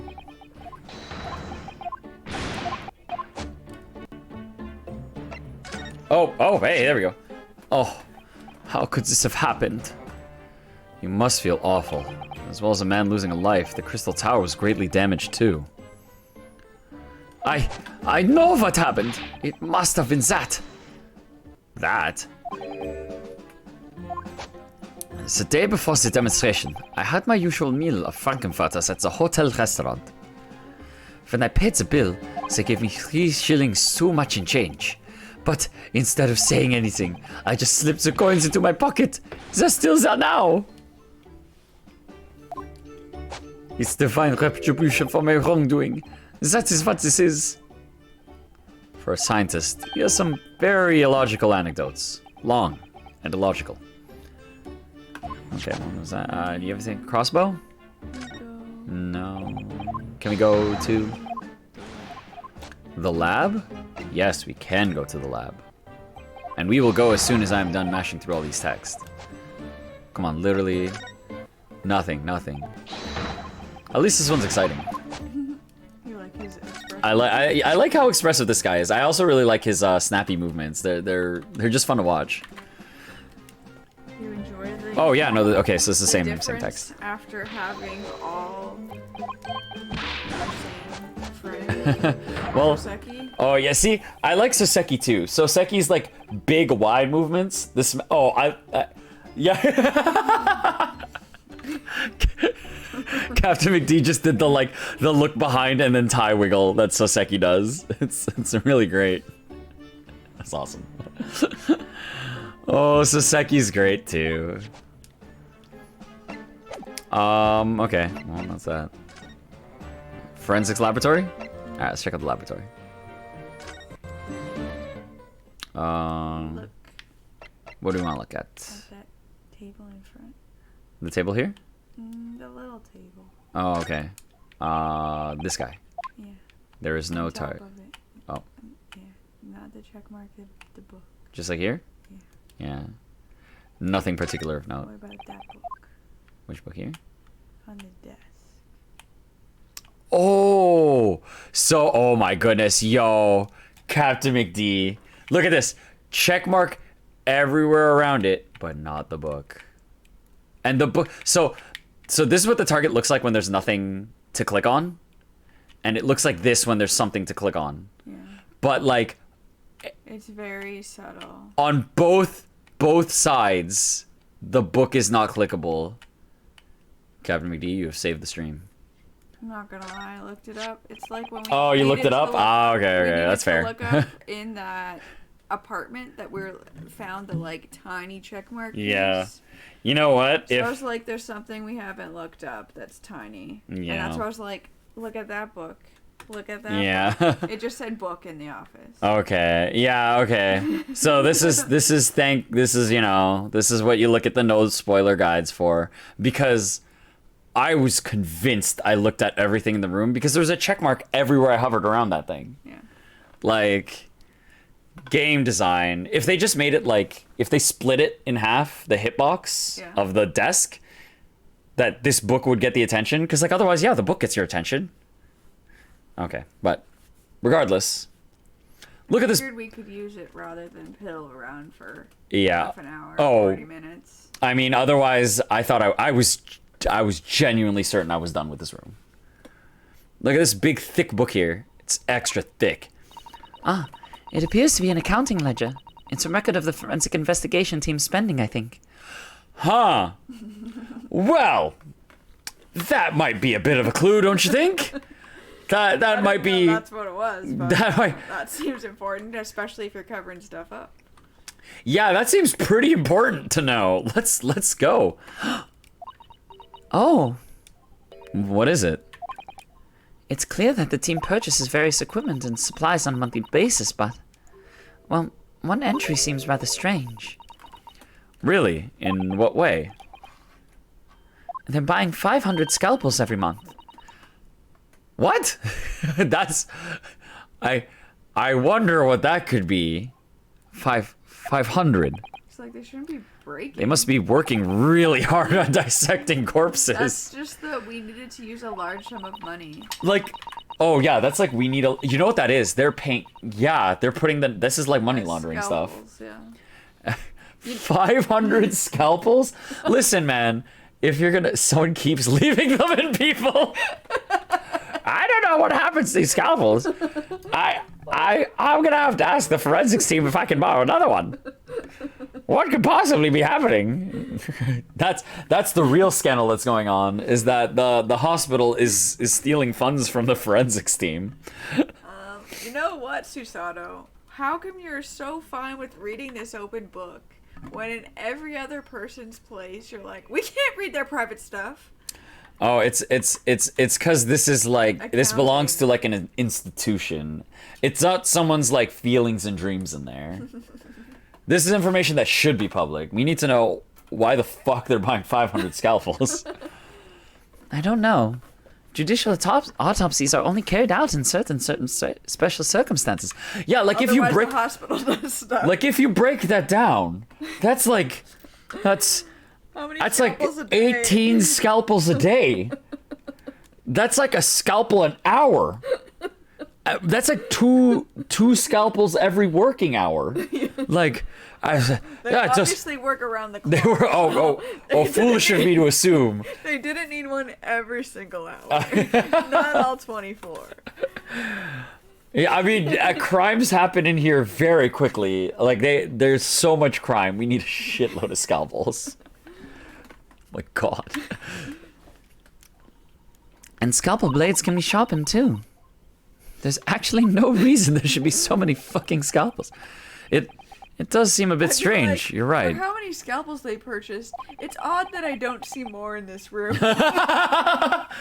For how many there have been purchased, it's odd I don't see that many here. I like that Ryunosuke is like, damn, what could they possibly be using them all for? You know what would be even better? If they did buy that many scalpels, but it was like to melt down to use for the science machine. You know, like they're in cahoots, and it's like, no, they genuinely bought 500 scalpels. Can't look sus. Gotta actually buy scalpels, but Like- we need the metal though. Like you bring it up to someone, and you're like, who the fuck is buying 500 scalpels a month? They're like, we are. Look, we've got boxes right here. We can count them. What are you doing? Ah! No, sorry. We had something we wanted to ask you, but you weren't here, so Snake bracelet on her hand. Yo, look at that snake bracelet. Oh man. And she's got the snake and cane Yeah, on her medicine. the medicine, yeah. So you thought you could snoop around. That's acceptable to you people from the east, is it? Well, what do you want?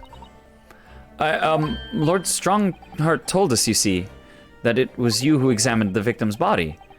Mr. Asmon's body, I mean. So we could ask about Oh.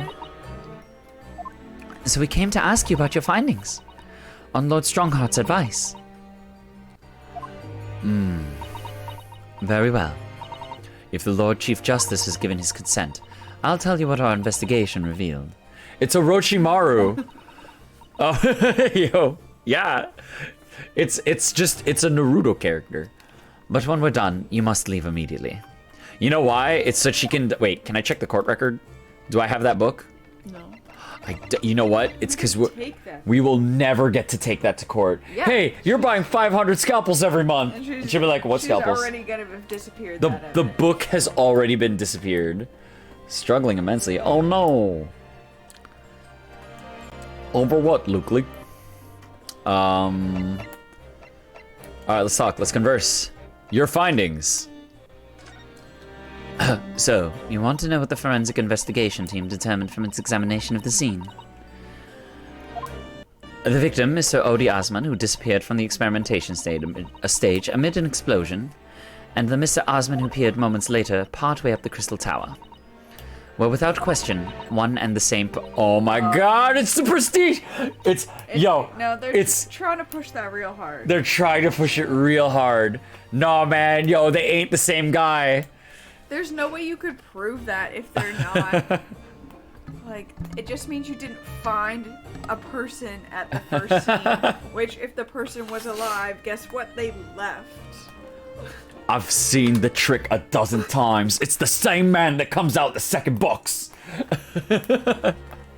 I'm gonna say that line like 30 more times, I'm sure. Like that specific one. That is the team's conclusion. But that can't be right.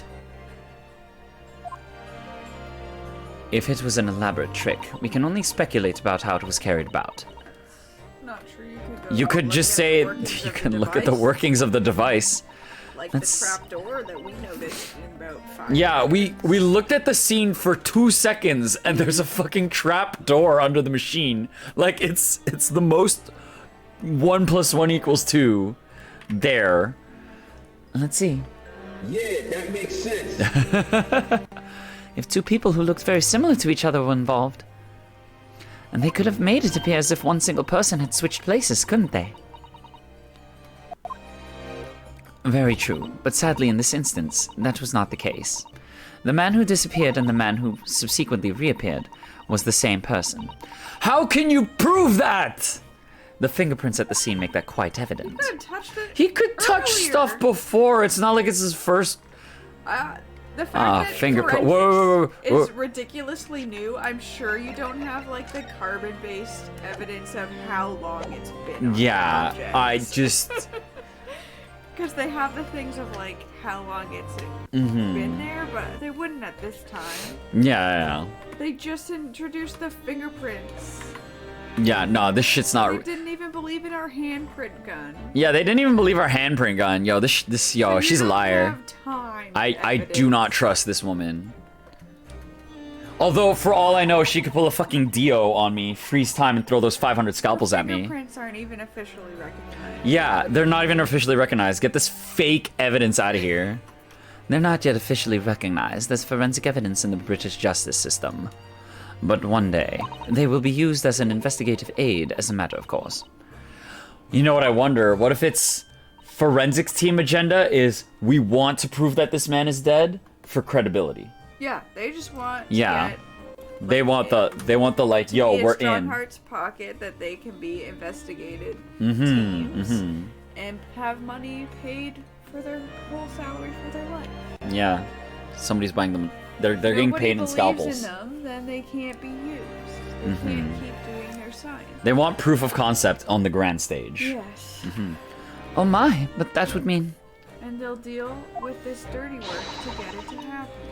that the instantaneous kinesis actually took place. Which then makes you, are you better than all these criminals you have a grudge against? No, it's not about criminals and grudge. It's about my ambition and success. If I'm at the top, I can make sure the rest of the criminals get caught. I just need to make a deal with a couple of them. It's for the greater good. Where does that leave us? My team was tasked with investigating, not drawing conclusions. Oh, that's a nice out. Instantaneous kinesis is impossible. Yet the body did move from one place to another. This hasn't cleared anything up at all. It's made the whole thing even more of a mystery. Yo, she got paid off 3,000%. Whoa. Mama, what is this? Oh, who are you? I love your hair and outfit. She's... Where did she daughter? spring from? Is she's a daughter? Did she just call the doctor Mama? She's either a daughter or like they've got a a clone. Yo, imagine. Did she just call the doctor Mama? This is a lawyer, dear. Oh. Hello. To meet you, pleased to meet you. A convincing double. Oh my god, imagine imagine cloning it's like teleportation, no, cloning, yes. The Prestige. Oh my god, you're right, it's the Prestige. No, it's oh my fuck. Oh my god, if this case comes out that like you fucking I can't. If the case comes out that like they're not teleporting, the fingerprints are the same, and they're fucking teleporting. Oh my god! The same man. We're gonna go under that stage, and we're gonna see like 5 other Mr. Osmonds. Oh my god! Get out of here! No. It's. You're so right. It's a world where fingerprints aren't real, but teleporting and clones are. Oh my god. Pleased to meet you. Yes, I'm a defense lawyer. Rinosuke Naruhodo. Mama? Yes. Can I cut this one up? Oh no, she's a crazy one. What? Oh god. I've never seen inside an Eastern person before. I want to know what it looks like. I have to give her a crazy voice now. Oh, she's that character now. Of course you can't. It's a live specimen, as you can very well see. Huh. Boring. Watch her say something, watch her drop something somewhere like, this is gonna be as boring as that wax thing you brought in the other day. I think I just had a near-death experience. Yep. I think that's what that was. Oh dear, Mr. Naruhodo. You're as pale as a corpse. Yeah, we didn't want to be here. Let's leave before I'm mistaken for one. Well, I think we've done all the investigating we can here for now. Just pull up our pants a little bit and we could just determine the whereabouts of Mr. Drebber. I'm sure Gina and little Toby won't let us down. Now then, do you think we ought to try to speak with Mr. Sholmes at this point? We have things to discuss and I'm dying to meet him again after all these months. Yeah, it's quite possible we might know something useful. You're right. We gotta find him at Madame Tuspel's. He's supposed to be working there as a temporary waxwork exhibit. Yes, I was told me all about his latest unusual adventure. Okay. I think we might actually just call it here. That was a lot longer than I thought it was gonna be, and also there appears to be more. There's gonna be at least 1.5 sequences left. You're gonna have to talk to Sholmes and you're gonna have to talk to Gina. Yeah, we're gonna have to talk to Sholmes and Gina. I don't know if we'll talk to Gina during investigation day or she'll come during court. Be like, I found something. Yeah, it might be one of those. But I hope I have the energy tomorrow to do both games. That being Tales of Arise and Great Ace Attorney. But at a minimum, I will be playing Tales of Arise tomorrow at the 9 p.m. If I have energy, I will do a double stream. I'll stream some earlier. But, you know, Dead Pixel likes sleep. Because work is tough. Adult life is hard. So we'll save here. Save. Yeah, sure. No. Great Departed Soul. Investigation Part 2. Back to title. Do you want to save? Whoa, we won't save. Whoa, how crazy. How reckless. What are we gonna do? But I think the more we investigate this case, you finish the trial. I finished the trial, perfect. Oh, nice. Good stuff. But yes, the more we learn about this case, the more it's just the Prestige. Like, we're watching the Prestige from like the perspective of someone on the sidelines, and like we're getting to the part where Hugh Jackman framed Wolverine. Where he framed Batman for murder. Yeah, where he murdered Christian Bale We're gonna get to the point where we see him alive and be like, eh, you got me. But it's a shame no one will ever believe you.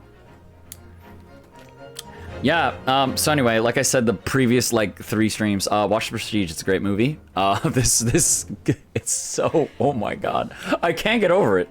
I can't get over it. It's so much. It's so identical. It's kind of hilarious. But yes. Next stream will be tomorrow. And, oh man, I just can't get the placement on the screen right now. My neck is huge. Let me just move down a little bit. I'm not sad, I'm just moving. You're sad that the placement's wrong. Yeah, I'm sad that the placement's wrong. I think that's where my head's supposed to be. Then the torso's gonna change. I'm finding out it's not in, like, the perfect spot. But, oh, whatever. Anyway. All of you that hung out. Oh, and look, yeah, good for you finishing that trial. Good stuff. I shall see y'all tomorrow evening. I hope you have a good sleep. I hope y'all take it easy. And have a good night. Peace out, y'all. Thanks for being here. It's super chill to have people to hang with. Bye.